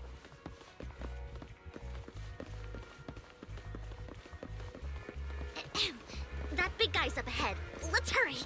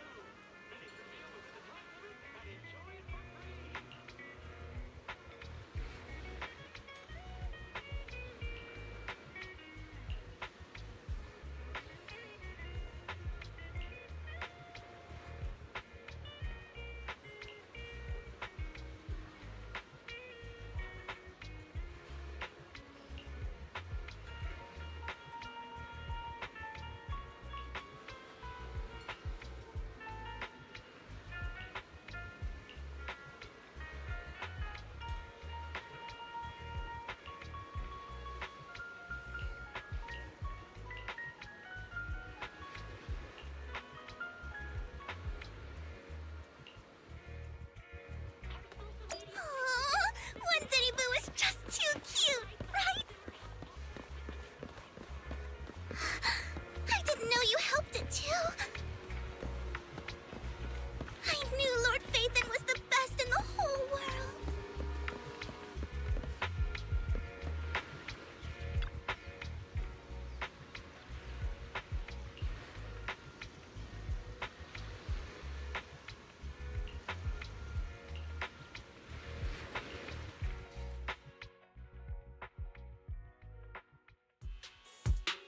Don't take me back, please.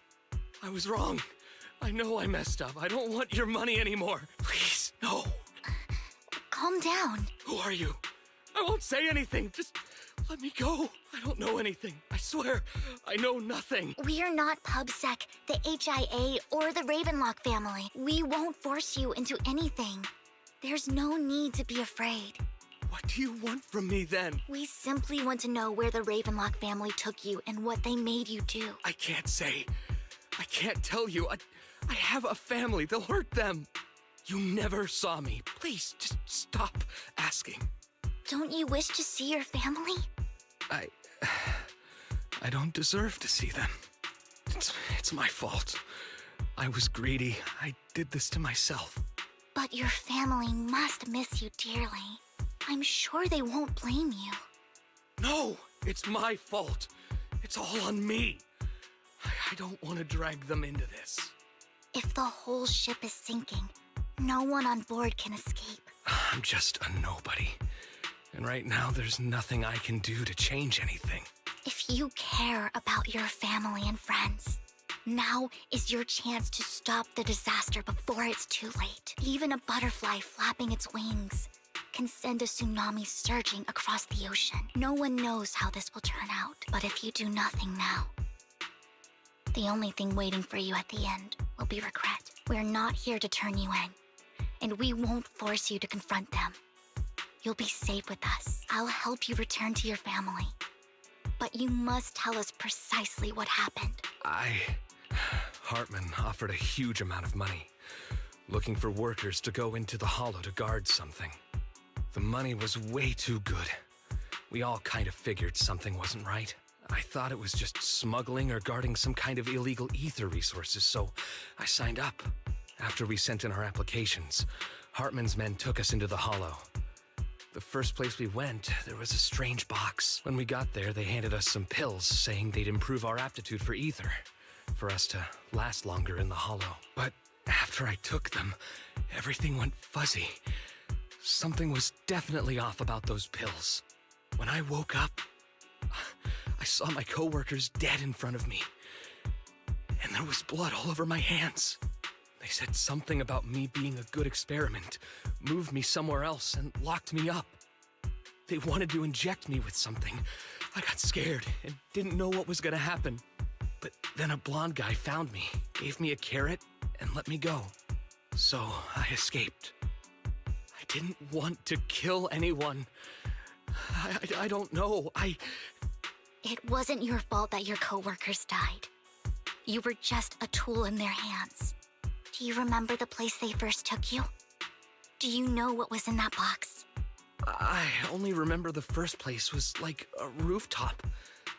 I think it was on top of a tall building. What exactly was in that box? I can't remember. I'm not lying. Those pills they gave us, they make you hallucinate. I took just one and my mind felt like it wasn't my own. My memories turned into a blur. I'm telling the truth. I'm not trying to run from my mistakes. I just really can't remember what happened. I know you're not lying. We'll arrange for your protection. You can rest easy and recover, and your family won't be dragged into this. Once this is all over, you will be able to reunite with them.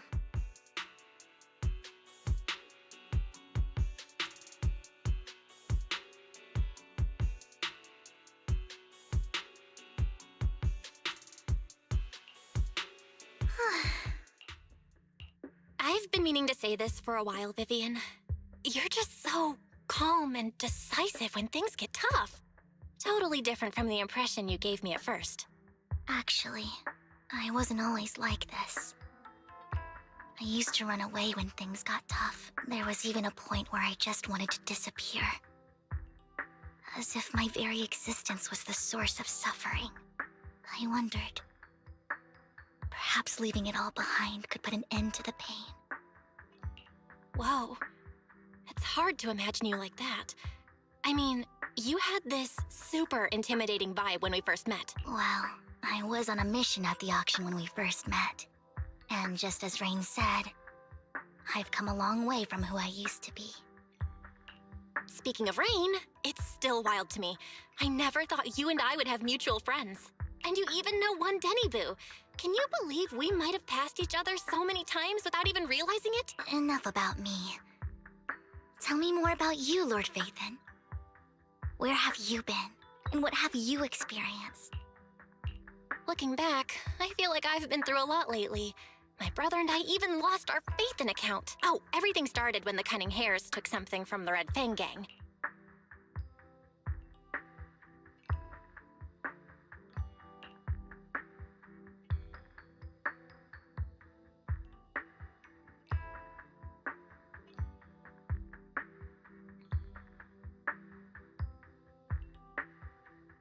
I remember it should be around here. That store's been sitting in my favorites for ages.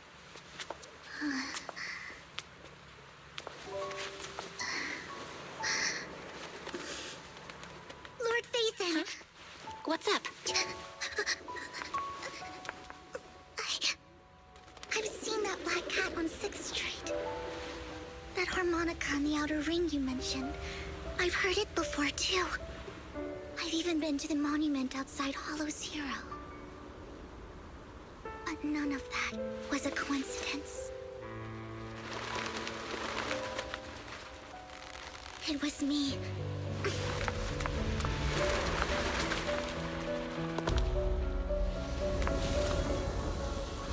Following you, and now I've finally made it to your side. Ever since I was little, I had been seen as the bringer of bad fortune. I had traveled to many places and witnessed far too much misfortune. Every tear I shed brought disaster. I've heard too many curses to count. I loathed my tears as much as I despised my own existence. Wherever I stayed, tragedy followed. I had roamed too many places, and each time, it ended the same way. I didn't know where I could go anymore. One night, I stumbled upon a post discussing me, whether they knew me or not. Everyone seemed convinced that I was the source of the curse. Some mocked me with cruel intent. Some wished I would vanish, and others speculated maliciously. It really seemed that my very existence was a disaster in that moment.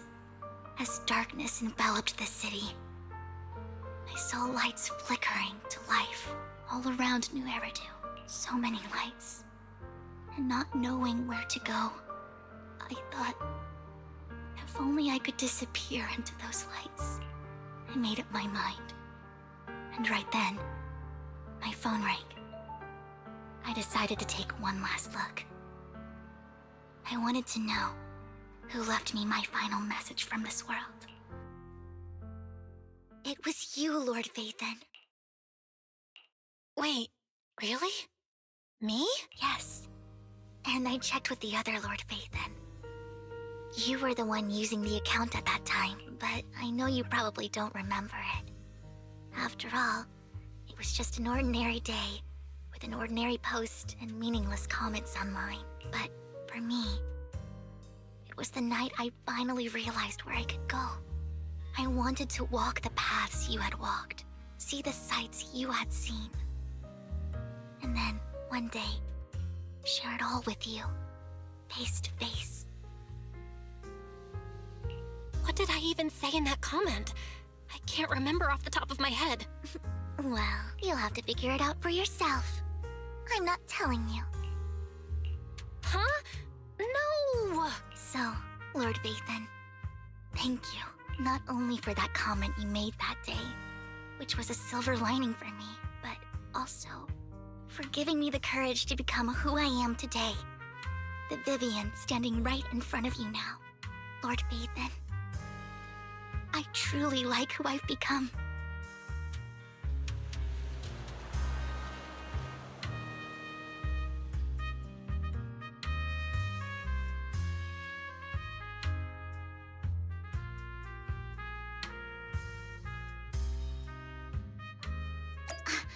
Lycon just sent a message.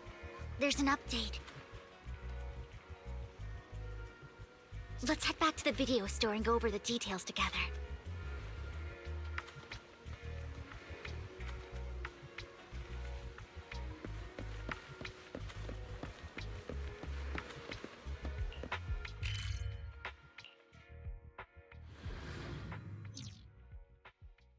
Vel, you're back. Lycon told me he wanted to meet up with us online to discuss things when you returned. I'll call him now.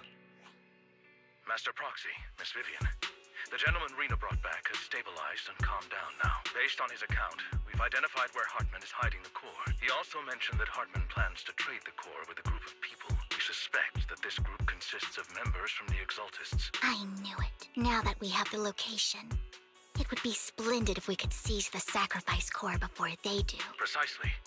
We hope you can head to the location as soon as possible to secure the sacrifice core. We've got this.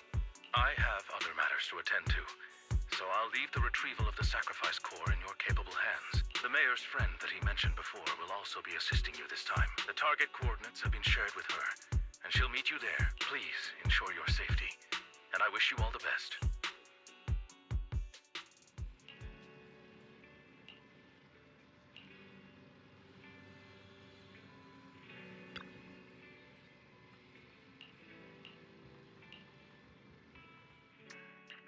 Eradicate all Eve. My blade is ready.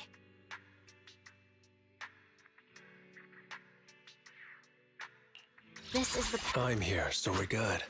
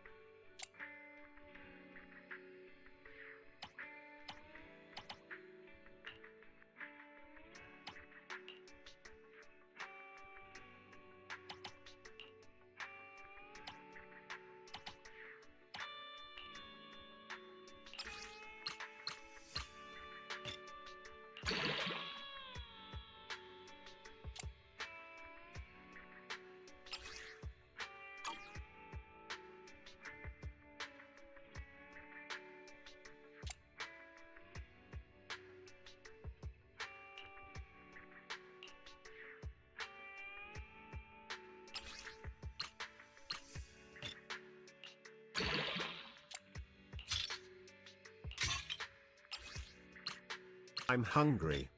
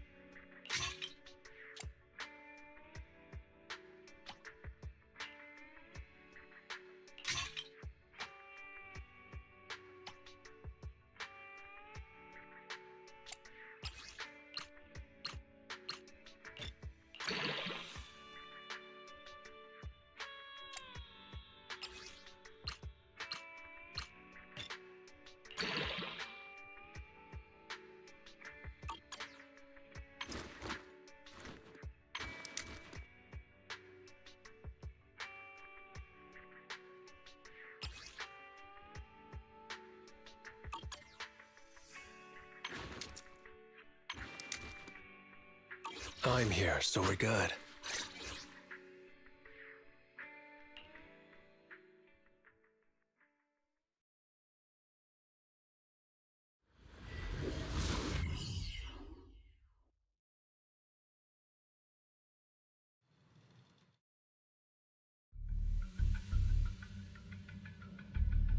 Where's the sacrifice core? Camille, you really think I'd stroll around with something this important? Plus, even though the Ravenlocks and the Exaltus have been working together for ages, I've hardly even met Lady Dina. I'm the one offering the sacrifice core here. I'm curious what Lady Dina's got lined up for me in return? I'm just here to verify that the core you mentioned is real. Once that's sorted, Lady Dina will give you a proper response. Our partnership isn't just talk.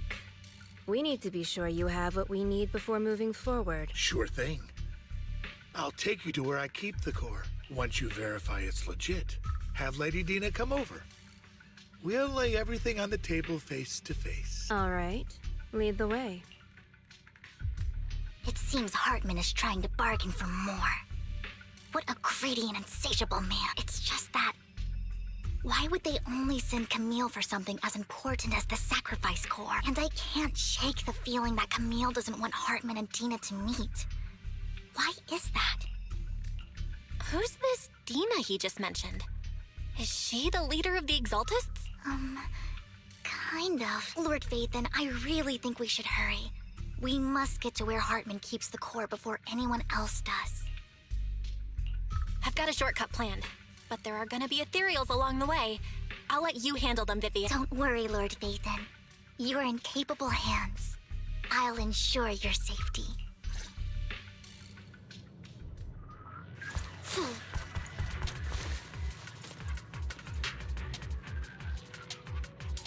Don't touch me. Ethereal! Stay away from Lord Vathan!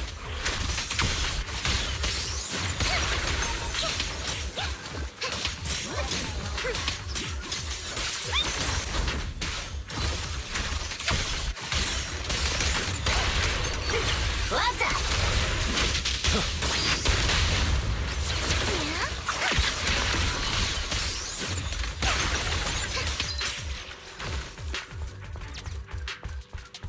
Looks like Hartman's trying to negotiate for more leverage.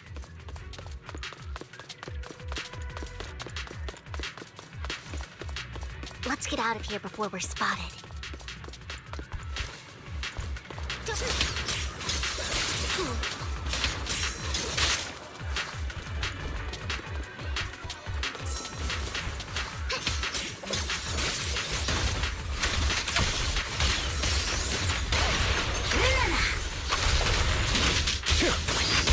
Let's keep moving, Lord Vathan.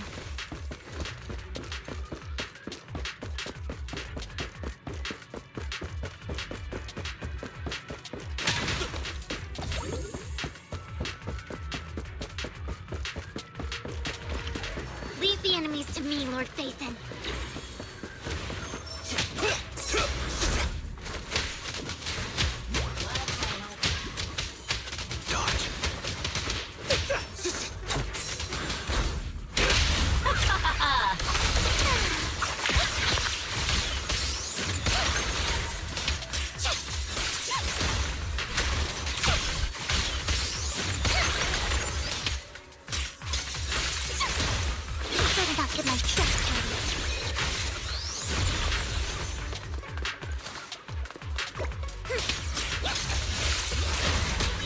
I'll save you.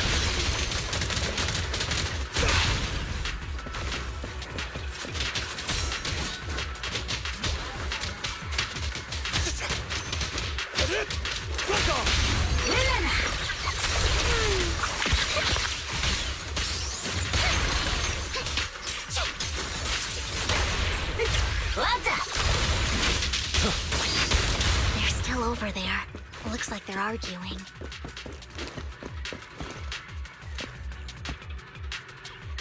This is our chance. Let's hurry.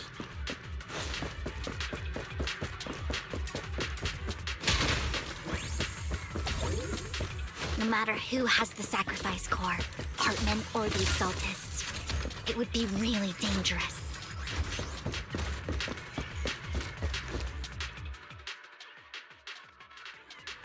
Hand over what's in the box. Or we do this the hard way. You sure talk big, little girl. Let's see if you can get past me first. Let's hurry and secure the sacrifice core. Lord Vathan, the box is empty. So Hartman never kept the core here to begin with? How did you even find your way here? Where's the core in the box? What did you do with it? You call this keeping the sacrifice core safe?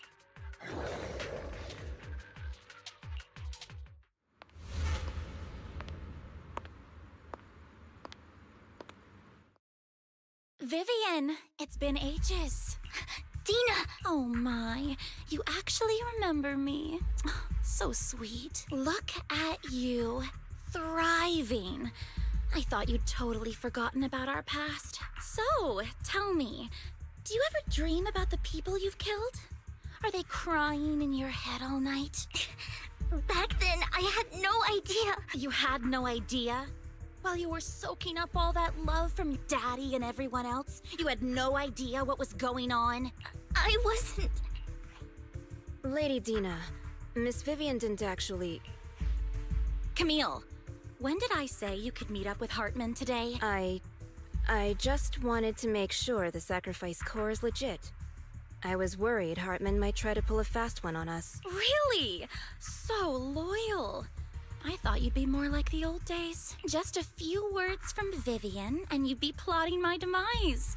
Just like what you did with Father. I won't, Lady Dina. Don't even think about betraying me, Camille.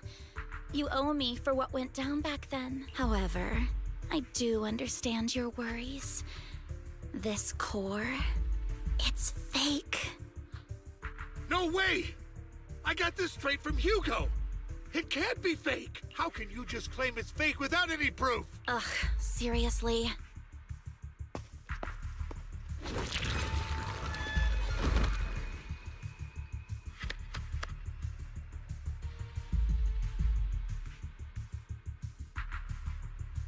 The sacrifice core can max out the ether particles within human bodies in no time at all. But look at your little subordinate. How uncouth. He's making noises like some animal. Can you shut him up? So annoying. The masterpiece Father made for the Creator isn't this worthless piece of junk you're holding. So, the real core. Vivian, where do you think the sacrifice core is really at? I don't know. If I knew where the real core was, I'd destroy it without a second thought. Dina, you understand what the sacrifices are. And you know those who were blessed should not have to endure such horrors. Oh? They shouldn't have suffered those horrors. Weren't you the one who decided if they'd be blessed or not? If it weren't for your tears, how would they have encountered such misfortune? How self-righteous, Vivian. Their fates were in your hands. It was you who brought disaster on them. Landon just needed an excuse. He needed someone to blame. Whether I shed tears or not, he'd treat living beings as mere subjects for his sacrifice experiments. Dina, you know all of this. Landon even went so far as to sacrifice you. Shut up, shut up, shut up! Father did it for his great cause. Vivian, why do you always mess everything up for me? Everything! You did it before, and now again! You just had to ruin my plan! I was so close to fulfilling Father's last wish!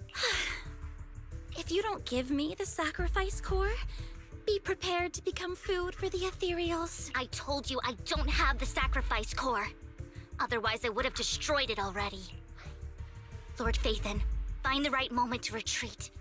She can be quite unpredictable when her temper flares. Oh, really? You don't have it? Then I suppose there isn't a reason to keep you alive.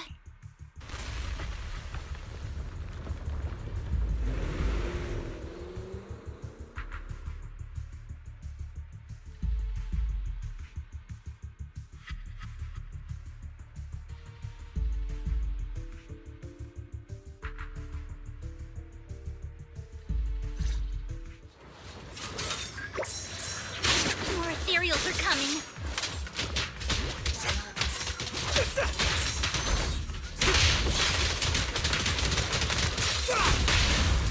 What's up?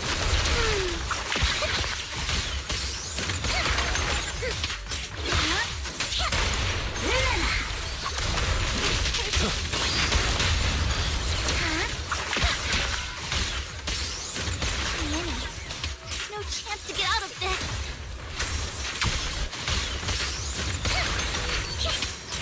Who dares get between me and Lord Phaethon?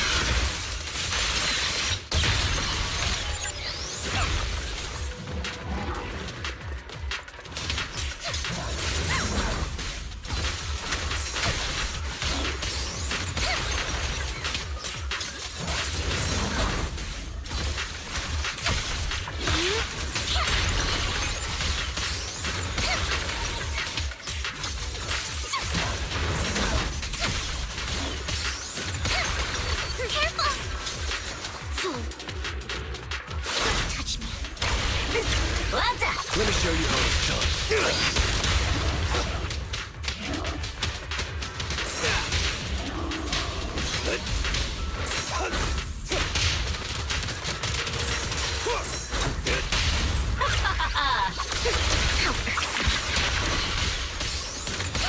Stay away from Lord Phaethon! There are so many.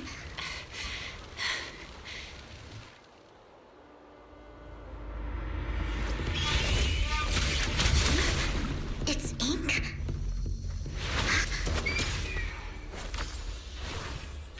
Shun Palace, good fortune, closed gate, safety. What? An evil miasma gathers here. Another place of conflict. If you wish to avoid disaster, then head southeast.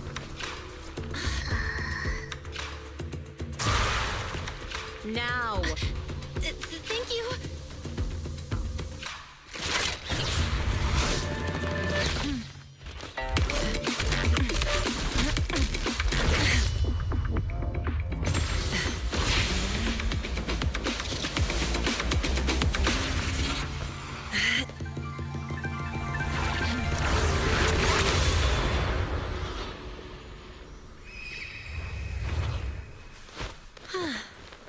Finally, peace and quiet.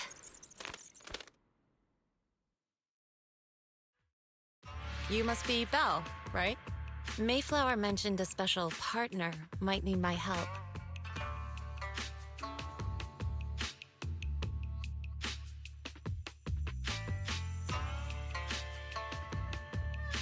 Can I ask, who are you? I'm the 13th generation master of Yunque Summit. You can call me Yishuan. Mayflower passed along your info, and I was curious what kind of person you are, so I came to see. At first, I thought it might be a hassle, but your energy feels really calming. Quite nice, actually. Oh, so you're the investigator the mayor talked about. Yes. He also asked me to be your temporary teacher and offer you a bit of guidance.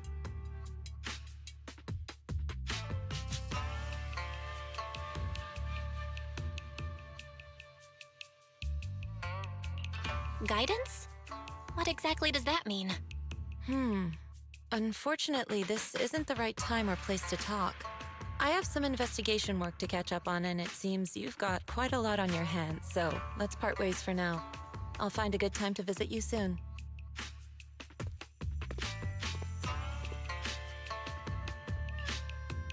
I'm so sorry, Lord Phaethon. I'm just not feeling very well. I think I'll head back for now. I'll investigate the sacrifice core and reach out once I find something. You definitely need some rest. Let's get out of the hollow.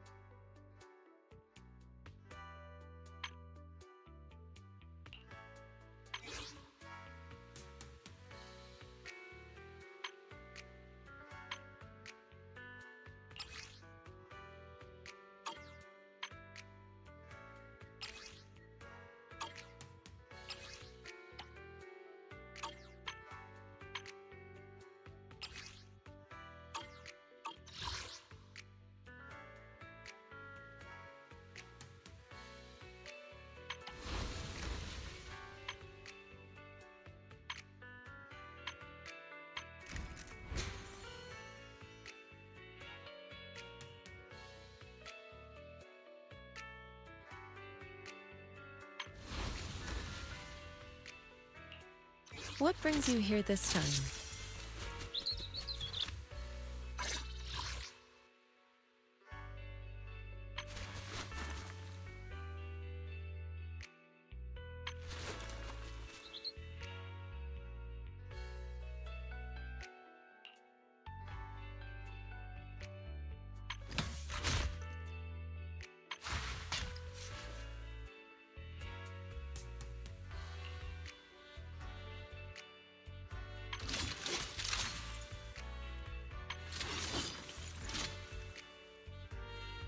Looking for intel?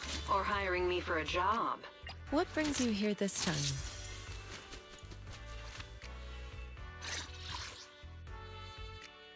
I can help you ward off misfortune and disaster.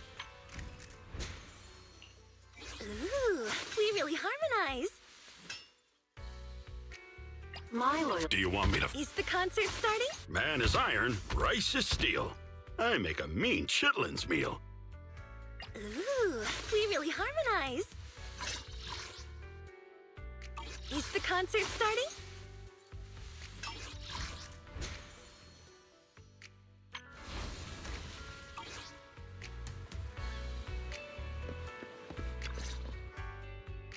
Lord Phaethon, are you going to rest now? I'm not in a hurry to get back. You've been kind of off since we got out, and it's got me worried. If something's bugging you, just spill it if you want to. I'm a pretty good listener, you know. I didn't mean to keep my past from you, Lord Phaethon.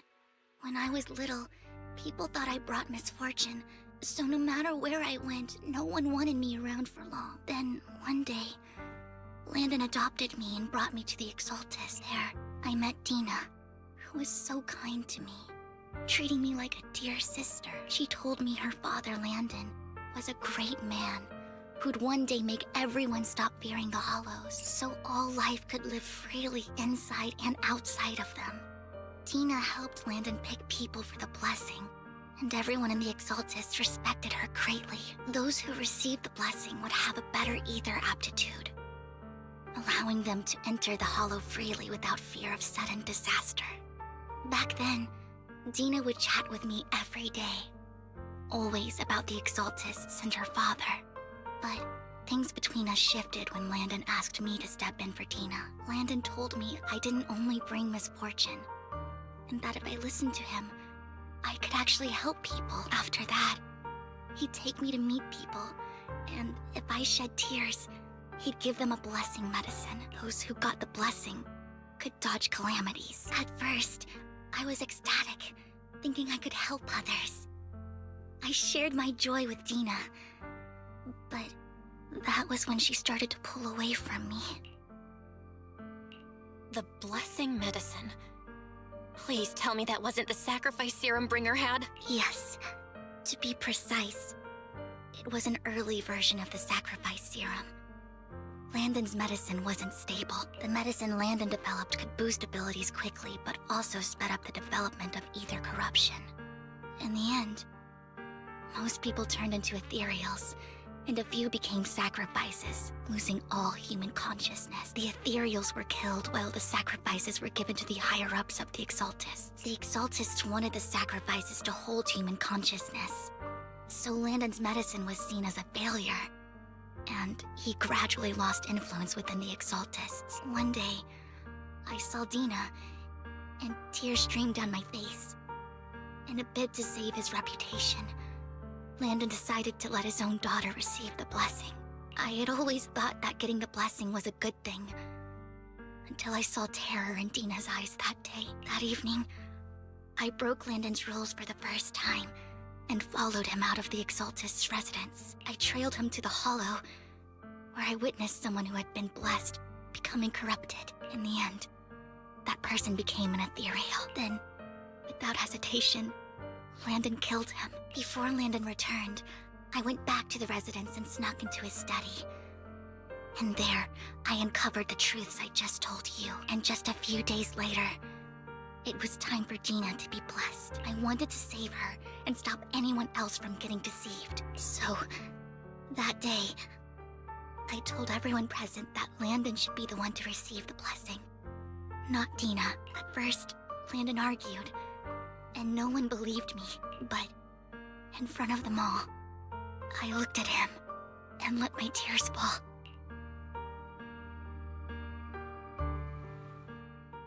Lord Landon, please accept the blessing. Vivian, you... Why won't you accept the blessing? Were you lying to us? Ungrateful fools! You have no use anymore! Liar! Run! Run! Dina! Dina, wake up! We have to go! Vivian? What's happening? Listen to me! Lord Landon's so-called blessing isn't...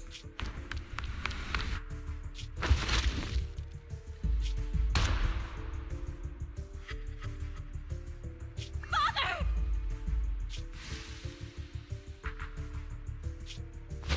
No, I was just... Mom, I wanna go home. It's got nothing to do with us. This is just what happens when you don't accept the blessing. Vivian, was this you? Dina, I just didn't want you to accept the blessing. Everyone who does ends up... I just don't want to lose my father. You knew? If you knew what he's done, you... He's my father. He's all I have. Stop being self-righteous, Vivian. You only ever bring misfortune. I thought once Landon was gone, Dina would leave the Exaltists. I never expected her to continue his research, or that Camille would stay. Camille lost her entire family in a hollow disaster, so she's always supported the Exaltists. She's not a bad person. She's just someone searching for hope. She joined the Exaltists very early on, and even watched Dina grow up. That day, she was just so desperate to save Dina that she... All these years, she's been following Dina, taking care of everything out of guilt, I think. But I didn't just fail to save Dina. I trapped her. I see misfortune approaching, but I can never change its course or avoid the bad ending. Maybe I really am a bringer of misfortune.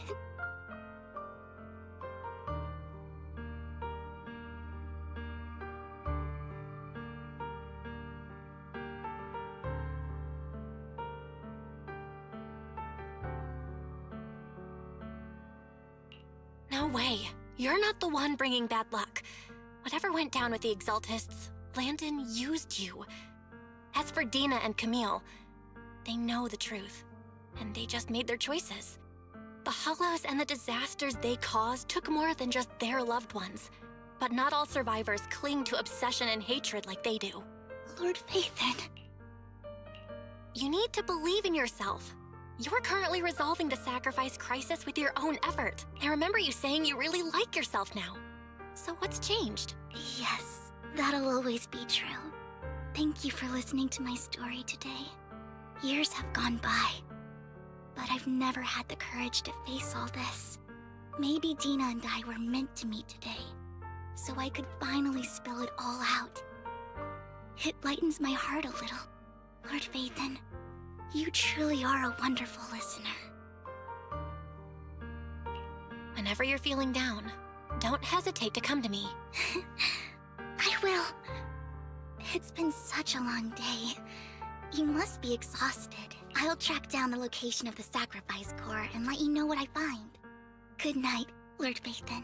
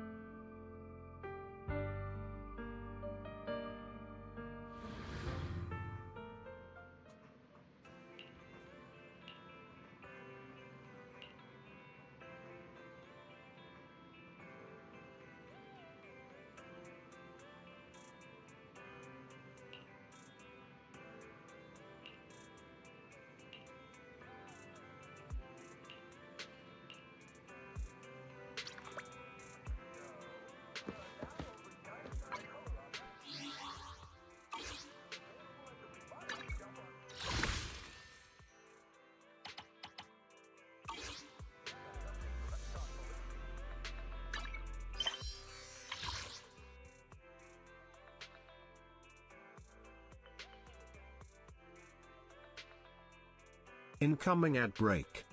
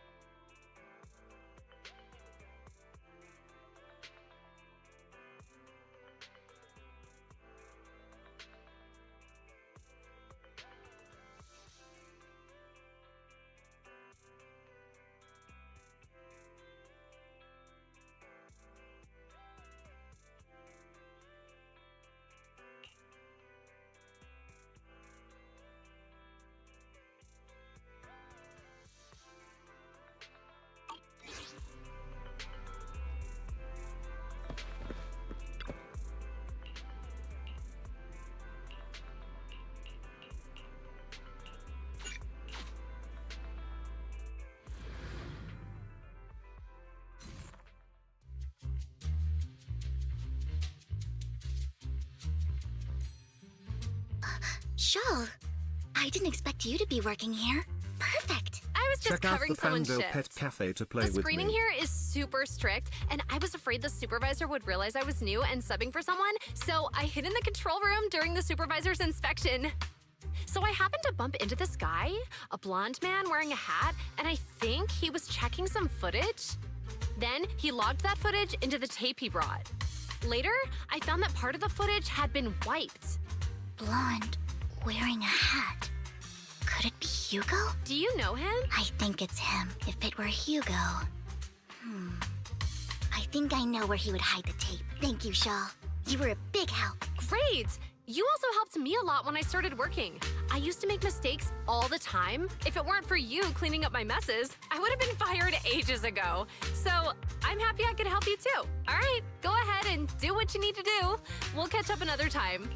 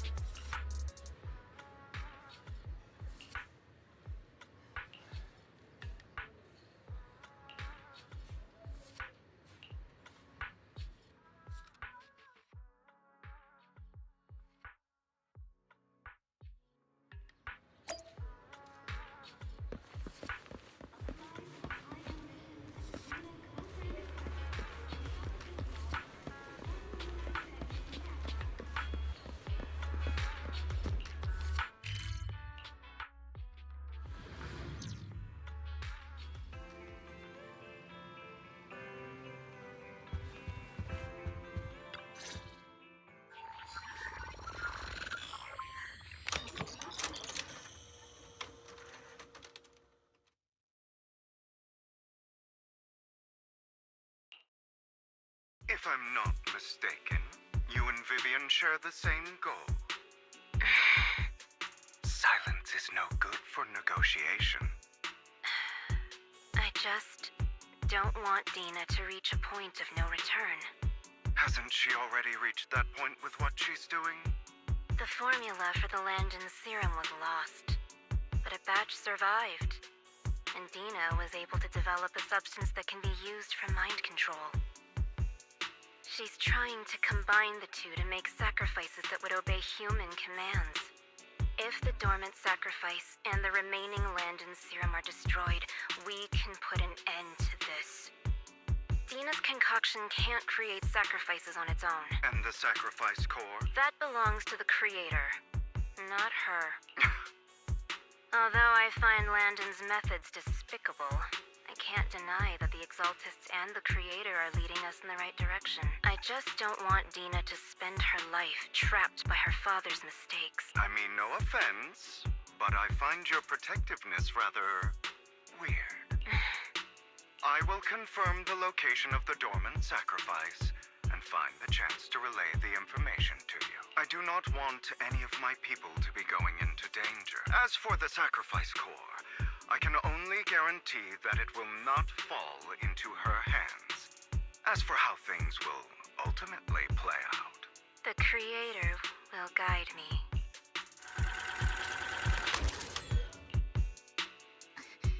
Camille was actually destroying the dormant sacrifice? Now Camille's actions make sense. But why did Hugo never tell us? Hugo...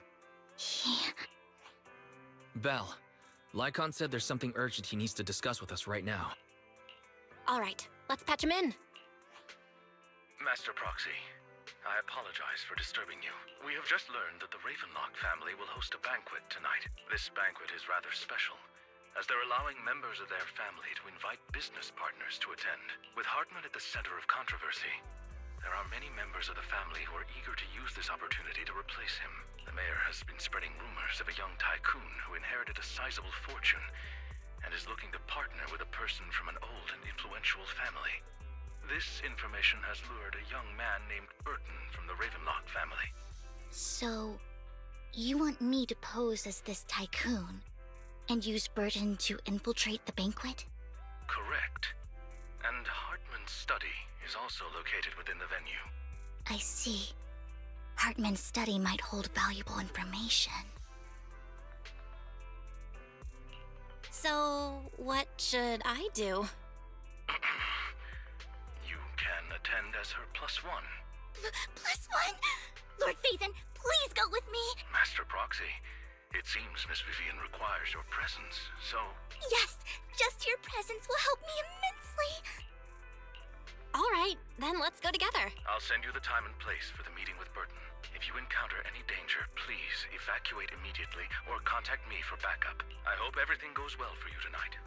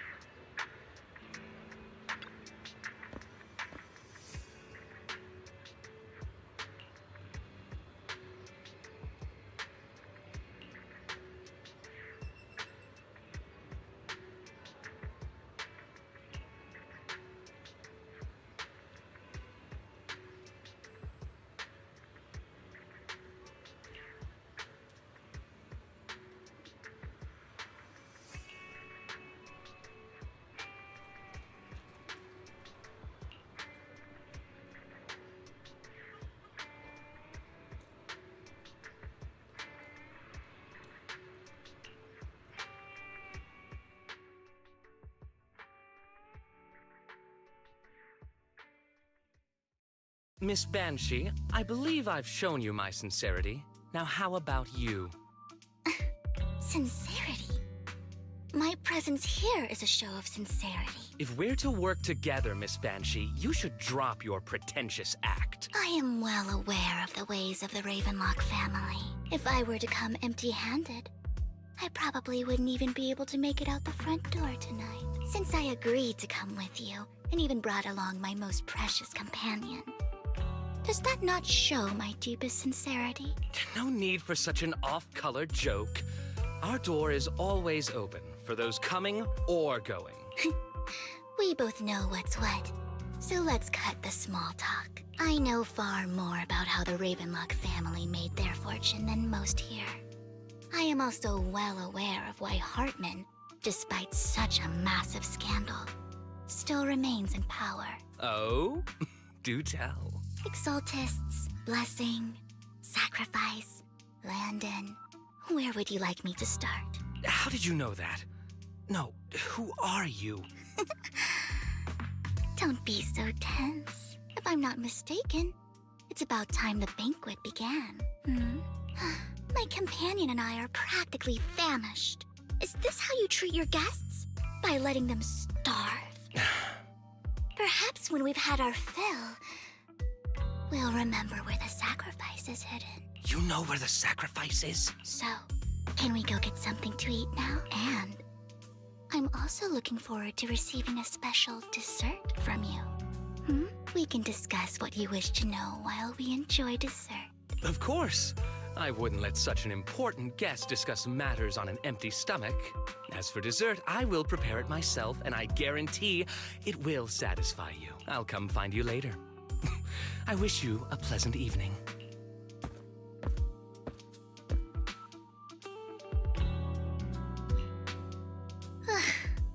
These kinds of people are exhausting to deal with. I really don't know how Hugo used to put up with it. What did you mean by dessert just now? I couldn't really follow. Hugo taught me that bringing up dessert in such situations is a way of telling the other party they need to offer more. Fortunately, that old fox Hartman is terrified of losing power. He's definitely keeping the destruction of the sacrifice and the fact that the sacrifice core is fake hidden from the other family members. Otherwise, Burton wouldn't have been so willing to raise his offer. Lord Phaethon, let's find Hartman's study when the banquet is at its busiest. All right, I've already taken note of the surrounding terrain. Once more people arrive, we'll enter the garden through the door in the corner of the banquet hall. Wherever you go, I'll follow, Lord Phaethon.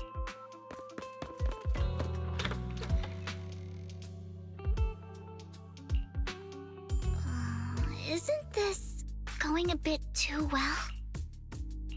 Perhaps we're just lucky?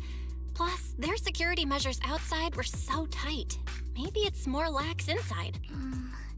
However, just to be safe, I'll call Lycon.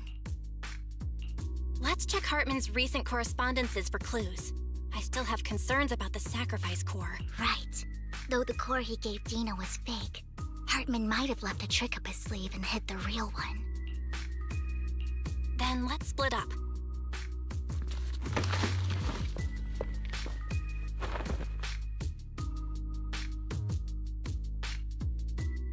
Esteemed guests, is the catering at the Ravenlock family banquet not to your satisfaction?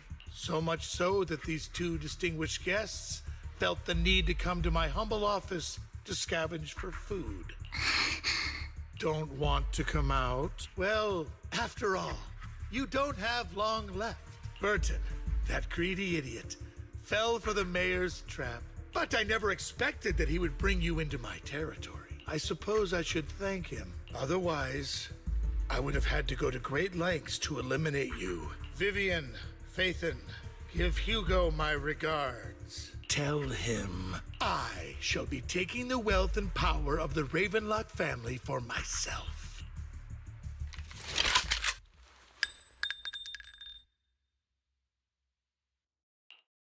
The bullet? How? Dear Uncle, why must we be so distant with one another? You can just tell me what you want to say directly. Hugo! Impossible! You're... Uncle, you must know a Ravenlock will never stop until they get what they want. Did you really think I would be defeated so soon? when I have yet to trample you into the dirt. You filthy bastard! You only know how to resort to these petty tricks! Petty tricks?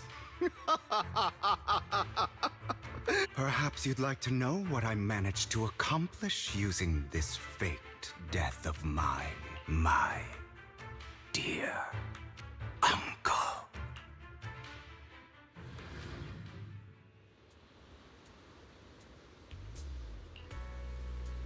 Faking my own death. Hope it's all worth the theatrics in the end. It was just to keep Hartman off my back, but maybe I went a little overboard. The manager must be pretty shaken up. I should apologize at some point.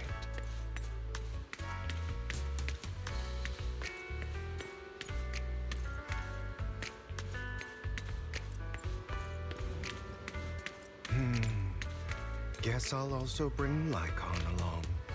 He's my partner in crime, after all.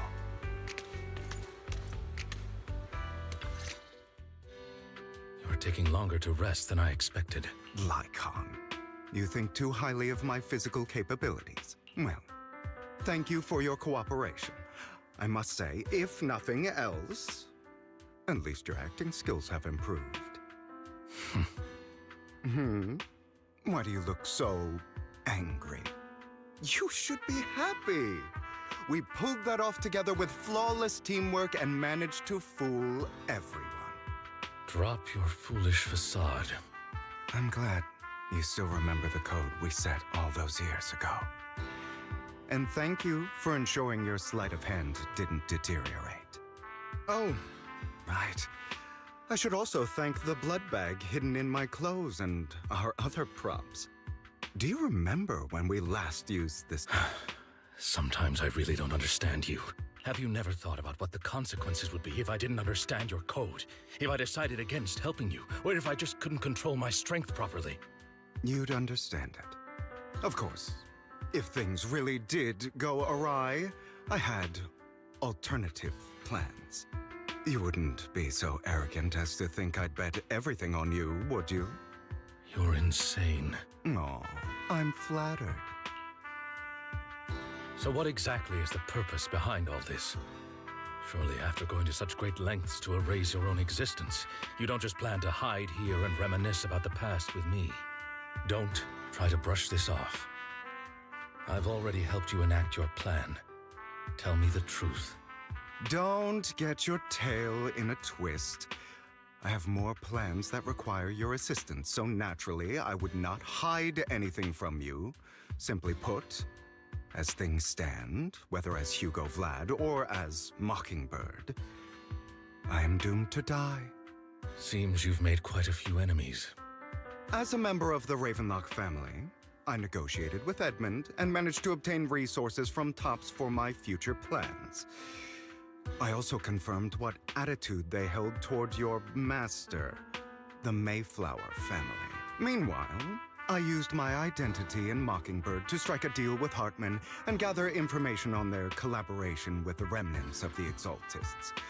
That's where I got my intel on what Bringer left. Oh, by the way, the crime declaration letter that your dear mayor received, that was also sent by yours truly. He's probably figured that out by now, right? Though I'm not sure if he told you. The mayor learned about the sacrifice attacks through his own means, but lacked an opportunity to take action. That warning letter was precisely what he needed. You aren't hopeless yet.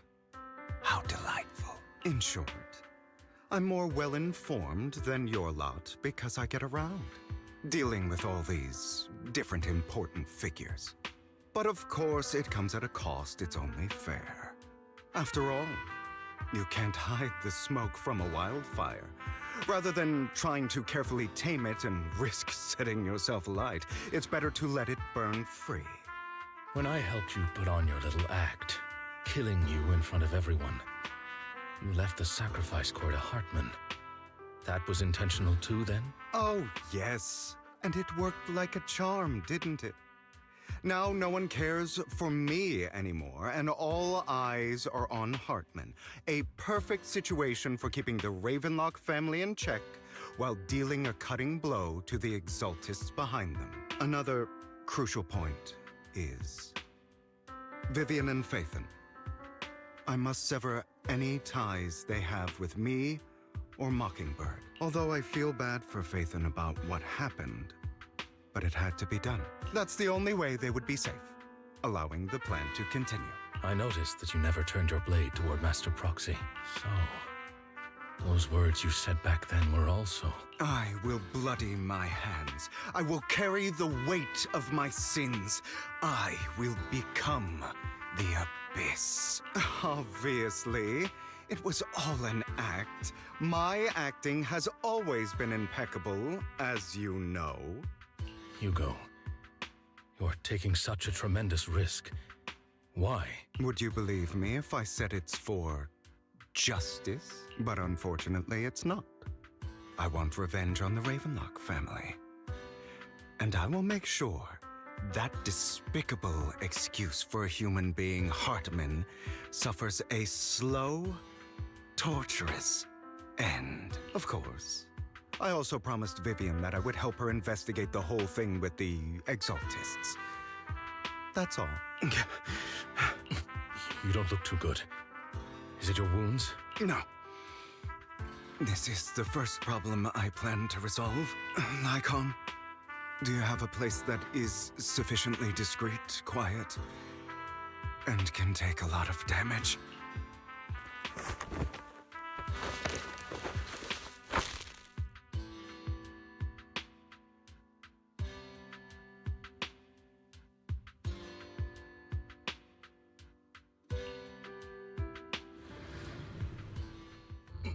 What exactly are you doing? Don't look at me like that. If I didn't have to do this, I wouldn't. Hartman recently obtained a bizarre substance, most likely from those crazy Exaltists. After use, it allows control of the victim's mind. To some extent. You were dosed with it? To be more precise, Lycon.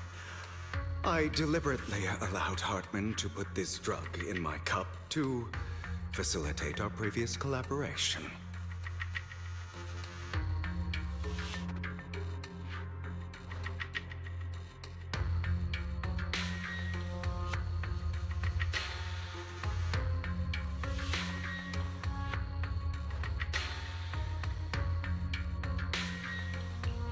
After finding out about it, I quickly found someone to help analyze its composition. The good news is he gave me a very low dosage. Perhaps because he was afraid I might notice. There's a different medication that can delay its onset, preventing me from actually being under his control. I simply need to put on a show in front of my dear uncle. The bad news is that currently there is no antidote. When I delay those effects, however, they will accumulate and erupt when my body reaches its limit. It may even break my mind, and that's exactly what's happening now. I need to endure those accumulated consequences. So, I will lock myself in this room for however long that takes. I've tied my limbs to prevent me from smashing this place or accidentally hurting myself. Anyway, after you leave, do not open this door, no matter what you hear. I recommend seeking professional medical assistance. This is advice I received from a doctor. Or are you saying you don't believe I can make it? So, I can't. Come find me here at the scheduled time.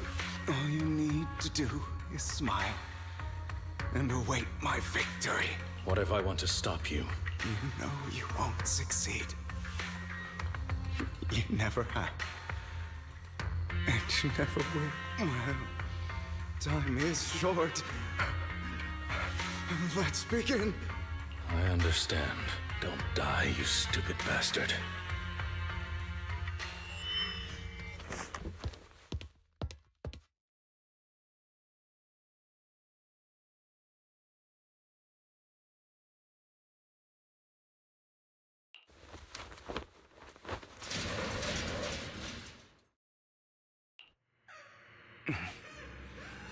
Is this because the side effects haven't worn off yet?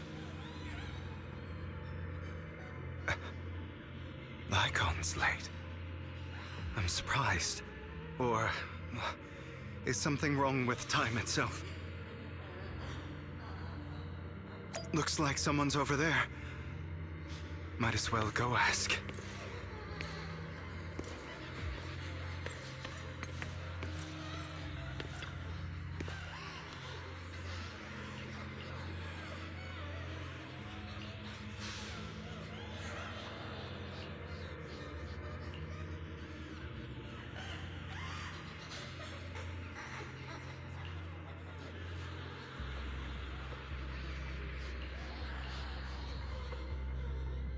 It's all your fault. I wish I had never given birth to you!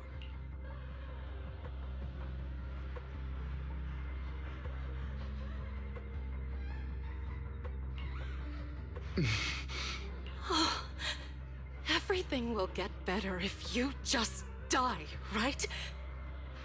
If you die, he'll come back. We'll have another, more perfect child. One who will inherit the Ravenlock family bloodline. Then I'll be able to escape this pain. So, Hugo, for the sake of Mommy's happiness, just die, okay?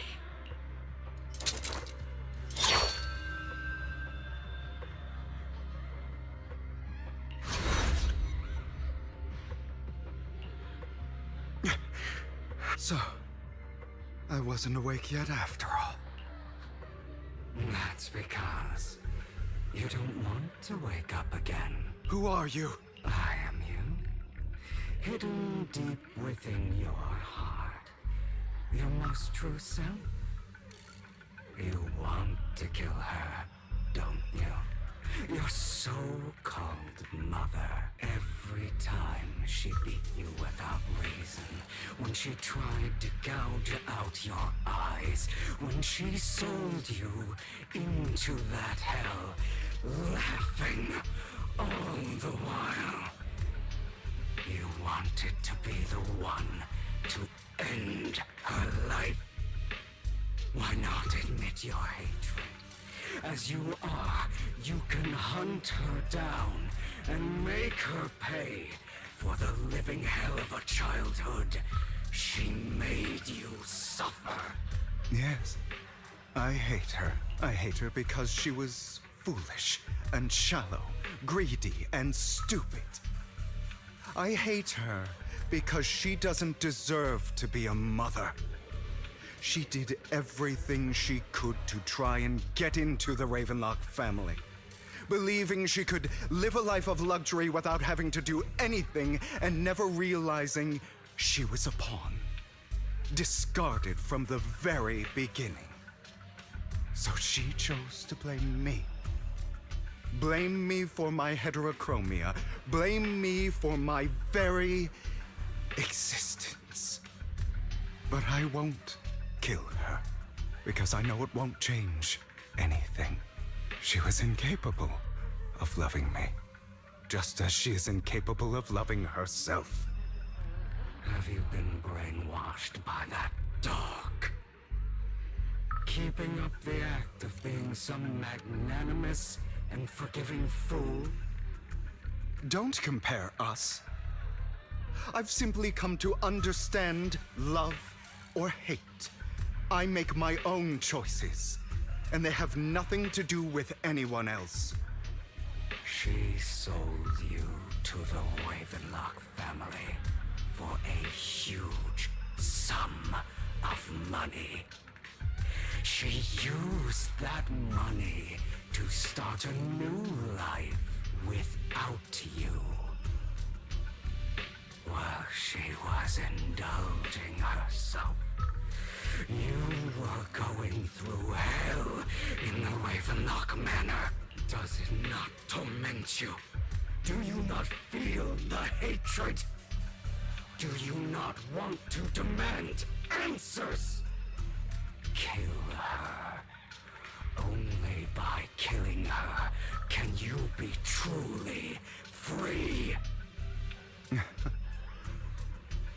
For a long time, I thought the same way. But now, well, I want to make a different choice. Stop lying to yourself. You never had a choice. This weak-minded thinking will only lead you to failure. Like before, you'll be nothing but a worm, trampled into the dirt by those so-called elites. Do you still not get it? This is how the world is, and always has been. Hesitate and you'll be the victim. If you don't grab your knife first, you'll end up being on the other end of the blade. If you want to change anything, you must first become the one who makes the rules. Just like that woman. The only reason she could treat us that way was because we were weak. So listen to me. Find that woman, kill her, and prove to this world your strength. It's what she deserves. Why forgive them? They don't deserve it. I'm not forgiving them. Or rather, I don't care about them. They don't even matter, at least not yet. You know, perhaps the person I hate the most, the one I truly cannot forgive, has never been someone else, but rather my weak, powerless past self who could do nothing but hide inside a closet and cry. I hate myself for having neither the strength nor the courage to resist. I hate myself for begging for so-called familial love, even after being treated so terribly. I hate that despite the pain of my wounds, I still hope to receive the carrot and not the stick. And that me is you. Correct. So, I forgive you. I forgive myself. You'll regret this, fool. Your pretty words mean nothing. You will ultimately return here to me.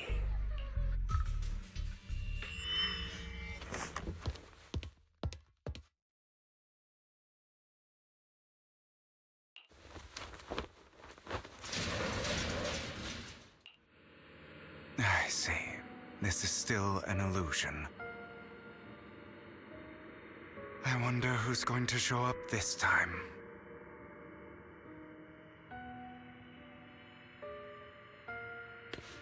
Brother! Hugo, let's play hide and seek! I'm already hiding! You'll find me, right? Like you always do! Serena.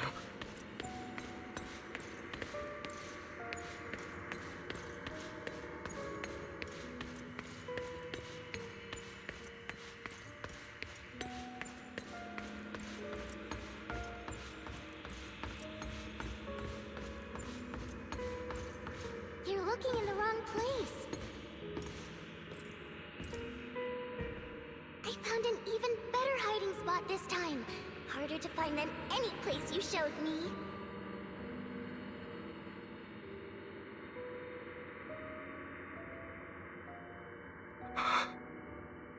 Hey, Hugo. Do you ever wonder why I had to die? It was because of me. That's right. It was because of you. It's all your fault. If only you didn't exist, I wouldn't have had to suffer.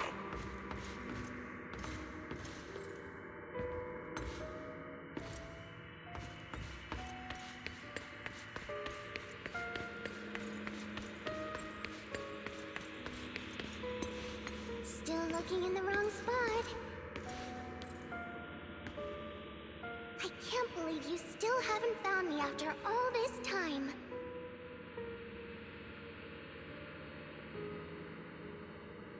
Have you forgotten about me?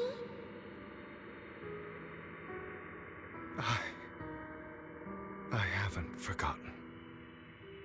It's okay. I'll forgive you. I'll still be nice to you, just like before.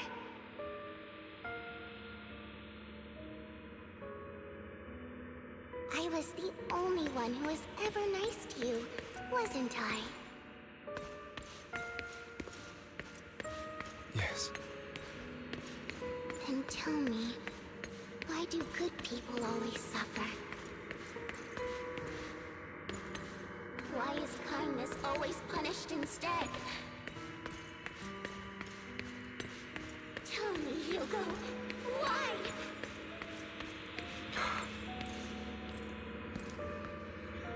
Hugo, are you lost? ZZZ. Go back the way you came. I left you a surprise there.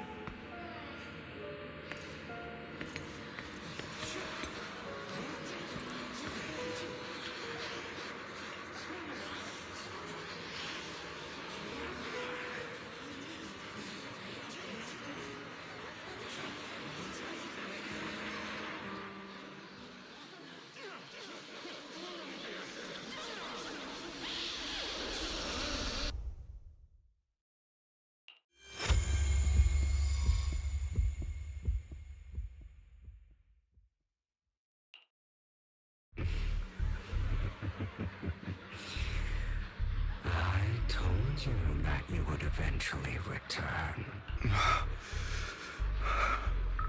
We meet again, my friend. I told you, I am you. The side of you that you've always tried to deny existed. Of course. I know. This time it's about Serena. Right? Yes. Your half-sister. And the only child in the Ravenlock family who was kind to you, unfortunately. It was her kindness that led to her untimely death. It was my fault. I don't like the way you blame yourself. Because that means I'm to blame as well. And I don't think I did anything wrong. Your mother sold you to the Ravenlocks. And your father, he saw your talent and wanted to use you to push the other children into competing with each other. My brothers and sisters wanted to get rid of me from the moment they first saw me. In their eyes, you were no more than a slave. But Serena dared to treat you, a slave, as if you were human. And so, she was fated to die. They tried to kill me many times, but I was careful. And they did not succeed. So they killed Serena, who was weaker, an easier target, and pinned everything on you. Serena died in your place. Those cruel brats thought that by reporting this to Father, they could use it to get rid of you, a rival who threatened their positions. Yet, not only did Father not blame you for the incident, he praised you for it. In this world, only the ruthless, cruel, and merciless can stand at the top. And that's exactly what you managed to live up to. You found a perfect opportunity thereafter to catch the ringleader of the group who framed you and almost beat him to death.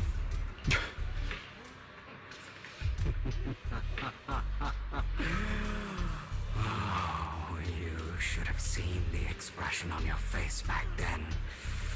Oh, crazed and manic with utmost delight. I don't remember that. Here you go again, trying to deny your desires deep down inside. You've always wondered, asking yourself why these evil people never got the punishment they deserve. Why the world is so unfair. Don't you want to rip them to shreds? Just like that day when you beat that boy's face into the dirt until he was barely recognizable. His disgusting blood staining your fists. Recall your exhilaration, your cathartic release of rage, that outpour of hatred. That victory belongs to you. You deserve it. Those brothers and sisters of mine are all dead. I cannot take revenge against the long deceased. They died by Hartman's hand. Dying in the power struggle to become the Ravenlock family's heir, rather than by our side.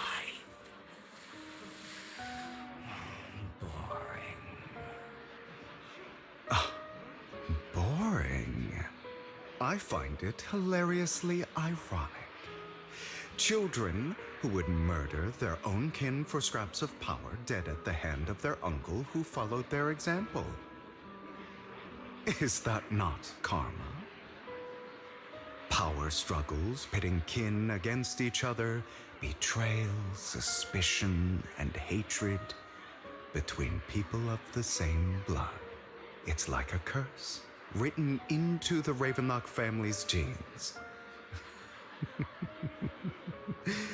Laughably stupid.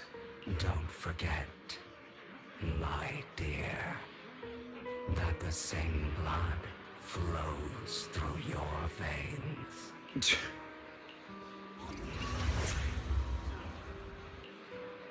That's right, my dear nephew. No matter how much you deny it, the blood of the Ravenlock family flows through your veins.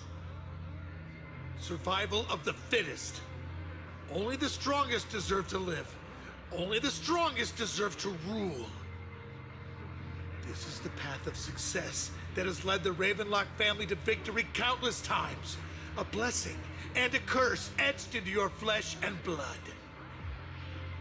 As long as you live, you'll never escape the mark of family. You are destined to one day become someone like me, like your father.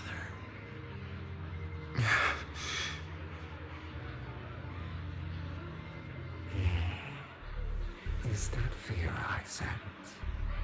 I can see you trembling. Why does the Ravenlock bloodline terrify you so? I won't become like my father. Never. You won't become a failure like him. So relax. Our power eclipses him, and so does our ambition. So, do not deny your own desires. Do not resist your own ambition. This is the talent you were born with. The best gift fate has ever given you. Admit it. Deep within your heart lies a spark, yearning to ignite a raging inferno that will burn everything down. And I am that spark.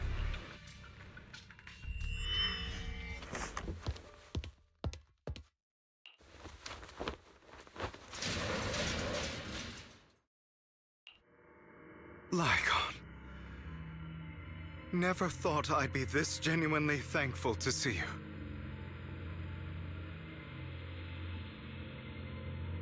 Seeing you means this never-ending nightmare is finally over, right?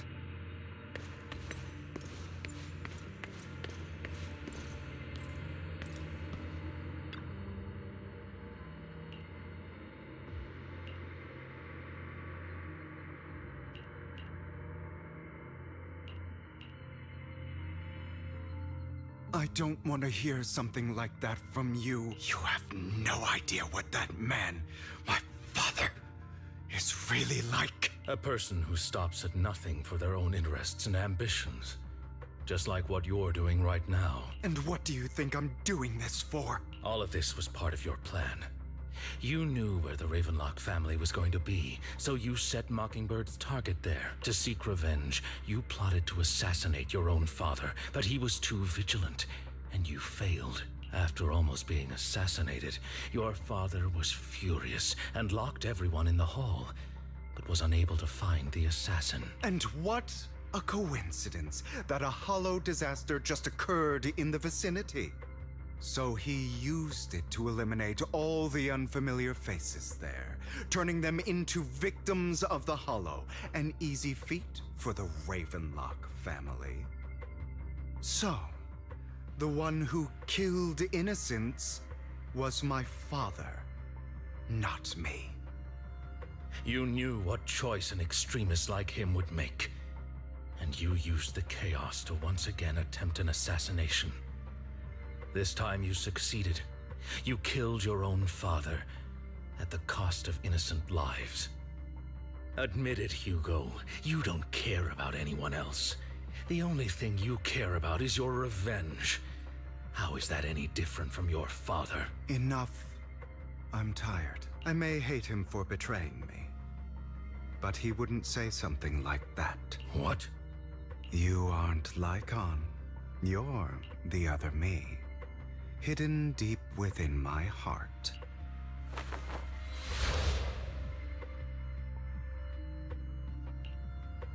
I've been waiting for you, my dear. It seems you've already grown accustomed to this place, even turning the tables on me. Just as you said, you are me, and I am you.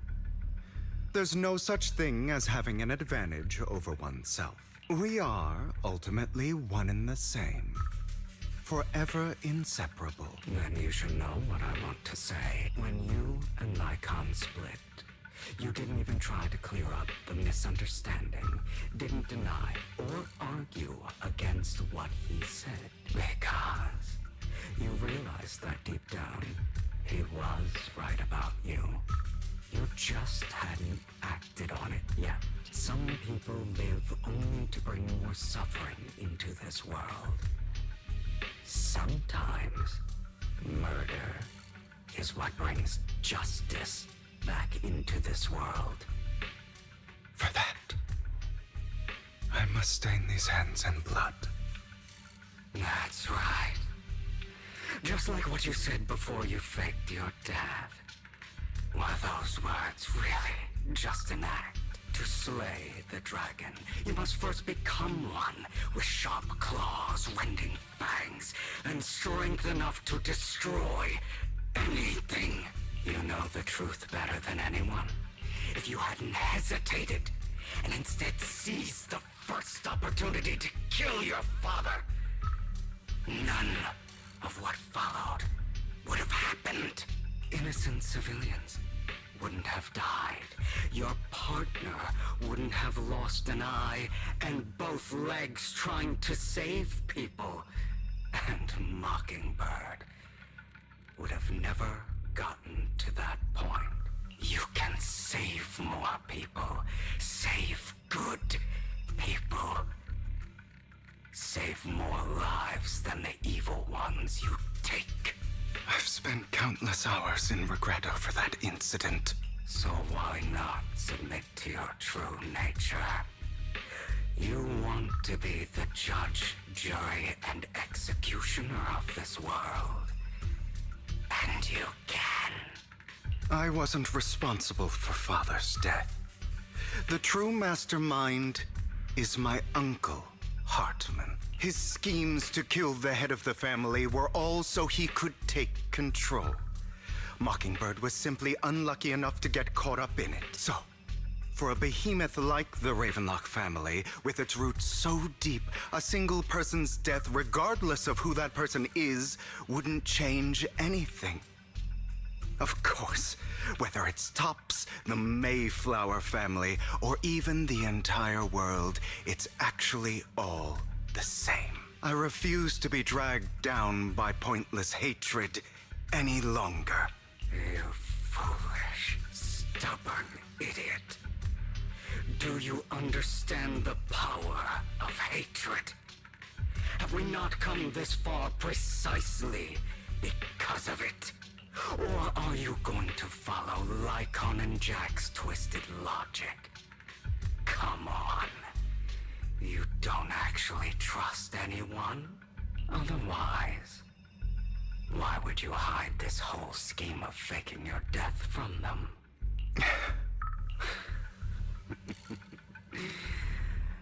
You've built an impenetrable wall around your heart, keeping everyone out. Of course you are right to do so. No one in this world can be trusted. Always. All you'll receive is hatred from your own blood and no love. Suspicion from your companions, and betrayal that comes all too easily. But the most ridiculous thing is that you want them to trust you. You stay silent and long for them to notice your suffering. You yearn for your companion's understanding and trust. Idiot. That's why you are incapable of exploiting them for your own ends. You care about their safety even more than your own. But remember, only the weak need companions. And we are children born from hatred. We are different from them. I will never be like them. And I don't need to be. Come. Let me show you what powers we can wield. But you are me, and I'll never lose to myself.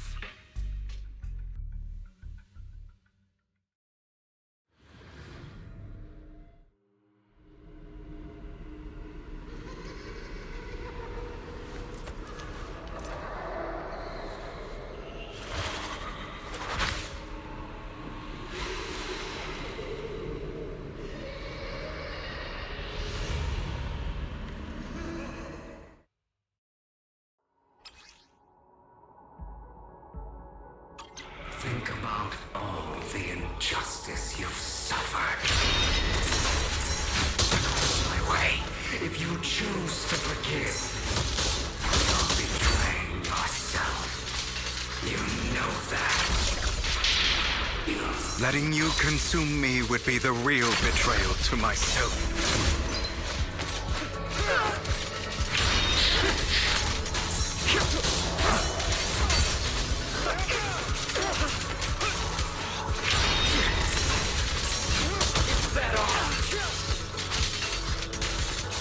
You're just afraid to admit it.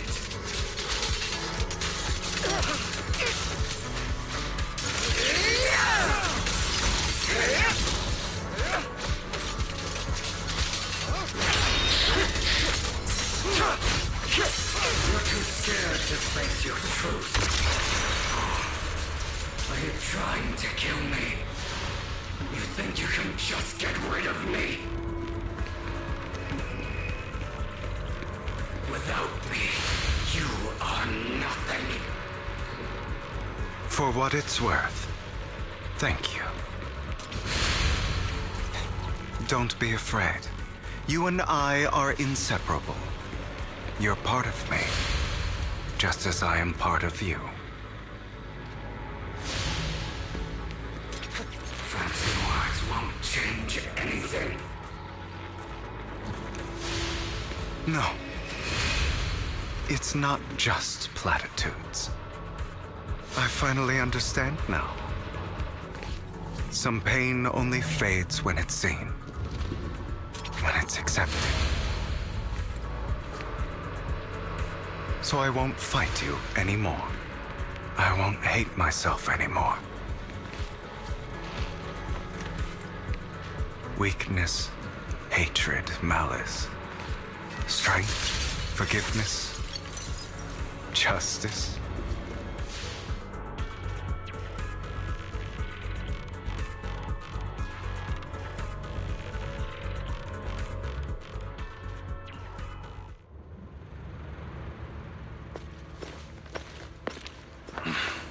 Hugo, it's time.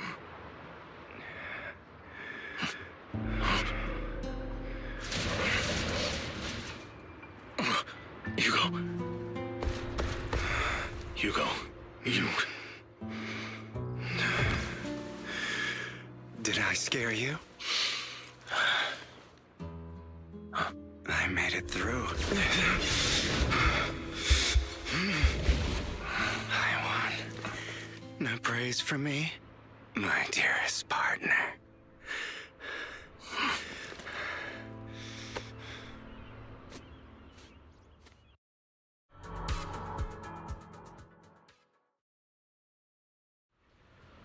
This is just like what I saw in my dream.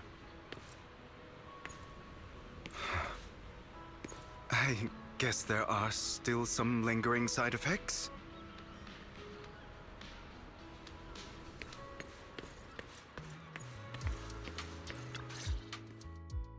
Ah, my former partner. You're still as punctual as ever. Are you sure you're fully recovered? How about we fight? And I'll show you how recovered I am. I refuse to fight someone who is in need of medical attention.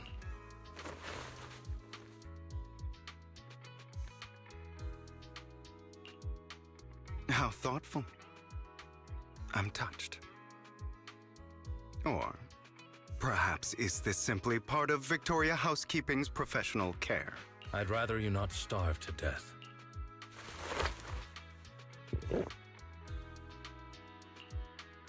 Not to your liking. I'm fairly certain this is the same kind as before. No. I've just gone too long without food.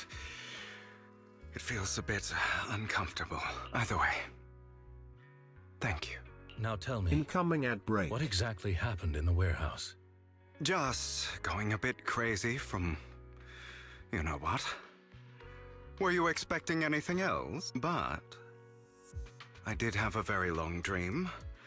A dream about many things from the past. If I had to put it into words, it would be like giving myself psychological therapy. You seem like you could benefit from some too. How about it?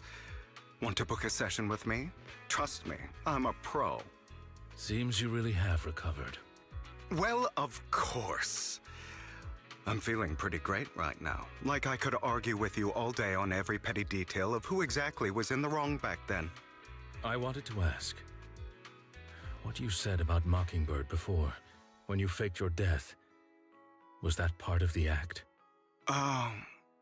You mean the part about how Mockingbird has never really changed anything or saved anyone. I didn't expect you to still be so hung up on this. Interesting. After all, it was you who chose to betray Mockingbird. To betray me. Just as I said before, I never considered Mockingbird a failure. Perhaps Mockingbird deviated from its origins, but it has its value. You shouldn't reject the things you've done. Or Mockingbird. I have contemplated this before. Yes, Mockingbird has helped some people and has genuinely managed to cause trouble for those who abuse their positions of power for evil. Yet those in high positions still possess immense resources, and the people we helped remain destitute and suffering, willing to become slaves to those in power for scraps. But just as you said, even if what we did was childishly idealistic and flawed, as little as we actually achieved, even the slightest change is by no means meaningless. Nothing holds more value to me than Mockingbird.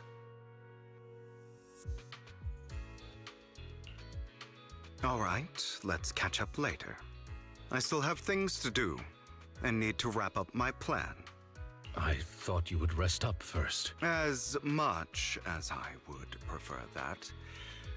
My dear uncle and the Exaltus fanatics likely would not give me such an opportunity. If all has gone to plan, the fish will have taken the bait already. And if everything goes very well, I'll soon have solid evidence of the Ravenlock family's crimes. Well then, thank you for your assistance, former partner. Let's part ways here. I'll go with you. Lycon, surely you don't think that because I just recovered, I'm too weak to deal with those useless fools. Hartman's actions will disturb the safety of New Eridu. As I serve the mayor, I should intervene. Very well, whatever. Let's go. And don't slow me down.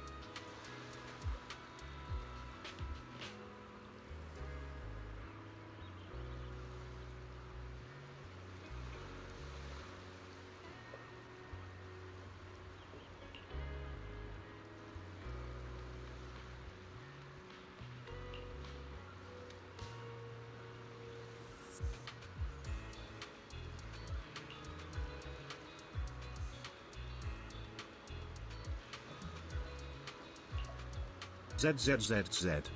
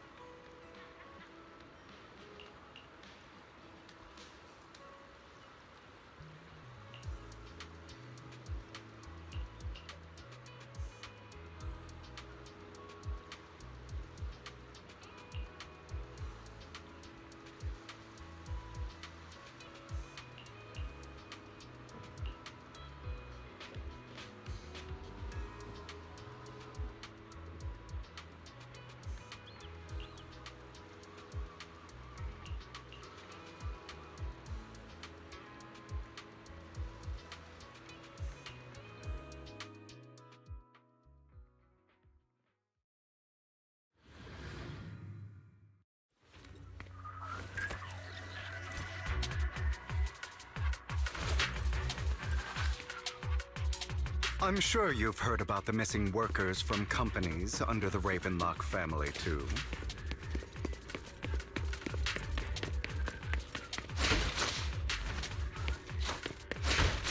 I know where they are.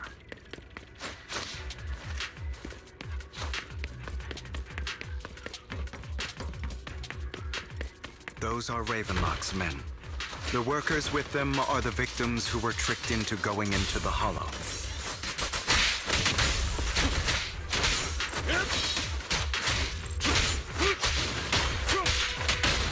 Come on, let's get them out of here.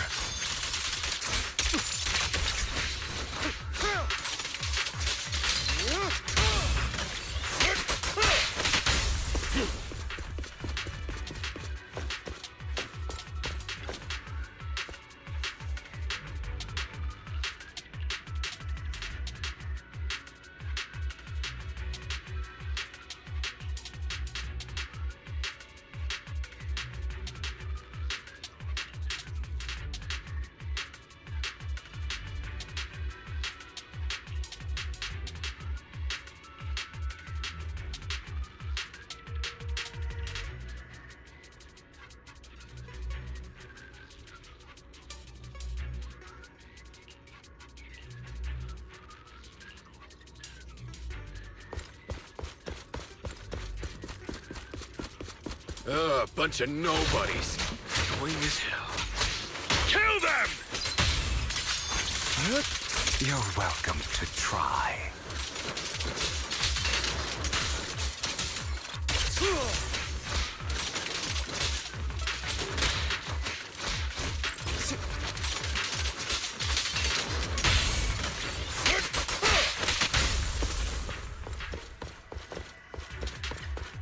More workers here. And quite a lot of them.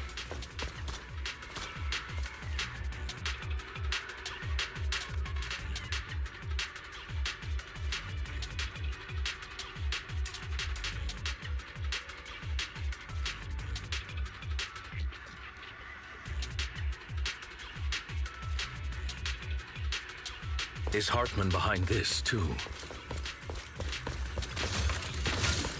Of course. He threw them into the Hollow like offerings for the Exaltists. To him, those workers are just another resource, no different from the ether his company mines in the Hollow.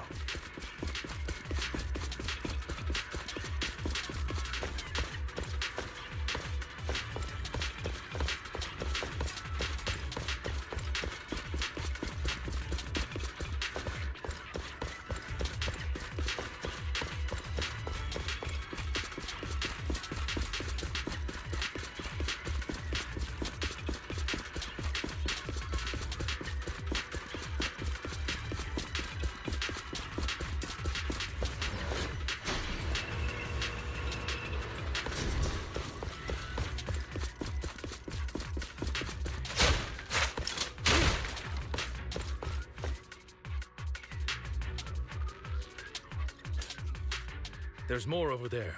Let's hurry. It's different this time. Don't rush in.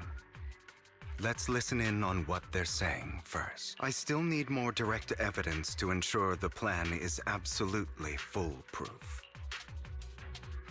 The compensation you promised. It's all real, right? All we have to do is follow you into the Hollow for some simple tasks, and you'll give us a huge sum of dennies. Sounds real suspicious. Shut your trap. You keep yapping and asking questions. If this is all so suspicious, why were you so eager to sign up for it? Because I don't have a choice. My daughter was previously caught in the Hollow disaster and suffered severe corruption. The treatment costs have completely drained our family's savings. So that's why... It's the same for me. A serious illness at a senior age. I need the money. Who would risk taking a job like this unless they were desperate? I'll do it. No matter how suspicious. As long as I can get paid, I'll do anything. Even risk my life. Wait, you people from the Ravenlock family, you're part of a big company in Tops. You wouldn't go back on your word, right? Don't worry, you'll get every denny you were promised. But before we start, you all need to take this medicine first.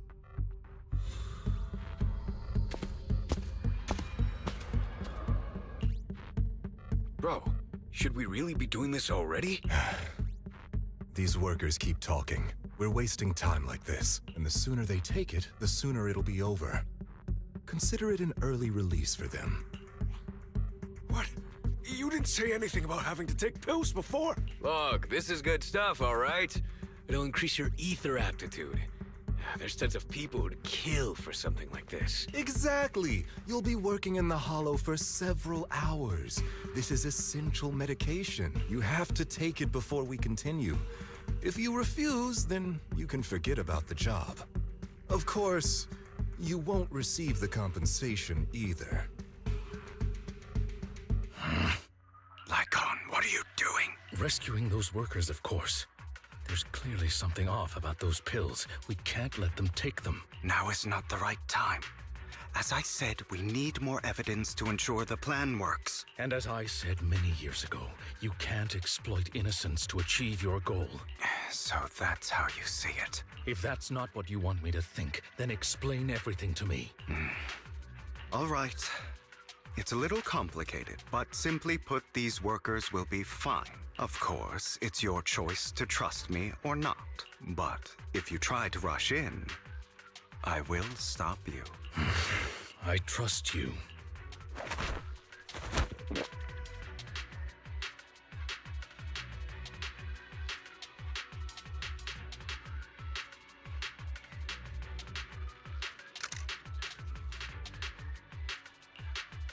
All right. That's the evidence. Now we can go and beat them into the ground as much as you want. Don't forget, you owe me an explanation. Also, don't overdo it and kill them. Even if they're the worst of the Ravenlock family. All right, Your Holiness, Saint Lycon. Who the hell are you? Why don't you take a guess? Don't get hit. We're the ones here to stop you.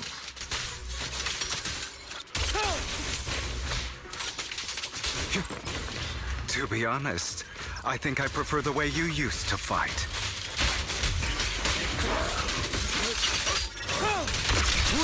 You had a lot more aggression. I've merely learned to control my strength.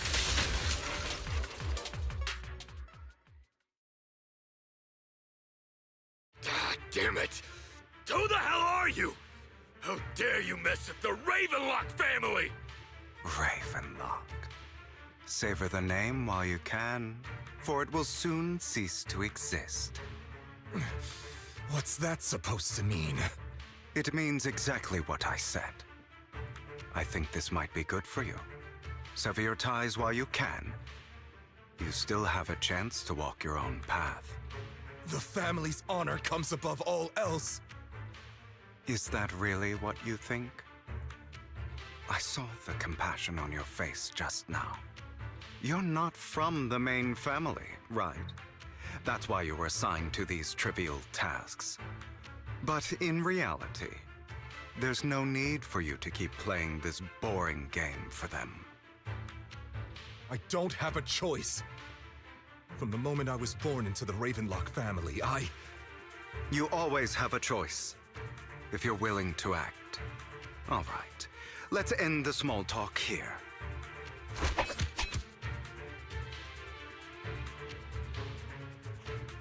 Don't worry, Lycon. I didn't hit them too hard, just enough to keep them quiet. How's that? My acting's pretty good, right? As always, a certain someone should take some lessons from you. I'll leave the rest to you then. Okie dokie.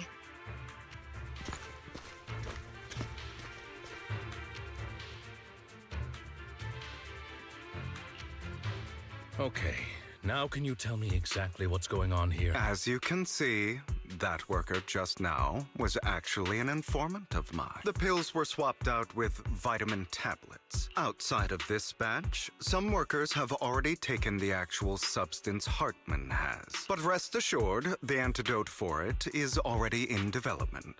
I found the best in the field to help, and with the data I collected before, we should have results soon. I wanted to ask. The reason you decided to lock yourself in a room and endure the effects of the drug, besides getting evidence, it was also to collect data on this drug in order to create an antidote, correct? It seems you're not completely beyond hope. I thought you were just being stubborn. Sometimes I wonder if you know me at all. Then I have one last question. Why did you never tell me any of this back then? The truth is, I heard everything. That entire conversation between you and Jack. Before he passed away in that small attic. When Jack called you aside and gave you those warnings. When he told me you might go down the wrong path? That's right. You never said anything. What would I even do?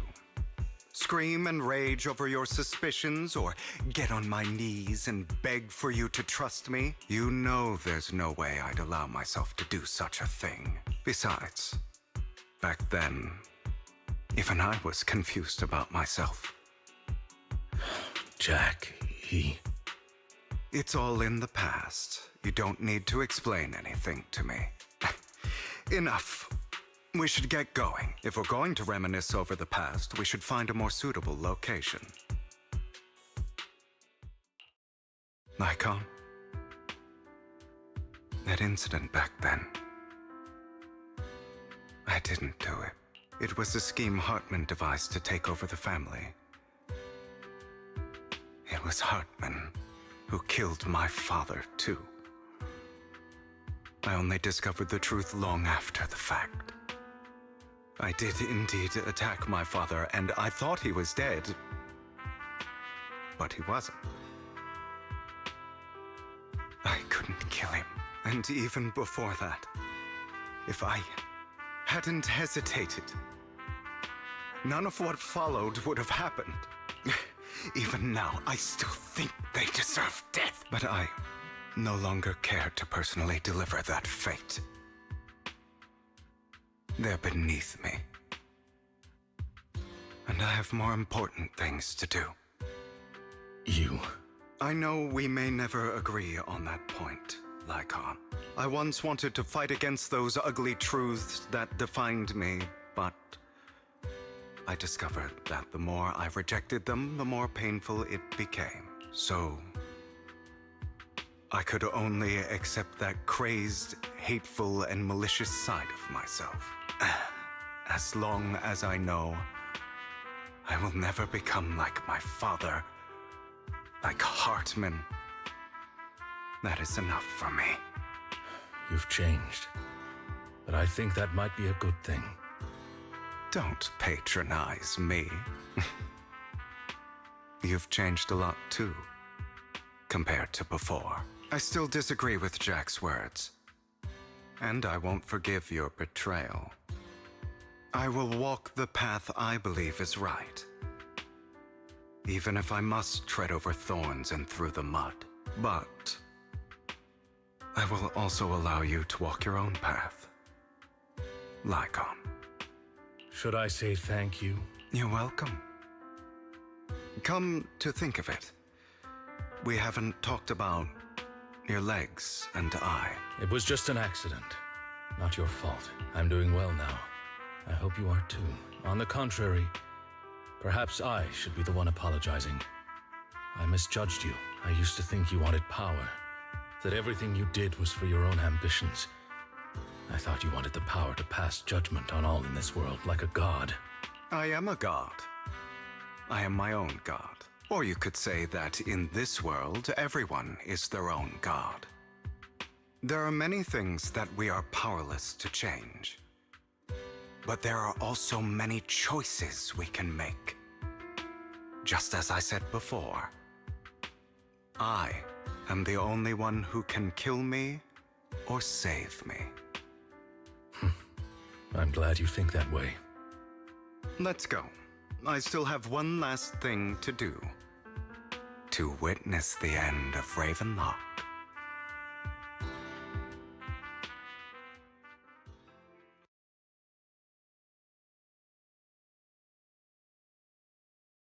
You really think you can take my place if I die? Never, you filthy bastard! Your little tricks mean nothing. As long as the Ravenlock family stands, I can still get back on my feet. You still don't get it, do you? This was never about avenging my father. And I don't care about taking your place. I didn't come this far just to kill you. That'd be pathetic. Right on cue. Why don't you take a look at this, Uncle? On behalf of TOPS, I'd like to clarify that we had no involvement in the Ravenlock family's actions. TOPS is officially terminating all partnerships with the Ravenlock family, effective immediately. We will have no further affiliation with them. Are you crazy? What the hell do you get out of ruining the Ravenlocks? You want to be a petty thief forever? Thief? Oh, Uncle. Allow me to reintroduce myself. I'm the name people whisper about. The one who robs the rich and gives to the poor. I'm the master con artist who can fool anyone, anytime. I'm the leader of Mockingbird. The one who turns every headline into my own stage. I have friends who'd catch me if I fall, partners who'd shed tears for me, and allies who always have my back. I am Hugo Vlad. You're the one who needs the Ravenlock name. I never did. You ungrateful bastard! You should have never been born. You flatter me. Same goes for you, Uncle.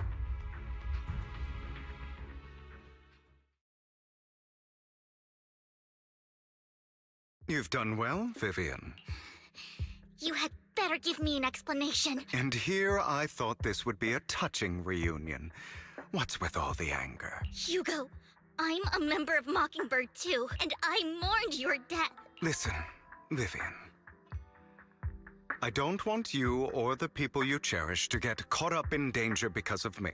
I've always been selfish, so I don't hesitate to use you all as variables in my plans. But it is because I am selfish that I also don't want my failures to affect my treasured companions. In any case, if you were in the same position, would you... Lycon's taking care of everything outside. We should go. Also, Belle, thank you. And I'm sorry for the whole act where I threatened you. It was the only way for Hartman to drop his guard against you and leave you be. I, Hugo Vlad, am forever indebted to you. Master Proxy, although it is late, there is some important intel that I must give you now. So, Lycon, you knew about Hugo's plan to fake his death? I was simply playing along. After all, I could not determine whether Hugo's plan would pose a threat to you. You are a student of the mayor's late friend, and I am obligated to protect you. You still have that habit of finding awkward excuses when you're embarrassed. Mr. Hugo Vlad, if you have any important intelligence to share, please do so with haste. I need to return to rest before midnight. You two sure are close. For the sake of a certain old fossil's sleep schedule, I'll keep it brief. I learned from Camille that Dina intends to embed the sacrifice core into the sacrifice. Apparently, it will make the sacrifice much stronger. Sacrifices created this way will not retain their minds and will indiscriminately attack all living beings, including their creator. So the Exaltists don't do this. It would bring them no benefit. But Dina's concoction can control people's minds. If a person takes the pill and is injected with the serum Landon left behind, the sacrifice would be under its creator's control. Although the dormant sacrifice has been destroyed, Dina found a batch of that serum her father created and wants to create new sacrifices. Never mind the sacrifice. Hartman's sacrifice core is a fake. We don't know where the real one's gone. The real core has always been here. Here? In Lord Phaethon's video store? Vivian, do you remember when I suggested you give that collectible to our dear Proxy? I remember. But that was just an ordinary pendant. And I've met the person who submitted it. She has absolutely no connection to the Exaltists. How about our dear Proxy take out that pendant so we can take a look?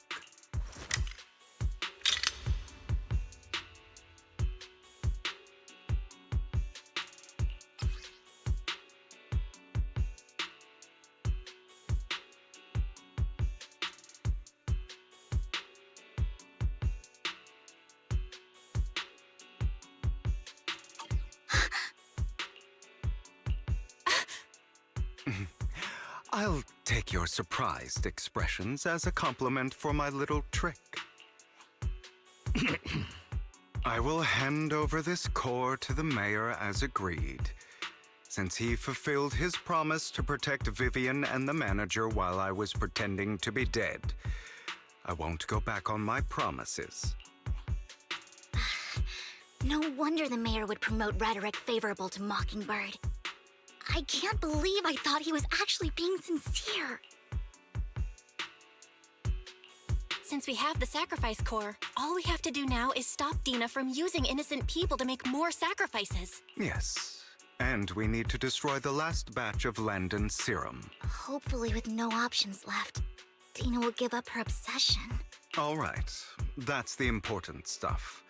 I'm going to go and confirm where Landon's serum's been stashed. I'll contact you again once I have something.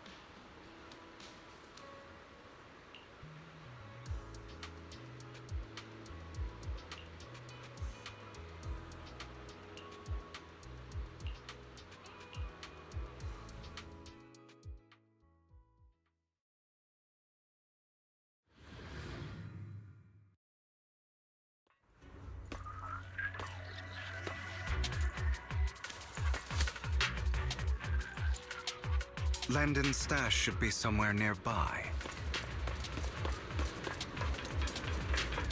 I did some digging. Some of the missing workers were brought here too. The wind is perfect today. Dina's getting ready to make her move. Don't worry, we'll clear them out.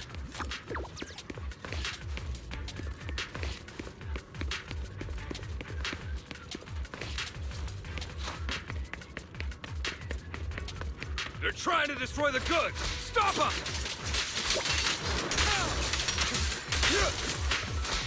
We need to take care of the guards first.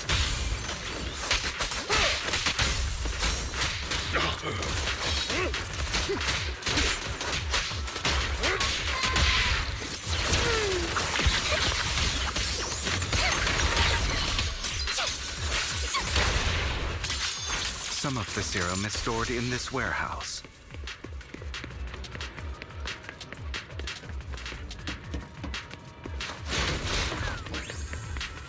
You're not taking anything from here! Hugo, get the guards first.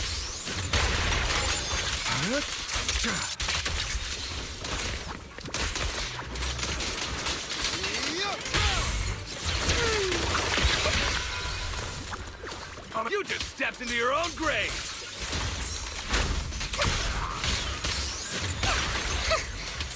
Fools.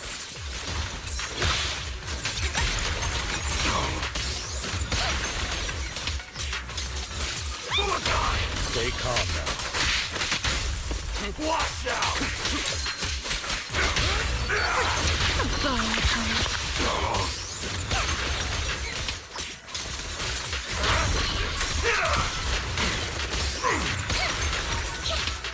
Better not get my chest Don't let me know. Get my first hurting look.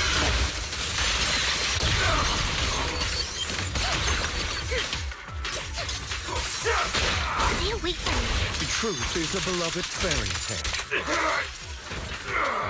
I'll take you.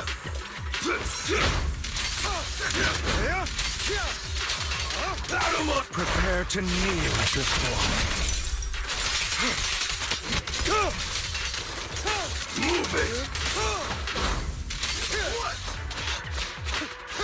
Freeze all evil!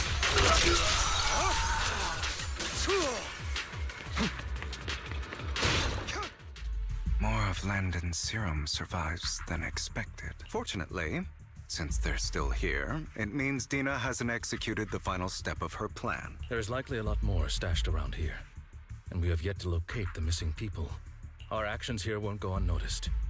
Perhaps they're making plans to deal with us on their side. With Landon and Dina's concoctions combined, she may be capable of creating a sacrifice that obeys her. If it comes to that, this will get far more troublesome. How about we split up?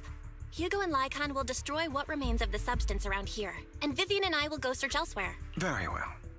Let's go with your plan. But be careful if you encounter Dina and her people. According to Camille, she's absolutely obsessed with completing her father's dying wish. Who knows what she may try? Let's part ways here for now. And perhaps the other manager could use EOS to guide us. Sure. I've been feeling better these past few days, so just follow me. It's only now that I realize how fortunate we are to have two Lord Faithins. Although, I feel like our work's doubled. In the past, Belle and I would only ever work on the same route. Greater power means more responsibility. And in any case, I'm sure the mayor would be able to provide double compensation. He's a very generous person, after all. Right, Lycon? I will request additional compensation from the mayor. Compensation is just one aspect. It's one thing with Belle being in the Hollow in person, but now with us working on separate routes, I can't help but worry even more for her safety. Oh, but I trust in your abilities. I'm just not quite used to this.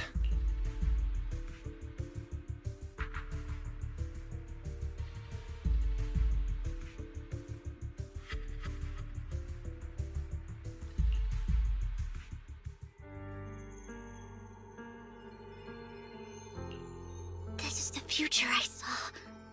Lord Pathan.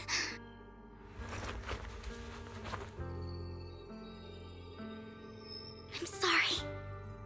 This time, I will make sure the future I saw does not come to pass. I don't want to bring you misfortune. That's all I wish for.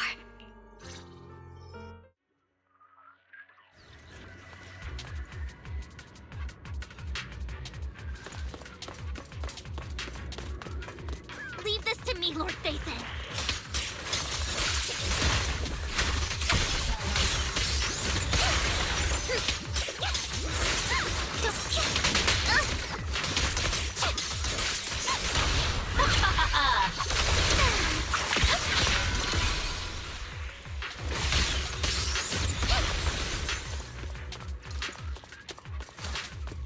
Lord Phaethon, there might be more serum here. How dare you steal from Lady Dina! Ambush! I'll try to go easy on you. No promises.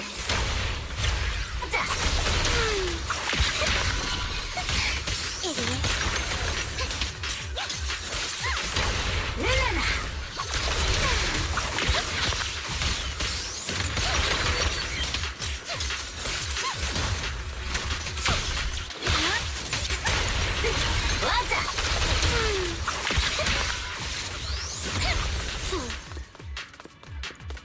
There are containers by the fissure. There's...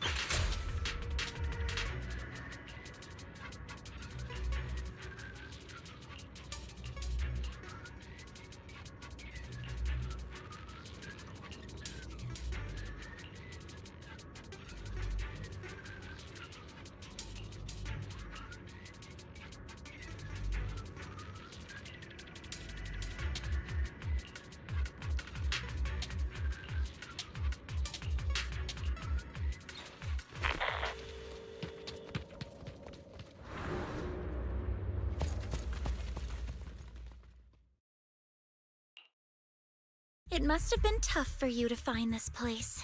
Vivian, if you had stayed out of it, I wouldn't be so eager to get rid of you.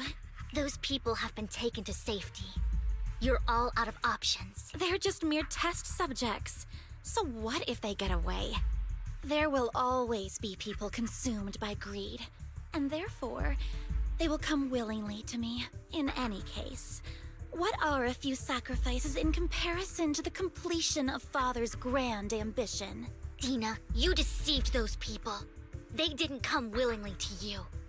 You tricked them, just like Landon did back then. Deceived? Father gave hope to those who had everything taken from them by the Hollows. Vivian, you once rejoiced at the hope Father offered you before Father took you in.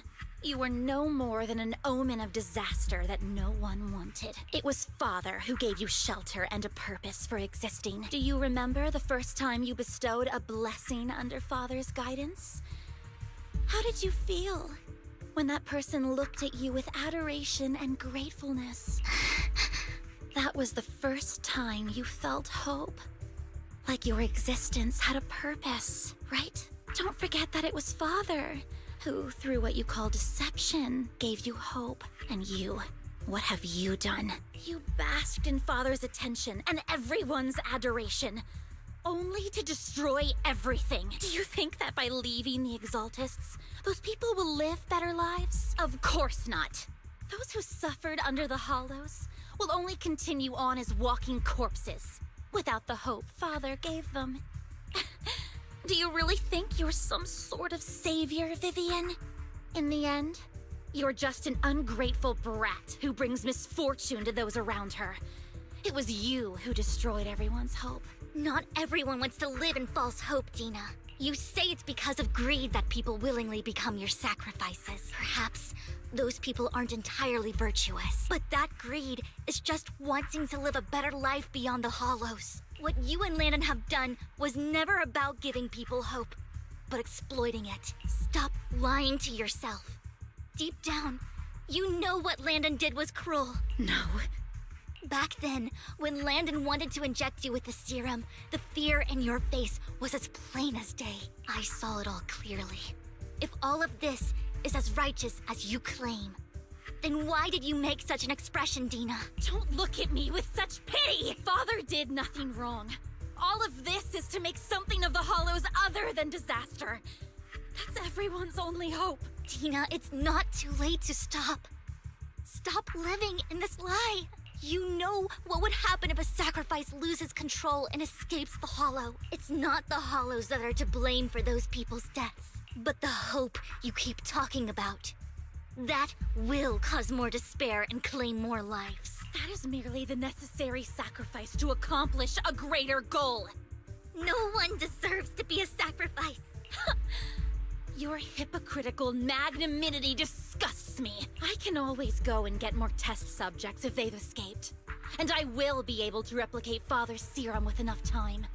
With you gone, I'll be able to complete Father's gift to the Creator and fulfill his last wish. Camille, release the failed subjects. Lady Dina. Camille, are you going to do what you did before? You keep saying you'll follow the Creator, but it's all lies. Lady Dina, the Hollows took my family from me. I understand that there's no way to get back what I've lost. It was Lord Landon who told me that the Creator would guide me. One day, Hollows will no longer be disasters. Everyone will be able to survive inside them. I look forward to the day when this hope becomes reality. I watched you grow up, and I know that you've always looked up to your father. He gives you hope, and I destroyed that hope with my own hands. I know the pain of loss, so I've always felt guilty. I want to atone for the hope I destroyed. But Dina, I don't want to ruin more lives, and I don't want to continue watching you destroy yourself. Vivian is right. Not everyone wants to live in false hope. So, please, stop. Camille, are you abandoning me too? I'm not abandoning you. I just don't want to see you go past the point of no return. The point of no return? I passed that point ages ago. No, Dina. You can still turn back. I'll be your way back. Where are you going, Camille? I made a deal with Hugo and the mayor. If someone needs to take the fall for this, let it be me. I did it. All of it. I've been forcing Landon's only daughter, Dina, to research how to create sacrifices. I colluded with the Ravenlock family for my own gain. Everything Dina did was under duress. Since I've kept her captive for so long, she doesn't have the skills to survive as an independent member of society. She'll need a caretaker and teacher. Someone who will look after her and educate her. No! I refuse, Camille! I refuse to accept this! Dina, I'm going to dispose of those failed subjects. I won't allow it! You'll die! I won't allow it! You can't leave me. I command you! You've always followed my orders, and you will follow them now! It wasn't your orders that I've been following. My younger sister, who was stolen from me by the Hollows, also had such beautiful red hair. When Landon told me the Creator could bring me hope, you were standing there, right behind him. I was certain, then and there, that this was the hope the Creator had given me. Start over, Dina. You still have so long, so much time. You'll make friends, find people who love you, and make many beautiful memories. That's not what I want! Camille, you're not allowed to die! I won't allow it! I won't allow it! Goodbye, Dina. And I'm sorry, Vivian. I'll leave the rest to you.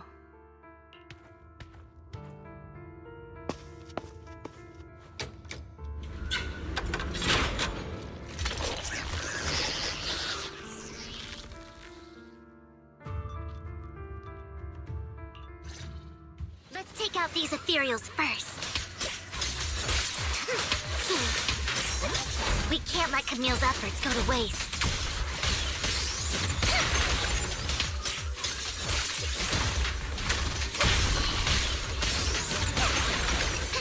Look around.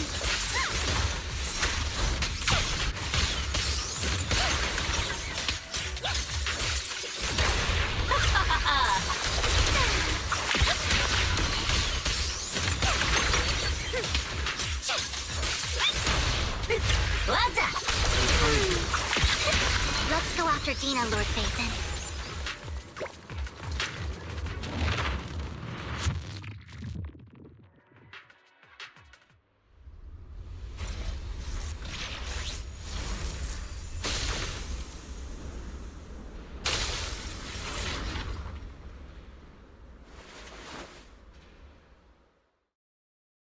Are you satisfied now, Vivian? You were the one who brought yourself to this point. You're saying this is all my fault? Losing my father, losing Camille. I wish you had never come into my life. At first, when Father brought you home, I was happy. There are so many Exaltists, yet Father never allowed me to get too close with any of them. I never had any friends either.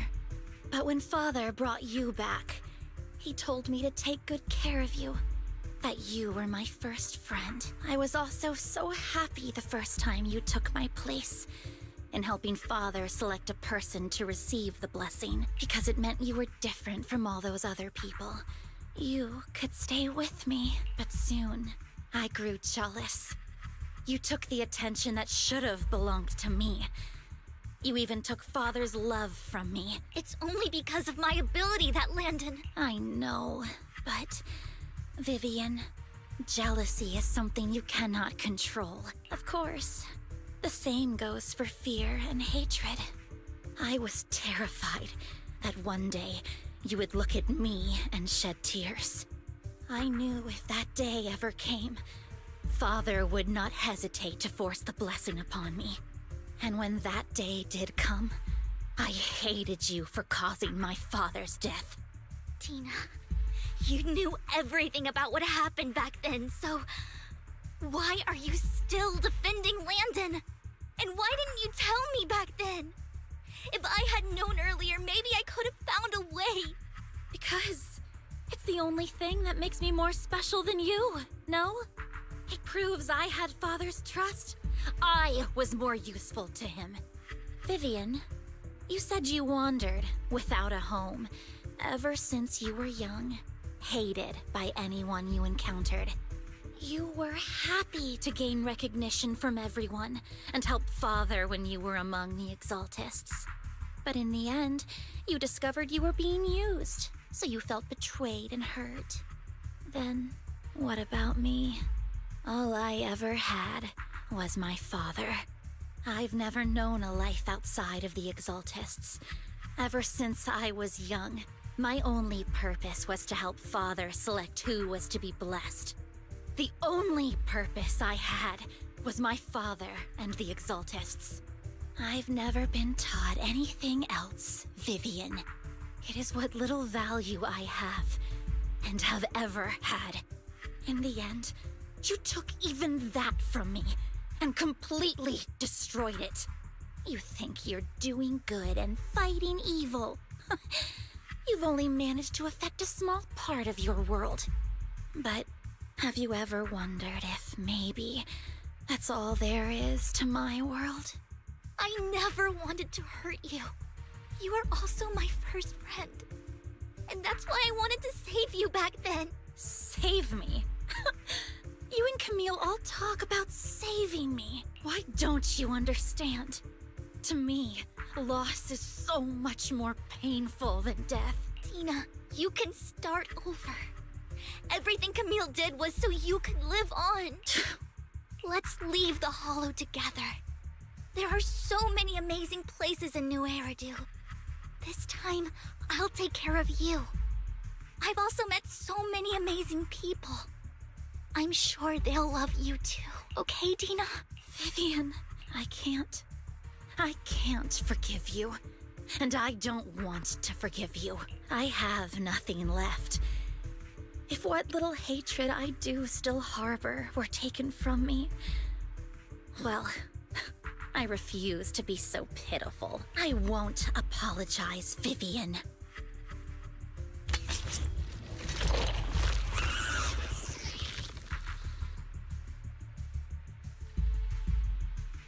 I don't want to hate myself, so I can only hate you for killing my father, and hate Camille for leaving me. That's just the kind of person I am. Hateful and despicable. I refuse to owe anyone anything. I refuse to feel regret. I won't. Vivian, I will keep hating you. I will take all who are precious to you. I will also hate Camille, so I won't do as she wished and start a new life. Vivian, if you had never existed, if I had never, you would be... Lord Phaethon, please do not interfere. She was my first friend. I'm going to bid her farewell.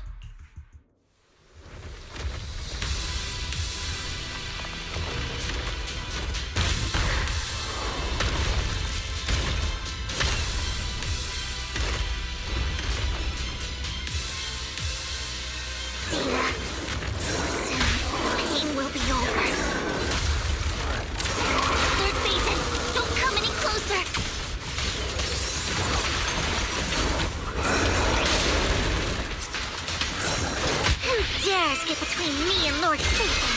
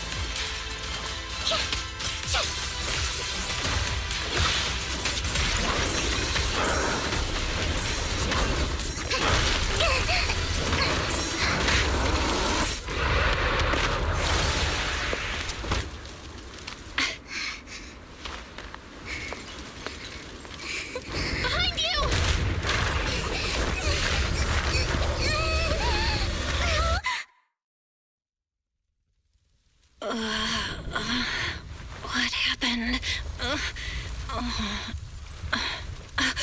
What the...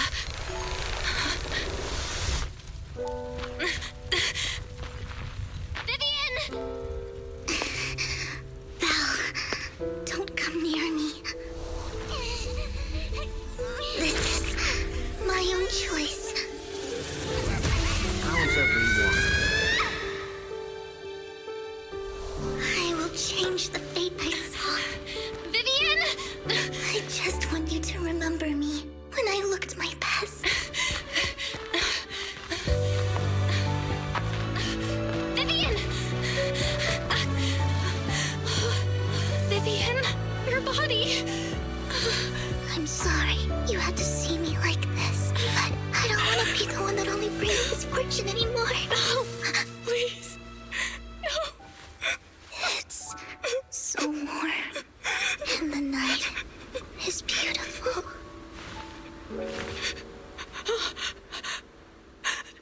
Vivian?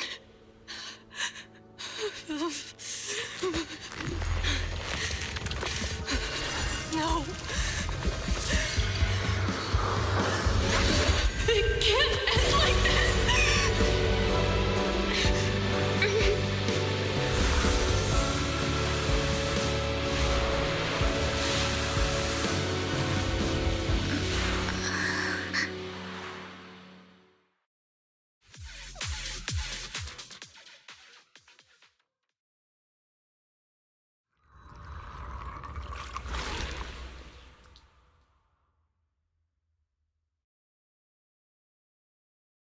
Belle, you're scaring me. Belle, I'm so glad you're awake. What happened? I remember Vivian and I... Wait, where's Vivian? She injected herself with Landon's serum! Hugo and Lycon brought you out of the Hollow. You were in a coma and... I'm so glad you're safe. And you said Vivian used the serum on herself? But she looked fine to me, barring a couple of scratches. Hugo sent a message earlier saying he got her checked over, and she was alright. Can you recall what happened? The situation was dire, so Vivian used the serum on herself to defeat the ethereals. I saw the crystallization process starting to occur, and then I can't describe it, but I think I saw something. At the time, all I was thinking about was wanting to remove the crystals from Vivian. I don't even know what I did. But then I passed out, I guess. What happened after that? When I led Hugo and Lycon there, it was just you and Vivian lying on the ground. We didn't see anything else. Never mind that for now. Belle, do you feel any discomfort? Just a bit dizzy. For tonight, just get some rest. Hugo and Vivian said they'll come over tomorrow, so we'll discuss everything then. Okay. Good night then.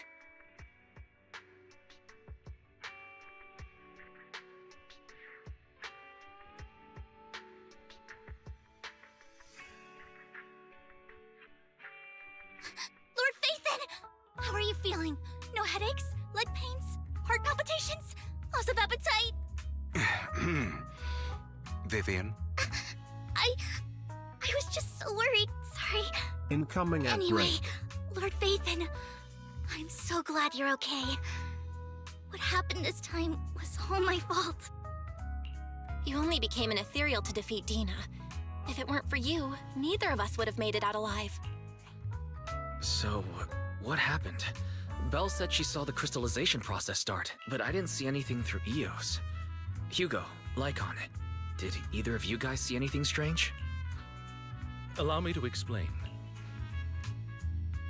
Miss Vivian told us what happened after she awoke, and the mayor arranged a full medical checkup for her. Based on the results, Miss Vivian indeed shows mild corruption sequela. But if the crystallization process had already started, the lingering effects should be far more severe. To be precise, if the process had already reached the point of mass surface crystallization, it should have taken no time at all to become an ethereal. So, the mayor theorizes that it was the etheric energy within Master Proxy's body that affected Vivian's condition and the surrounding etheric particles, causing Vivian's corruption to recede. Essentially, corruption is a reaction between the etheric particles inside the body and in the surrounding environment. Therefore, it's not necessarily irreversible, just that currently our mainstream method of defense is prevention. How come I didn't know I had this ability? How's it even possible for me to influence other people's etheric particles? That makes it sound like I can manipulate etheric energy at will. Master Proxy, you are special. This is a gift your teacher left you. Our teacher? So this has to do with her? I don't know all the details, so I cannot explain everything to you. My apologies. However, Miss Yixuan might be able to answer some of your questions. She will visit you sometime soon, so please feel free to ask her any questions you may have. She has quite an eccentric personality. If she causes you any inconvenience... If she causes trouble, can I file a complaint about her to you? Master Proxy, you have always been a people person, so I trust you will handle things just fine.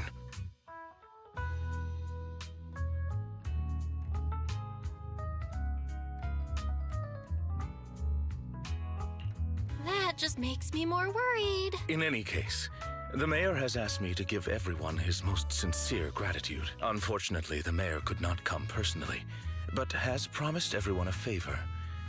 Provided it's within his means, he will offer his unconditional assistance once. There is no time limit on this favor. Unconditional, What if I wanted his position as mayor? If that is what you desire, then the mayor and his subordinates will be first in line to vote for you in the next election. As for the other votes, you'll have to work for them on your own. But should you assume office, I hope you take full responsibility for handling all day-to-day matters and lead by example. By sheer happenstance, the mayor has provided you with a copy of his current assignment, the City Waste Sorting and Processing proposal. Old fox. Well, can I request Lord Phaethon's? The mayor imagined you might ask. I have prepared all the necessary documents, and the ceremony expenses will be covered by the mayor as a gift. As long as Master Proxy agrees, we can sign and process the documents immediately. But this matter requires mutual consent and cannot involve coercion, confinement, or one party's lack of consciousness. Stop! I would never do that to Lord Phaethon! Probably. At least not today. As for you, Master Proxies, the mayor has some sense of what you desire. That said, he hopes you might speak with Miss Yixuan first before you decide the timing of that favor.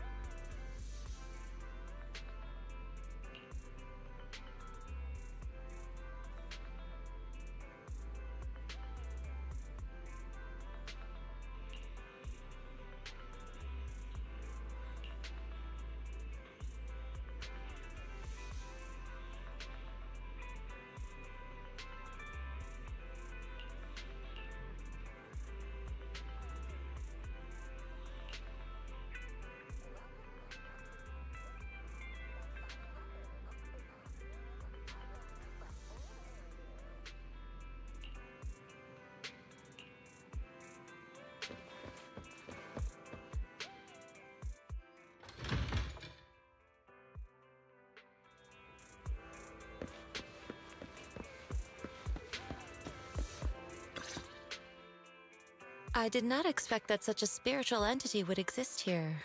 It appears this street is a geomantic gem. A spiritual entity? His name is Howl, and I guess you could say he's a neighbor of mine. Is there something special about him? No, I was simply a bit surprised. It's rare to find such an intelligent individual of this breed. Even huskies can be really smart. Howl is proof. You're right. Yet, being overly intelligent comes at a price. It must stay here for prolonged periods of time, parted from its owner and unable to move about freely. Both a blessing and a curse. However, it seems quite happy. We've strayed a bit off topic. Since you're back, let's discuss our partnership.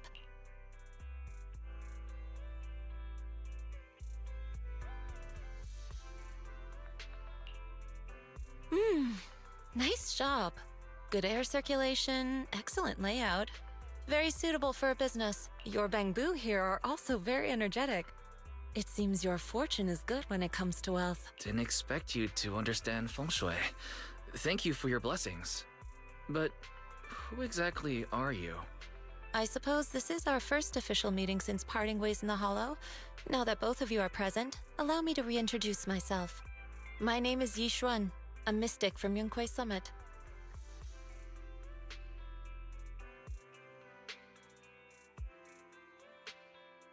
Wait, mystic? Like those people in movies who can tell your fortune and go around blessing people? This is my first time meeting one in real life, but what's Yunquei Summit? Just an ordinary sect of the mystic arts. Our disciples travel all across New Eridu and sometimes collaborate with authorities. Currently, I'm affiliated with the Hollow Investigative Association. Right now, however, I'm here to discuss a partnership in the name of the Mayflowers. So, what sort of partnership are we talking about? I have reviewed the documents provided by the Mayflowers. You previously underwent an implant surgery. After recent adjustments, abnormalities occurred. These abnormalities bear resemblance to the craft practiced by us at Yunquei Summit. If you are willing, I can teach you how to better control your abilities. To better control my abilities.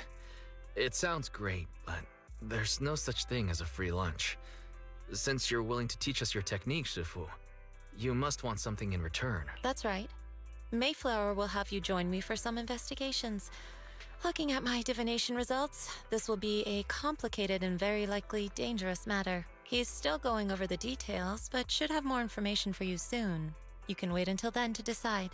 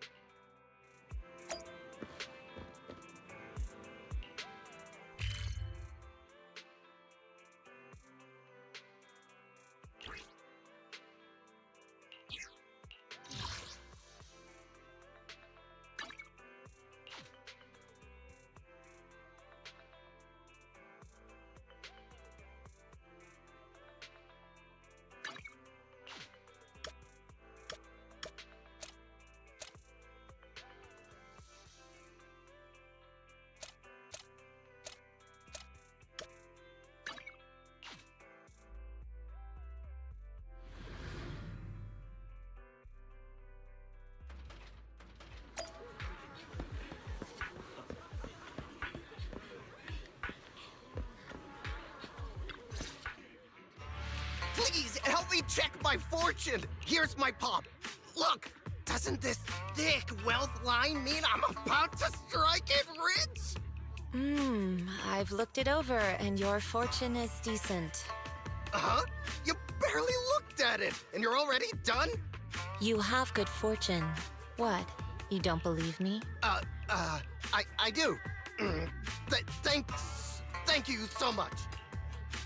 Next, it's my turn. Hey, wait, hey, quit cutting in line. Oh, this is where you were. Who are all these people? You're here, Belle? I decided to take a break. I didn't expect so many people to come seeking my divination services. Don't worry, I need no more than a simple spell to solve this matter. Fortune-telling services is 10,000 dennies per session.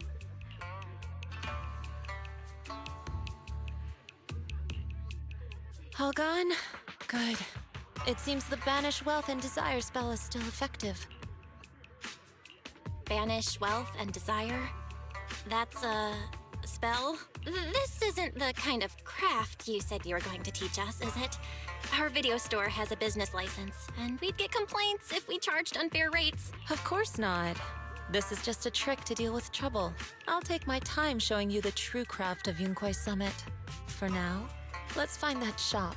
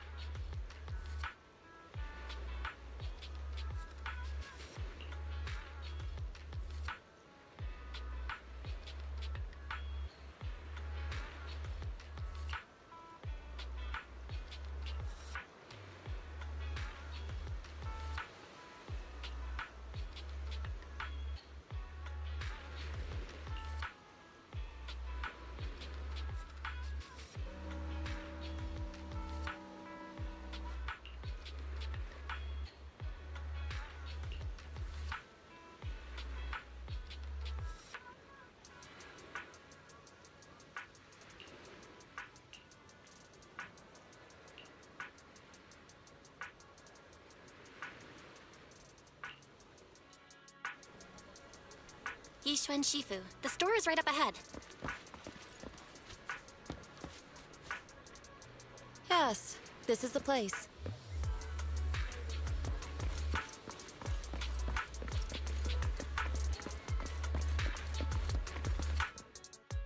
Ah, this is the one. Seems it's closed. Another wasted trip. Not necessarily. 1 second, please.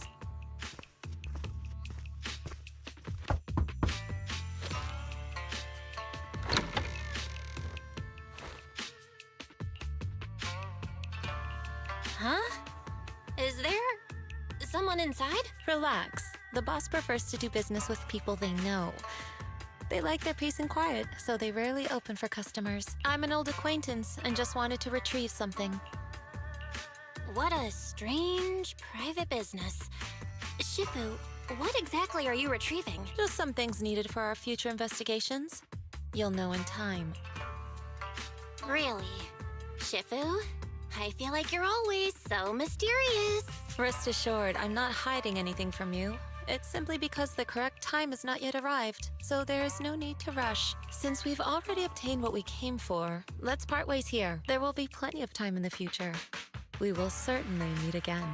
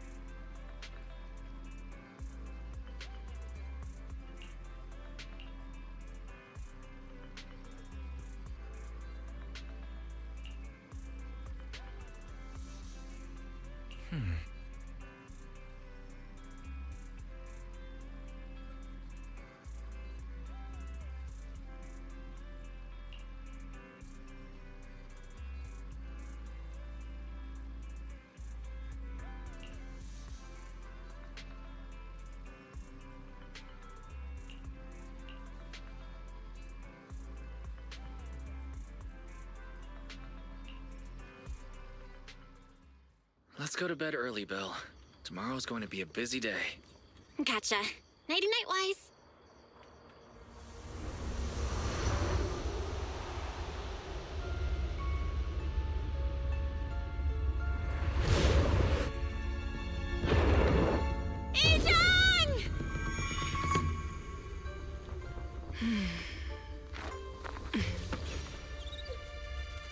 Shifu!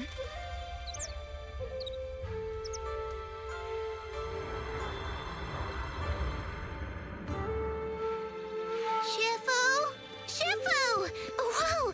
You're up earlier than usual? Or have you not slept? Is there something on your mind? No, Fufu. I was just stargazing, trying to divine what's to come. The hour has arrived. I must go pick up the new disciples. This time, I'll escort them personally.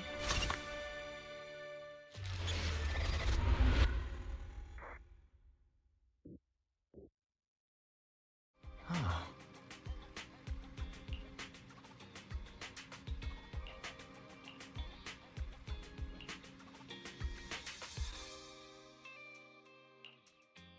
Sir, we've met with the investigator you mentioned. I see. What do you think of her, my friends? Her way of doing things is pretty special. She's very different from the stereotypical mystic. She even helped us when we ran into ethereals inside the hollow. I still don't really understand what those techniques of hers can do, but she certainly seems like a highly capable investigator. Looks like you got along well. Good. She can be a bit unpredictable, but her skills are beyond doubt. Whenever a crisis strikes, she and Yunquei Summit have proven to be reliable partners. You'll also be cooperating with Yunquei Summit in the upcoming investigation. So, what exactly are we investigating? I recently received a notice from the Hollow Investigative Association. They said Lemnian Hollow observation data has been frequently showing abnormal readings. The situation is worst around the Waifei Peninsula ruins. That location is currently the Porcelain Production Center under Tops's management. Porcelain. Isn't that the special material used to block ether? So it's produced in Lemnian Hollow. Yes. Right now, the Hollow observation data from that area has shown a large number of abnormal signals. The porcelain supply has also been delayed. Initially, I thought it was due to a production issue, until I obtained a photograph through a special channel. I'll send it to you. I suspect you're very familiar with the person in it.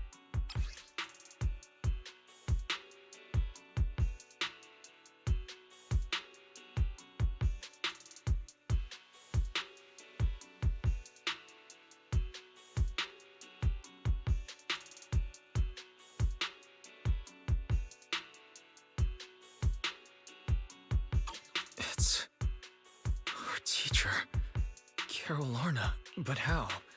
Isn't she? That's right.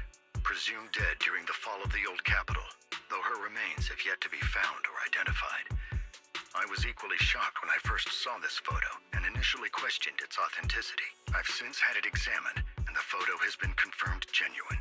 Unfortunately, we'll never know who the photographer was. The only thing we can know for certain is that it came from the porcelain production area near Waifei Peninsula, inside Lemnian Hollow. So she's alive? And she's there? No. Something feels off about this whole thing.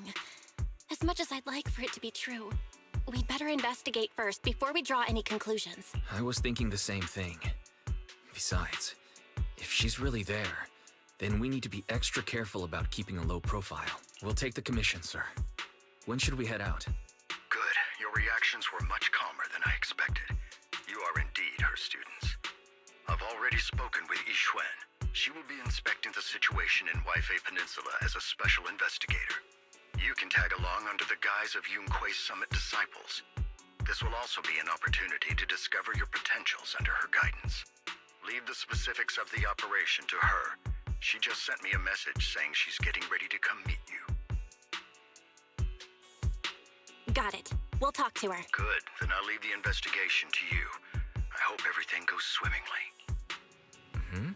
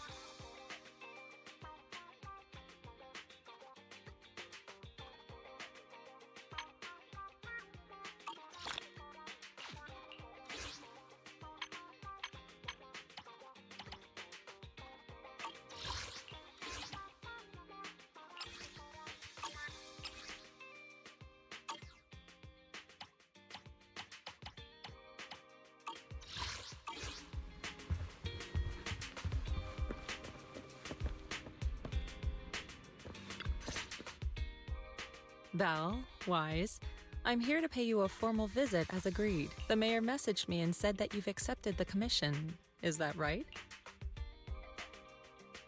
The mayor said he found a photograph of Carol Arna in Wi-Fi Peninsula. So we want to get to the bottom of this. Yes, I've heard Mayflower mention it. Even though the world accuses her of being the culprit behind the old capital's fall, as her students, you still choose to believe that she's innocent and that there's more to the story. Such devotion is admirable. Since we'll be cooperating together on this investigation, Yunquai Summit will of course aid you in uncovering the source of that photo. Thank you, Yixuan Shifu. Thank you so much for giving our teacher the benefit of the doubt. I don't know Carol Arna personally, but I trust your judgment. We can investigate the photo and the observation data anomalies in tandem. When the time comes, we'll certainly be relying on your holo navigation skills. Don't worry. You can leave the holo business to us, Shifu. By the way, I also promised Mayflower that I'd teach you how to develop your potential. Yunquai Summit has rules that the techniques are not to be taught to outsiders. However, since I am the master, exceptions can be made. If you're willing, you can temporarily register yourselves as nominal disciples of Yunquai Summit. Don't worry, this is only out of convenience for the operation and will have no binding power over you, which means it's also unnecessary for you to follow the formalities and call me Shifu like the disciples. We'll still call you Shifu. You are teaching us how to control our ether aptitude after all. We may only be disciples by name, but we're still learning from you. Besides, that's what they say in the movies.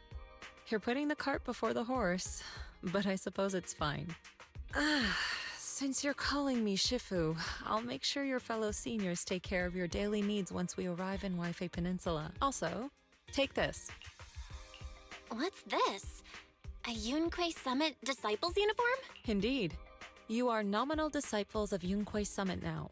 The uniforms will also help avert suspicion. Do you remember the last time we went to Lumina Square? I was there to pick up the custom accessories for your uniforms. So that's why Shifu was so secretive last time. Although, Shifu seems awfully well prepared. Could it be that you're actually eager to take in new disciples? Belle, Junior Belle, makes a good point. That is not the case. Don't make wild assumptions now, you two. It's just that a reading I did had foretold these events. That's all. That's right. It must be Shifu's amazing divination skills. Senior Wise, looks like we were wrong. Speaking of, since you practice divination, Shifu, have you done a reading for this operation? I have indeed, though the result was not very auspicious. Rest assured, I have prepared for everything. Prepared for everything? I took out insurance policies. You're also covered. It does sound like you're well prepared, huh? Hold on. Insurance? Was the reading that dangerous? Master, urgent reminder. Big data forecasting shows that this investigation may conflict with the interests of TOPS. Speculation.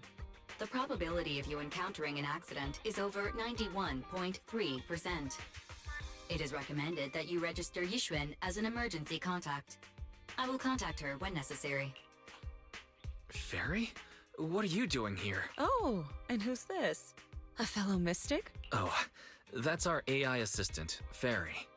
This assistant is quite accurate with its readings. Is this the new big data fortune-telling that everyone's talking about lately? Impressive. I heard they can even tell fortunes based on blood and personality types. Must be a secret technique from another school. Very well. Since you already know big data fortune-telling, you are exempt from studying divination.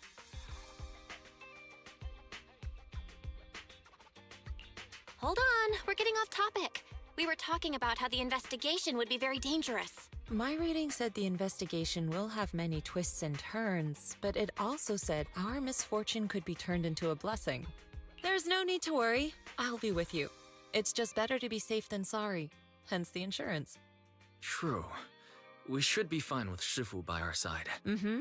Mayflower also made special arrangements and dedicated an airship route to this operation. I tested the flight with your seniors before. It went smoothly and TOPS didn't give us any trouble. The mayor also prepared a temporary HDD device for you in Wi-Fi Peninsula. However, one of you must go there first, while the other stays behind for remote tuning. I'll go first. Wise can stay behind for remote tuning while I scope out the situation. He can join us when everything's settled. Belle, I should go first. Excuse you, it's Junior Bell. Seems I'm the more professional one here. It's decided. I'll go first. But... Wise, it's fine, really. Besides, Shifu's with me. I'm sure we Nice can to handle meet you. anything. That's I'm right. Spyro. As your Shifu, your safety is my priority. Fine. We'll do it your way. But please be careful out there.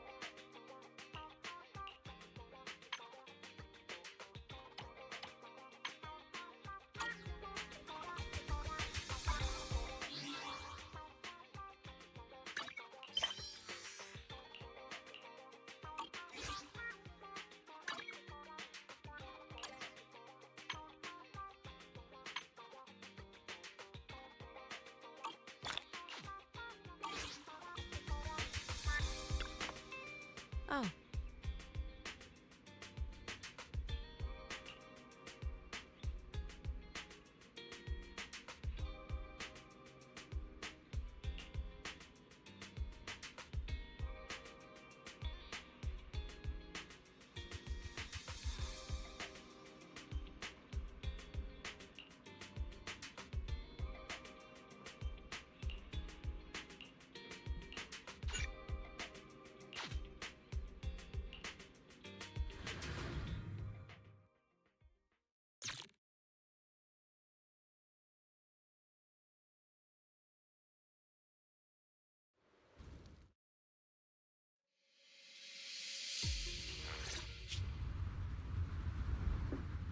Is that Lemnian Hollow? Looks like we're almost there. Luckily, nothing happened along the way. Indeed. Target is approaching the designated location. What's going on? We're losing altitude!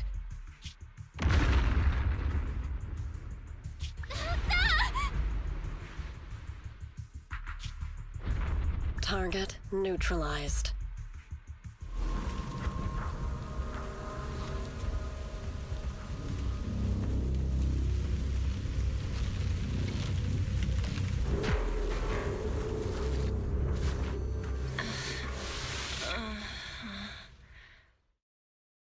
I'm feeling a bit dizzy. Thank goodness for that spatial rift. This could have been way worse. What is this? It looks so weird.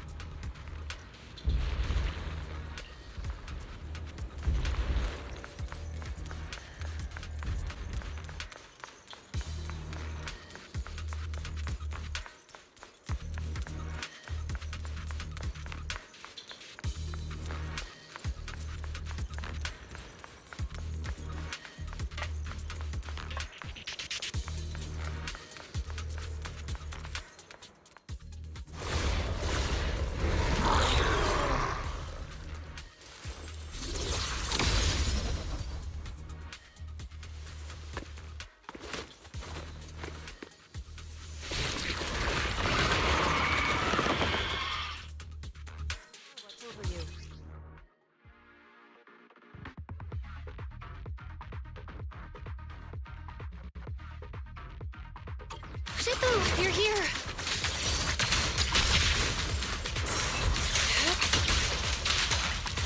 Concentrate!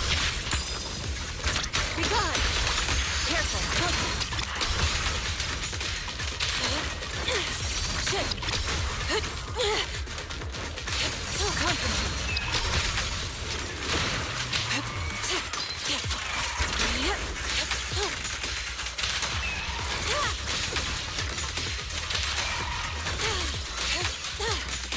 Get still.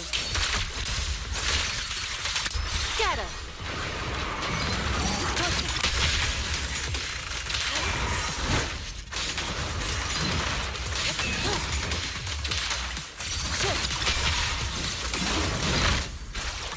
Yin and Yang converge. Concentrate.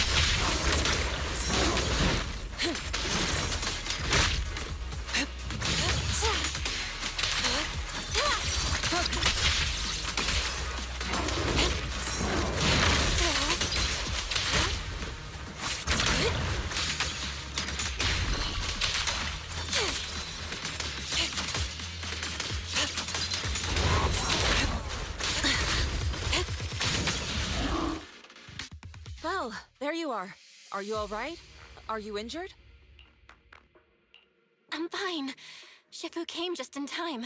The ethereals couldn't get to me. The airship suddenly lost altitude and crashed. That was terrifying. Thankfully, we fell into a fissure.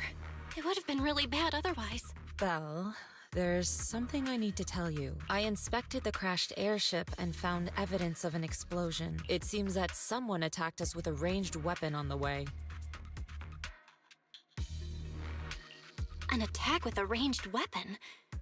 So this wasn't an accident, but a deliberate attempt to hurt us? Correct.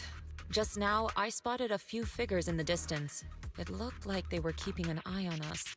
I wanted to chase after them, but your safety matters more than finding out who they are. So I searched the fissures around the crash location to look for you. Thankfully, I had anticipated trouble, so I brought a copy of Lemnian Hollow's carrot data, which saved a lot of time.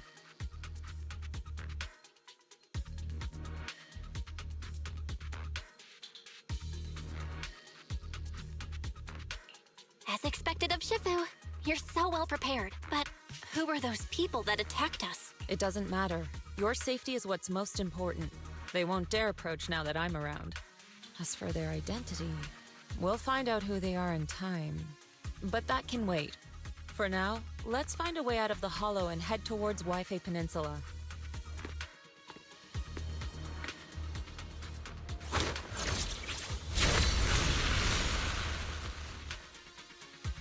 Shifu, was that a Yunquei Summit technique you just used?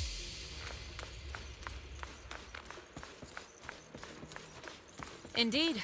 The principles of such techniques are in fact rather simple.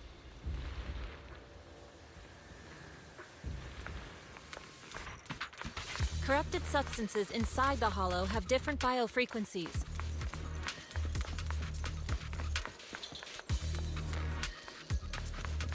By manipulating their resonance or altering their frequencies,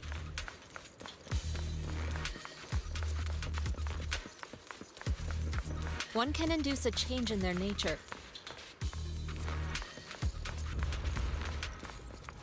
That sounds pretty straightforward, but I'm not sure exactly how to do it.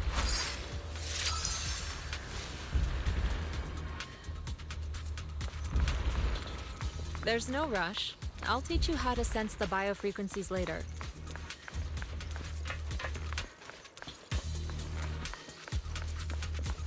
Some techniques can only be mastered through personal experience.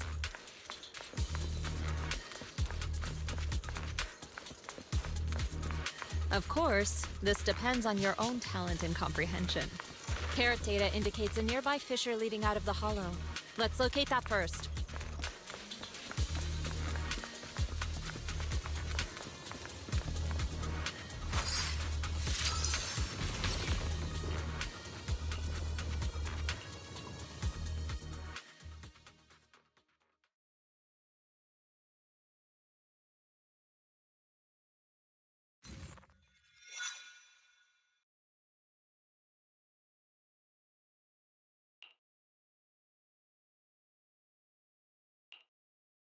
Shifu, we finally made it! But this looks like the sea.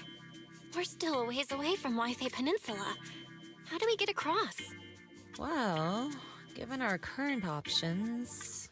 Val, can you swim? Swim? Shifu, you mean you want us to swim across? That looks a bit far. Shifu, is this really necessary? Relax. It's only a last resort.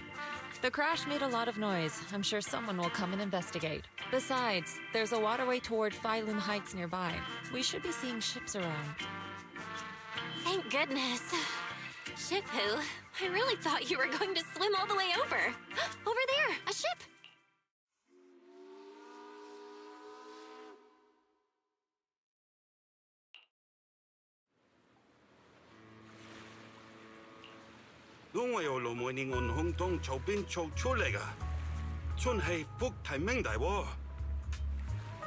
Haya, dosele hambon sao choi modeyaching. Nede hamasanga Wi-Fi daya, dangjen mo wonyon dali dayap singla.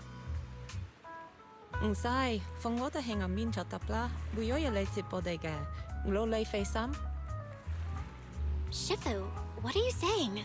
I couldn't understand a thing. Oh, it's just a local dialect. Don't worry about it. I contacted your senior earlier. She'll come pick us up here. My senior? Right. Yunquei Summit has many disciples. There must be others before me.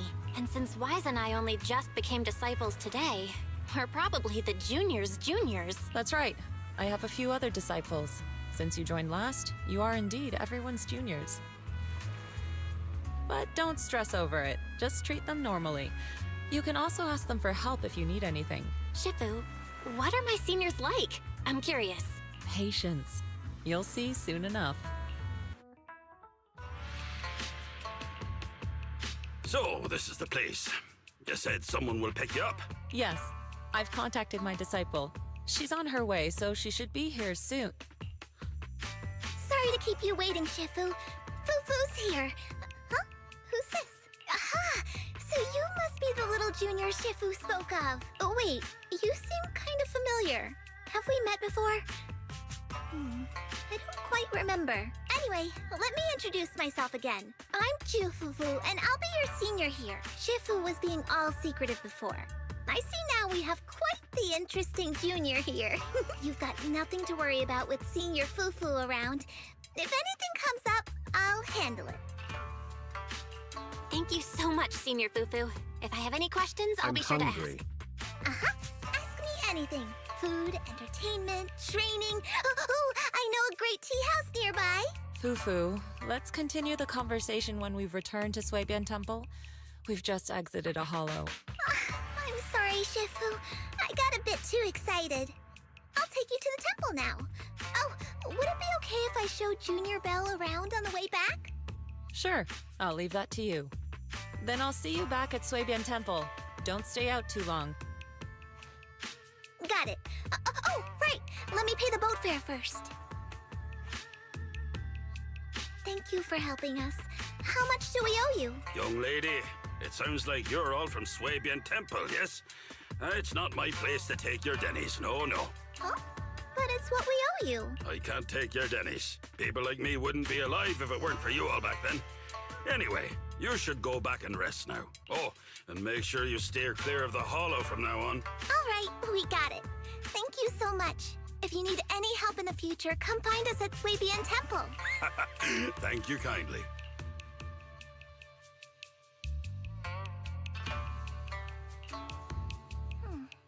Well, Shifu's gone back to Suibian Temple, so I guess we're free to do whatever now. Come on, Belle, I'll show you around.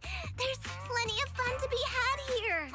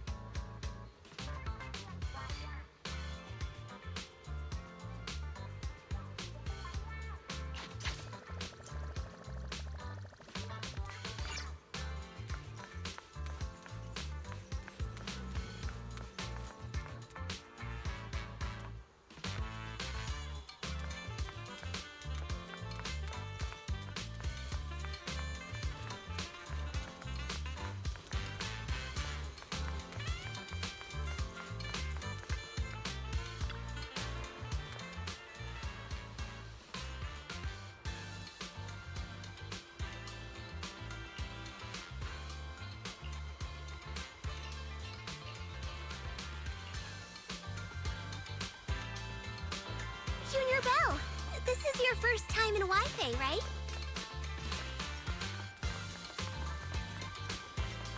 Yep, this is my first time around these parts.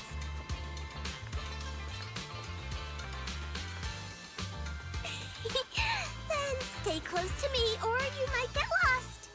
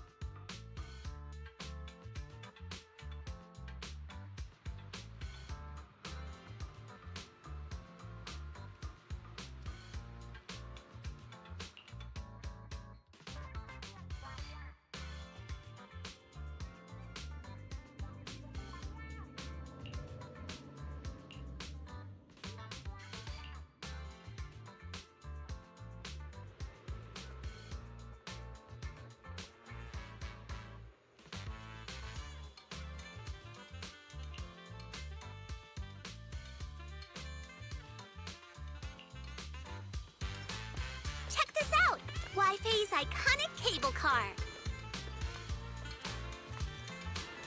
Getting around around here on foot's a real pain. The cable cars make it way easier.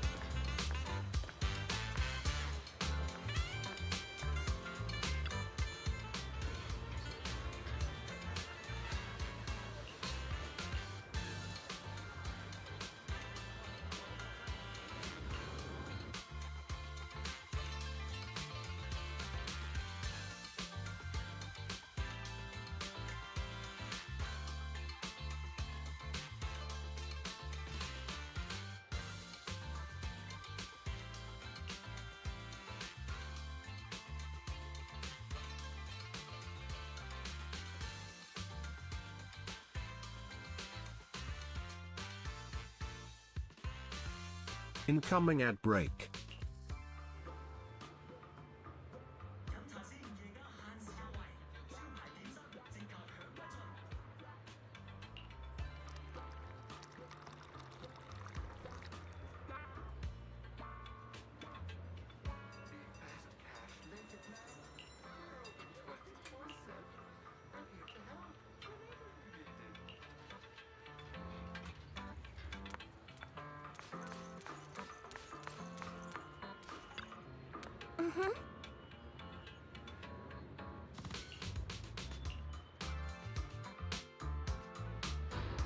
So, what did you think? Not bad, huh?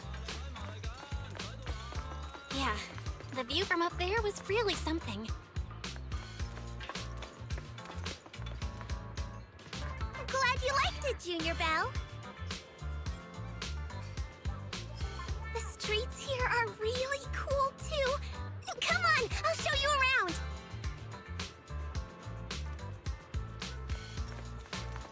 Their tea here has a fresh, delicate flavor. Shifu likes their tea a lot, too. Once you're settled in, we can come try it together.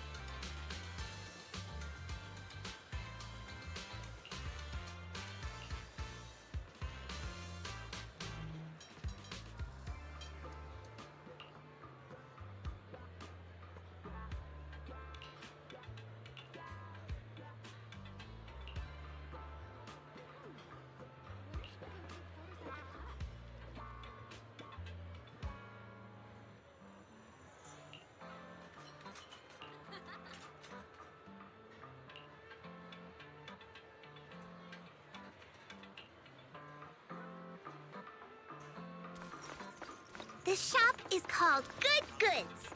They have a bunch of fun stuff, too.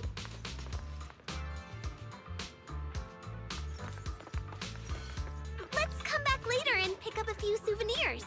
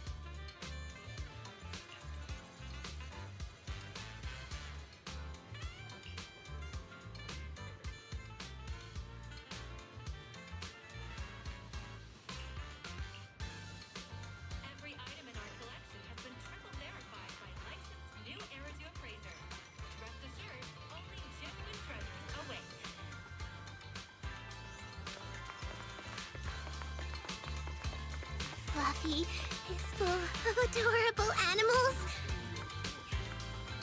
I always have to fight the urge to go in when I walk past.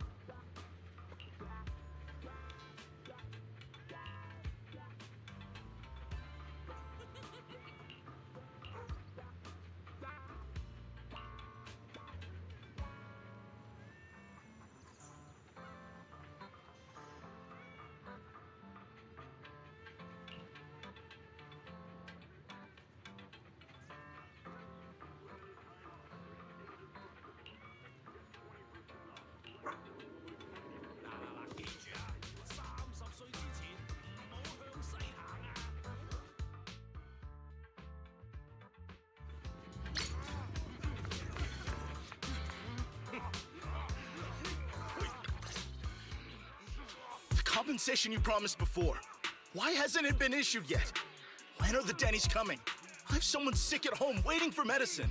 Enough. Master Damien said the compensation will take time to process. Expect a reply in 2 days. 2 days? It's already taking forever. Are you stalling on purpose? Don't push us too far. If you don't give us an explanation for the incident, we'll expose you to the papers. Oh? You might want to rethink that. Master Damien promised compensation and he will deliver accordingly. That's his duty as the head of Porcelumex. But if you refuse to believe Master Damien and insist on causing a scene, you'll have to deal with the consequences. Don't forget, Porcelumex has access to the best lawyers of Tops, as well as many other necessary means. I guess we'll wait. 3 days. If we don't get an answer in 3 days, we're going straight to Damien next time.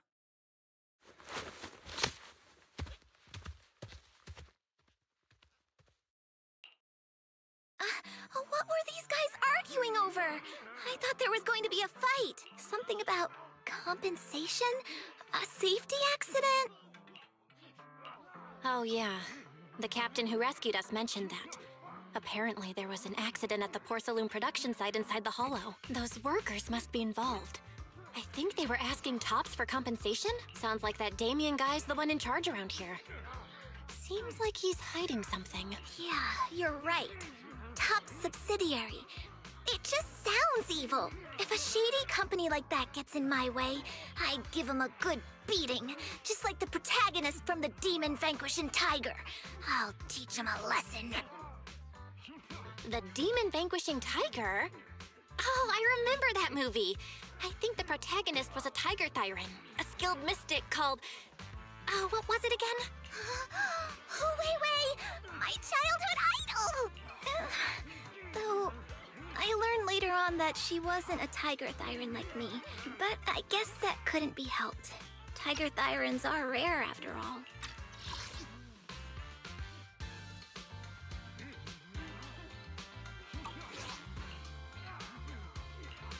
So Senior Fufu is really a tiger Thyran. When I heard the name Jufufu before, I thought, What are you trying to say? Did you think I was an orange cat Thyran? Of course not! Just look at you. How can you possibly be an orange cat Thyran? But orange cat Thyrans are cute too. Unless, Senior Fufu, you have something against them? Huh? No, that's not what I mean. I mean, orange cats look lazy and they aren't the best fighters. Not saying they're bad or anything, they're just not really my style. What I'm trying to say is, I don't have anything against them. Yeah, that's my final verdict as your senior. Anyway, let's stop there with the orange cats and hurry back to Swabian Temple. Everyone's waiting for us.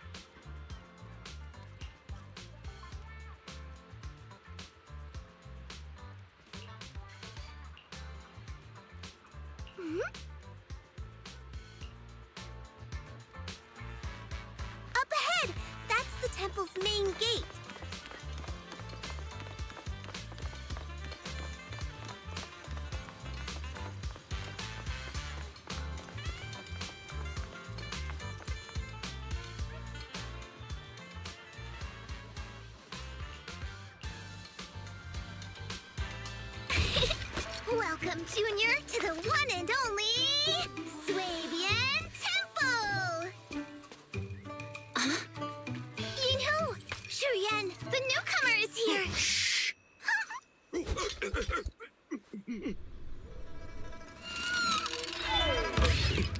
Kitty! Catch it!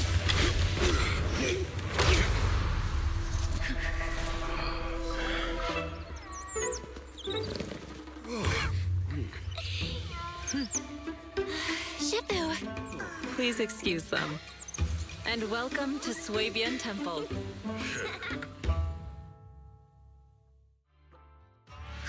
That startled me! Where did it come from? Maybe it's someone's pet?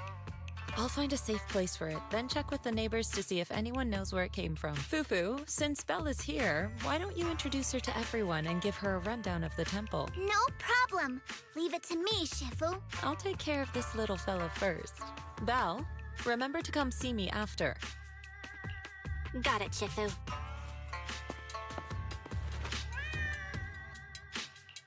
Right, let me introduce you. This is our new junior, Belle. Belle, these are your seniors, Yeishu Yen and Panin Hu. Hey there, I'm Belle. I'm still learning the ropes here, so any guidance and support is greatly appreciated. Oh, your reputation precedes you. So this is the newcomer that Shifu has been mulling over. Very good. You look full of energy.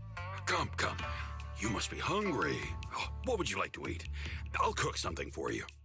I'm in charge of the kitchen here at Yunquay Summit. If nothing else, I guarantee that my cooking will satisfy you, Junior Belle. If you can't decide on what to have, I'll just make you some chasu buns. My chasu buns will make you fall over. Is it ordering time? Oh, wonderful. I would like some braised pork and fried chicken wings and, Senior Fufu, Junior Yinhu is offering to cook for Junior Belle, not you. If you're hungry, have some dry bread from the storage. It'll mold if you don't eat it soon. Huh?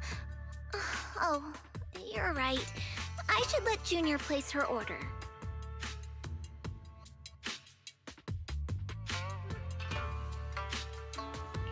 I can eat the dry bread. Senior Fufu can order what she wants. Why put yourself through that? Just let Senior Fufu take care of them. That's right. Senior Fufu will stuff it all down, even if she has to pinch her nostrils. Hey, you two! I'm not a garbage disposal! Please, Senior Fufu, try to show some empathy. Junior Belle and Shifu just fell into a hollow and require ample rest and nutrition to recover. Speaking of, we've flown in that airship before and haven't had any issues. So what happened this time? Shifu even took out a new accident insurance policy just before her trip. Awfully convenient, isn't it? And all this was part of her plan to claim insurance, Denny's. Yes, this makes sense. Don't let your cynical imagination run away with you, Senior Shuyuan. Yunquay Summit's finances aren't that terrible. Junior Belle, pay him no mind. He tends to question everything. But I must ask, what exactly happened to you and Shifu? I couldn't tell you out in public, but our airship was attacked. Attacked? So it wasn't an accident? That's right. Shifu checked the airship after the crash. Looks like someone launched a rocket at it. How dare they attack members of Yunquay Summit? We'll teach them a lesson once we find out who they are. This attack might be an attempt to obstruct our investigation. Junior Belle, I heard Shifu say you are Faithin, the famous proxy, yes? Now that you're part of Yunquay Summit, our hollow investigation progress will surely speed up. It's possible that someone out there didn't want to see that happen, hence the airship ambush. The operation was also arranged in secret by the mayor, yet somehow, someone learned of it. According to the original schedule, you and your sibling were supposed to take the airship to Waifei Peninsula together. If it weren't for Shifu changing it at the last minute and deciding to escort you personally, things might have taken a grim turn. I see. It's all thanks to Shifu. Otherwise, we really would be in trouble. That's right. Shifu decided to go because her reading of the trip showed signs of danger. Seems her divinations were as accurate as ever. But with this airship crash, I bet a lot of people are aware that Yinghui Summit has returned to Suibian Temple now. Don't worry, Junior Yinhu. With Shifu here, those scoundrels won't dare to come pick a fight. What do you mean by returned? Don't you live here? This isn't where Yunquei Summit's main sect lies. Suibian Temple is just one of our older bases. Ever since the old capital fell, hardly anyone's come back here. We reconvened in secret this time per the mayor's request to investigate Lemnian Hollow. We tried our best to tidy up the place ahead of time, but the accommodations are still less than ideal. Please accept our apologies, Junior Belle.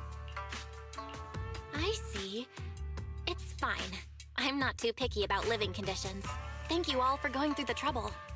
We have other core members of Suibian Temple.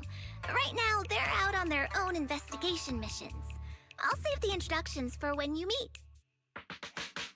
Senior Fufu, Junior Belle must be tired. Shouldn't we let her rest? I'll prepare the food in the meantime. Oh, you're right. We should let Junior Belle rest first. Thank you, Senior Yinhu. But there's no need to cook for me. I'm really not hungry. I'll take a look around and get familiar with the place instead.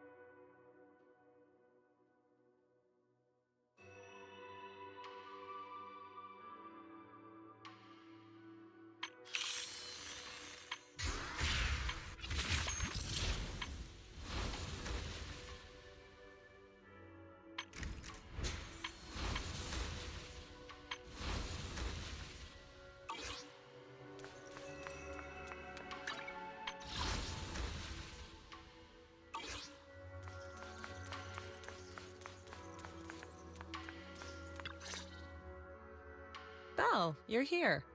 Have you met the others? Did they leave a good impression? Senior Fufu introduced me to two of them. They've been very welcoming. Glad to hear it. I'm afraid we can't hide Yunquei Summit's return to Suibian Temple any longer. Not after the airship crash. Since operating covertly is no longer an option, we might experience increased difficulty for our investigation. Not to mention that even the mayor's special airship route has been leaked somehow. Our opponent certainly knows what they're doing. But don't worry. No matter what they're planning, we just need to take them as they come.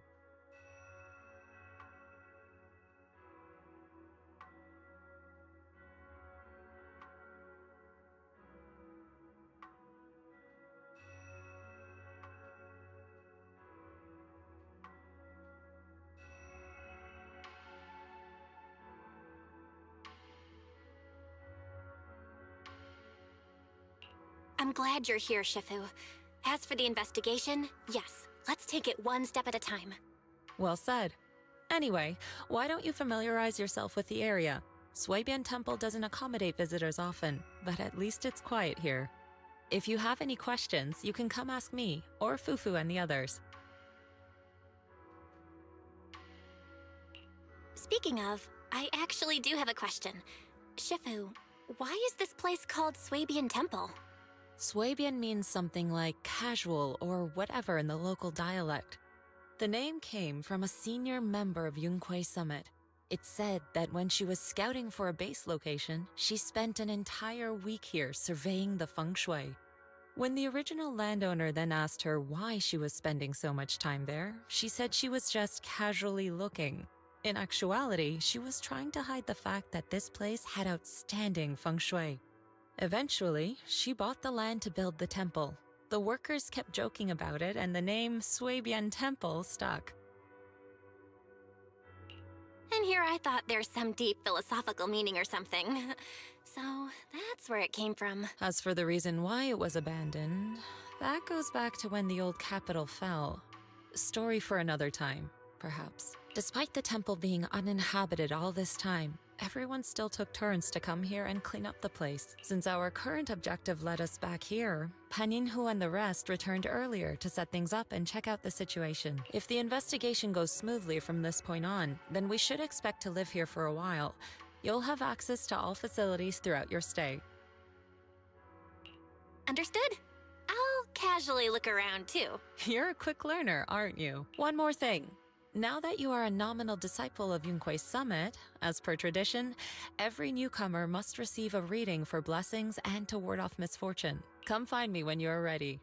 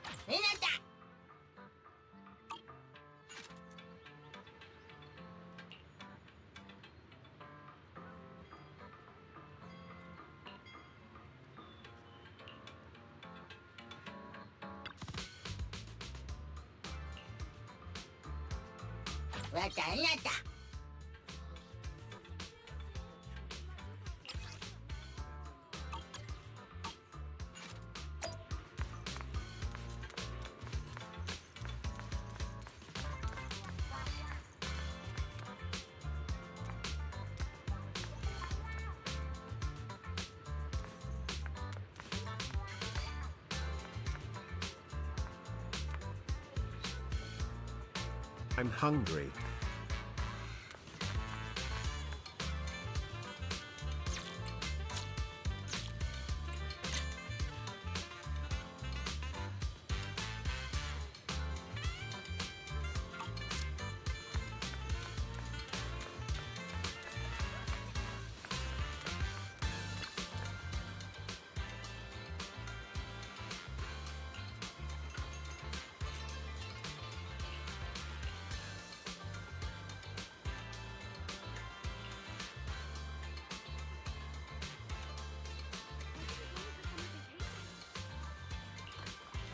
Everything's sorted.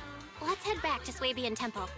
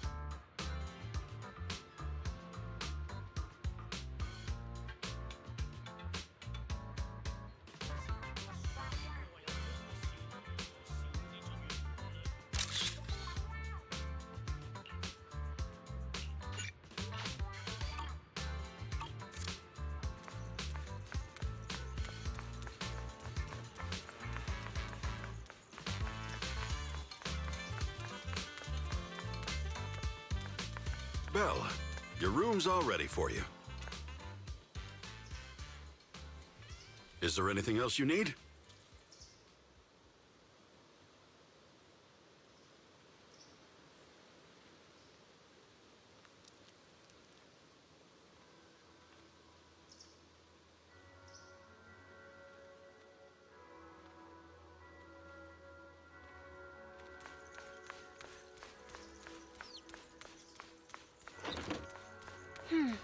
Looks like we have everything here. I should update my bro.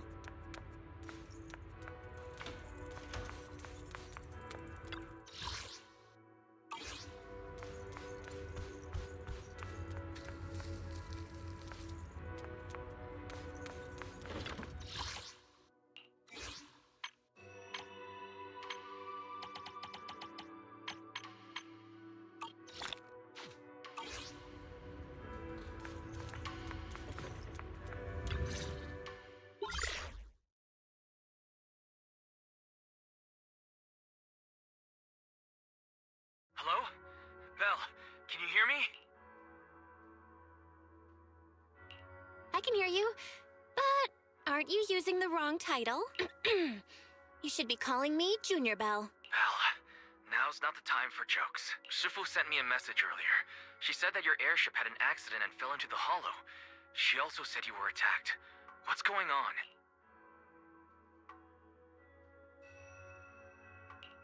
I'm definitely not flying on any airships ever again. The Cunning Hares also had an accident a while ago. Why is the airship accident rate so high in New Eridu? I was followed by some strangers when I fell into the hollow. Thankfully, Shifu was there, so I got out in one piece. However, given everything that's happened, I don't think we're dealing with any ordinary investigation. Wise, it's best that you stay home. Forget about coming here. I can't do that. What if something happens to you and I can't get there in time? I calibrated the remote functions of the HDD system, but a closer look at the observation data of Lemnian Hollow raised a lot of questions. The remote link can't handle complex real-time calculations. If we're going to process this problematic data, I'll need to be there in person for live updates. Besides, Yishuan Sifu is going to teach us how to adapt to our ether potentials. I don't want to become a liability to you when we run into danger in the future.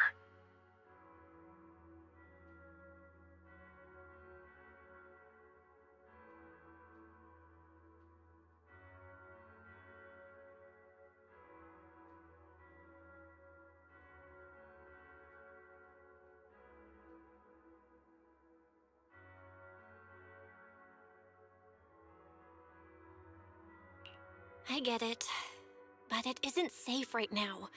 If you're coming, we'll need to find the right time. Now that our whereabouts have been exposed, there's no point in taking the dedicated airship route anymore. You're better off with a safer alternative. I'll talk to Shifu about it. Okay. We can let Shifu arrange the specifics. Speaking of, has Shifu taught you any techniques so far? Junior Belle?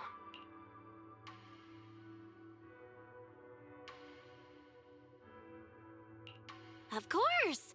Shifu taught me Yunquei Summit's secret cloud riding technique. Thanks to that, I was able to land safely during the airship crash. Hold on. Are you serious? You're kidding, right?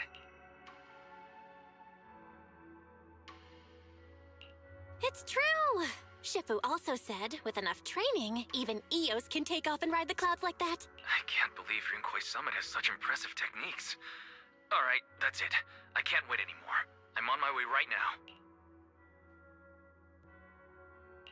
Wait, hold your bing-boo. I might have exaggerated a bit. Don't worry about coming over right now. Wait for Shifu's arrangements. I knew you were making it up, Junior Belle. I'd be careful if I were you. Shifu might put you through the ringer with her punishments. Carrying heavy buckets of water up a mountain, balancing on one foot for hours, or worse, standing in a corner by yourself. Scary stuff.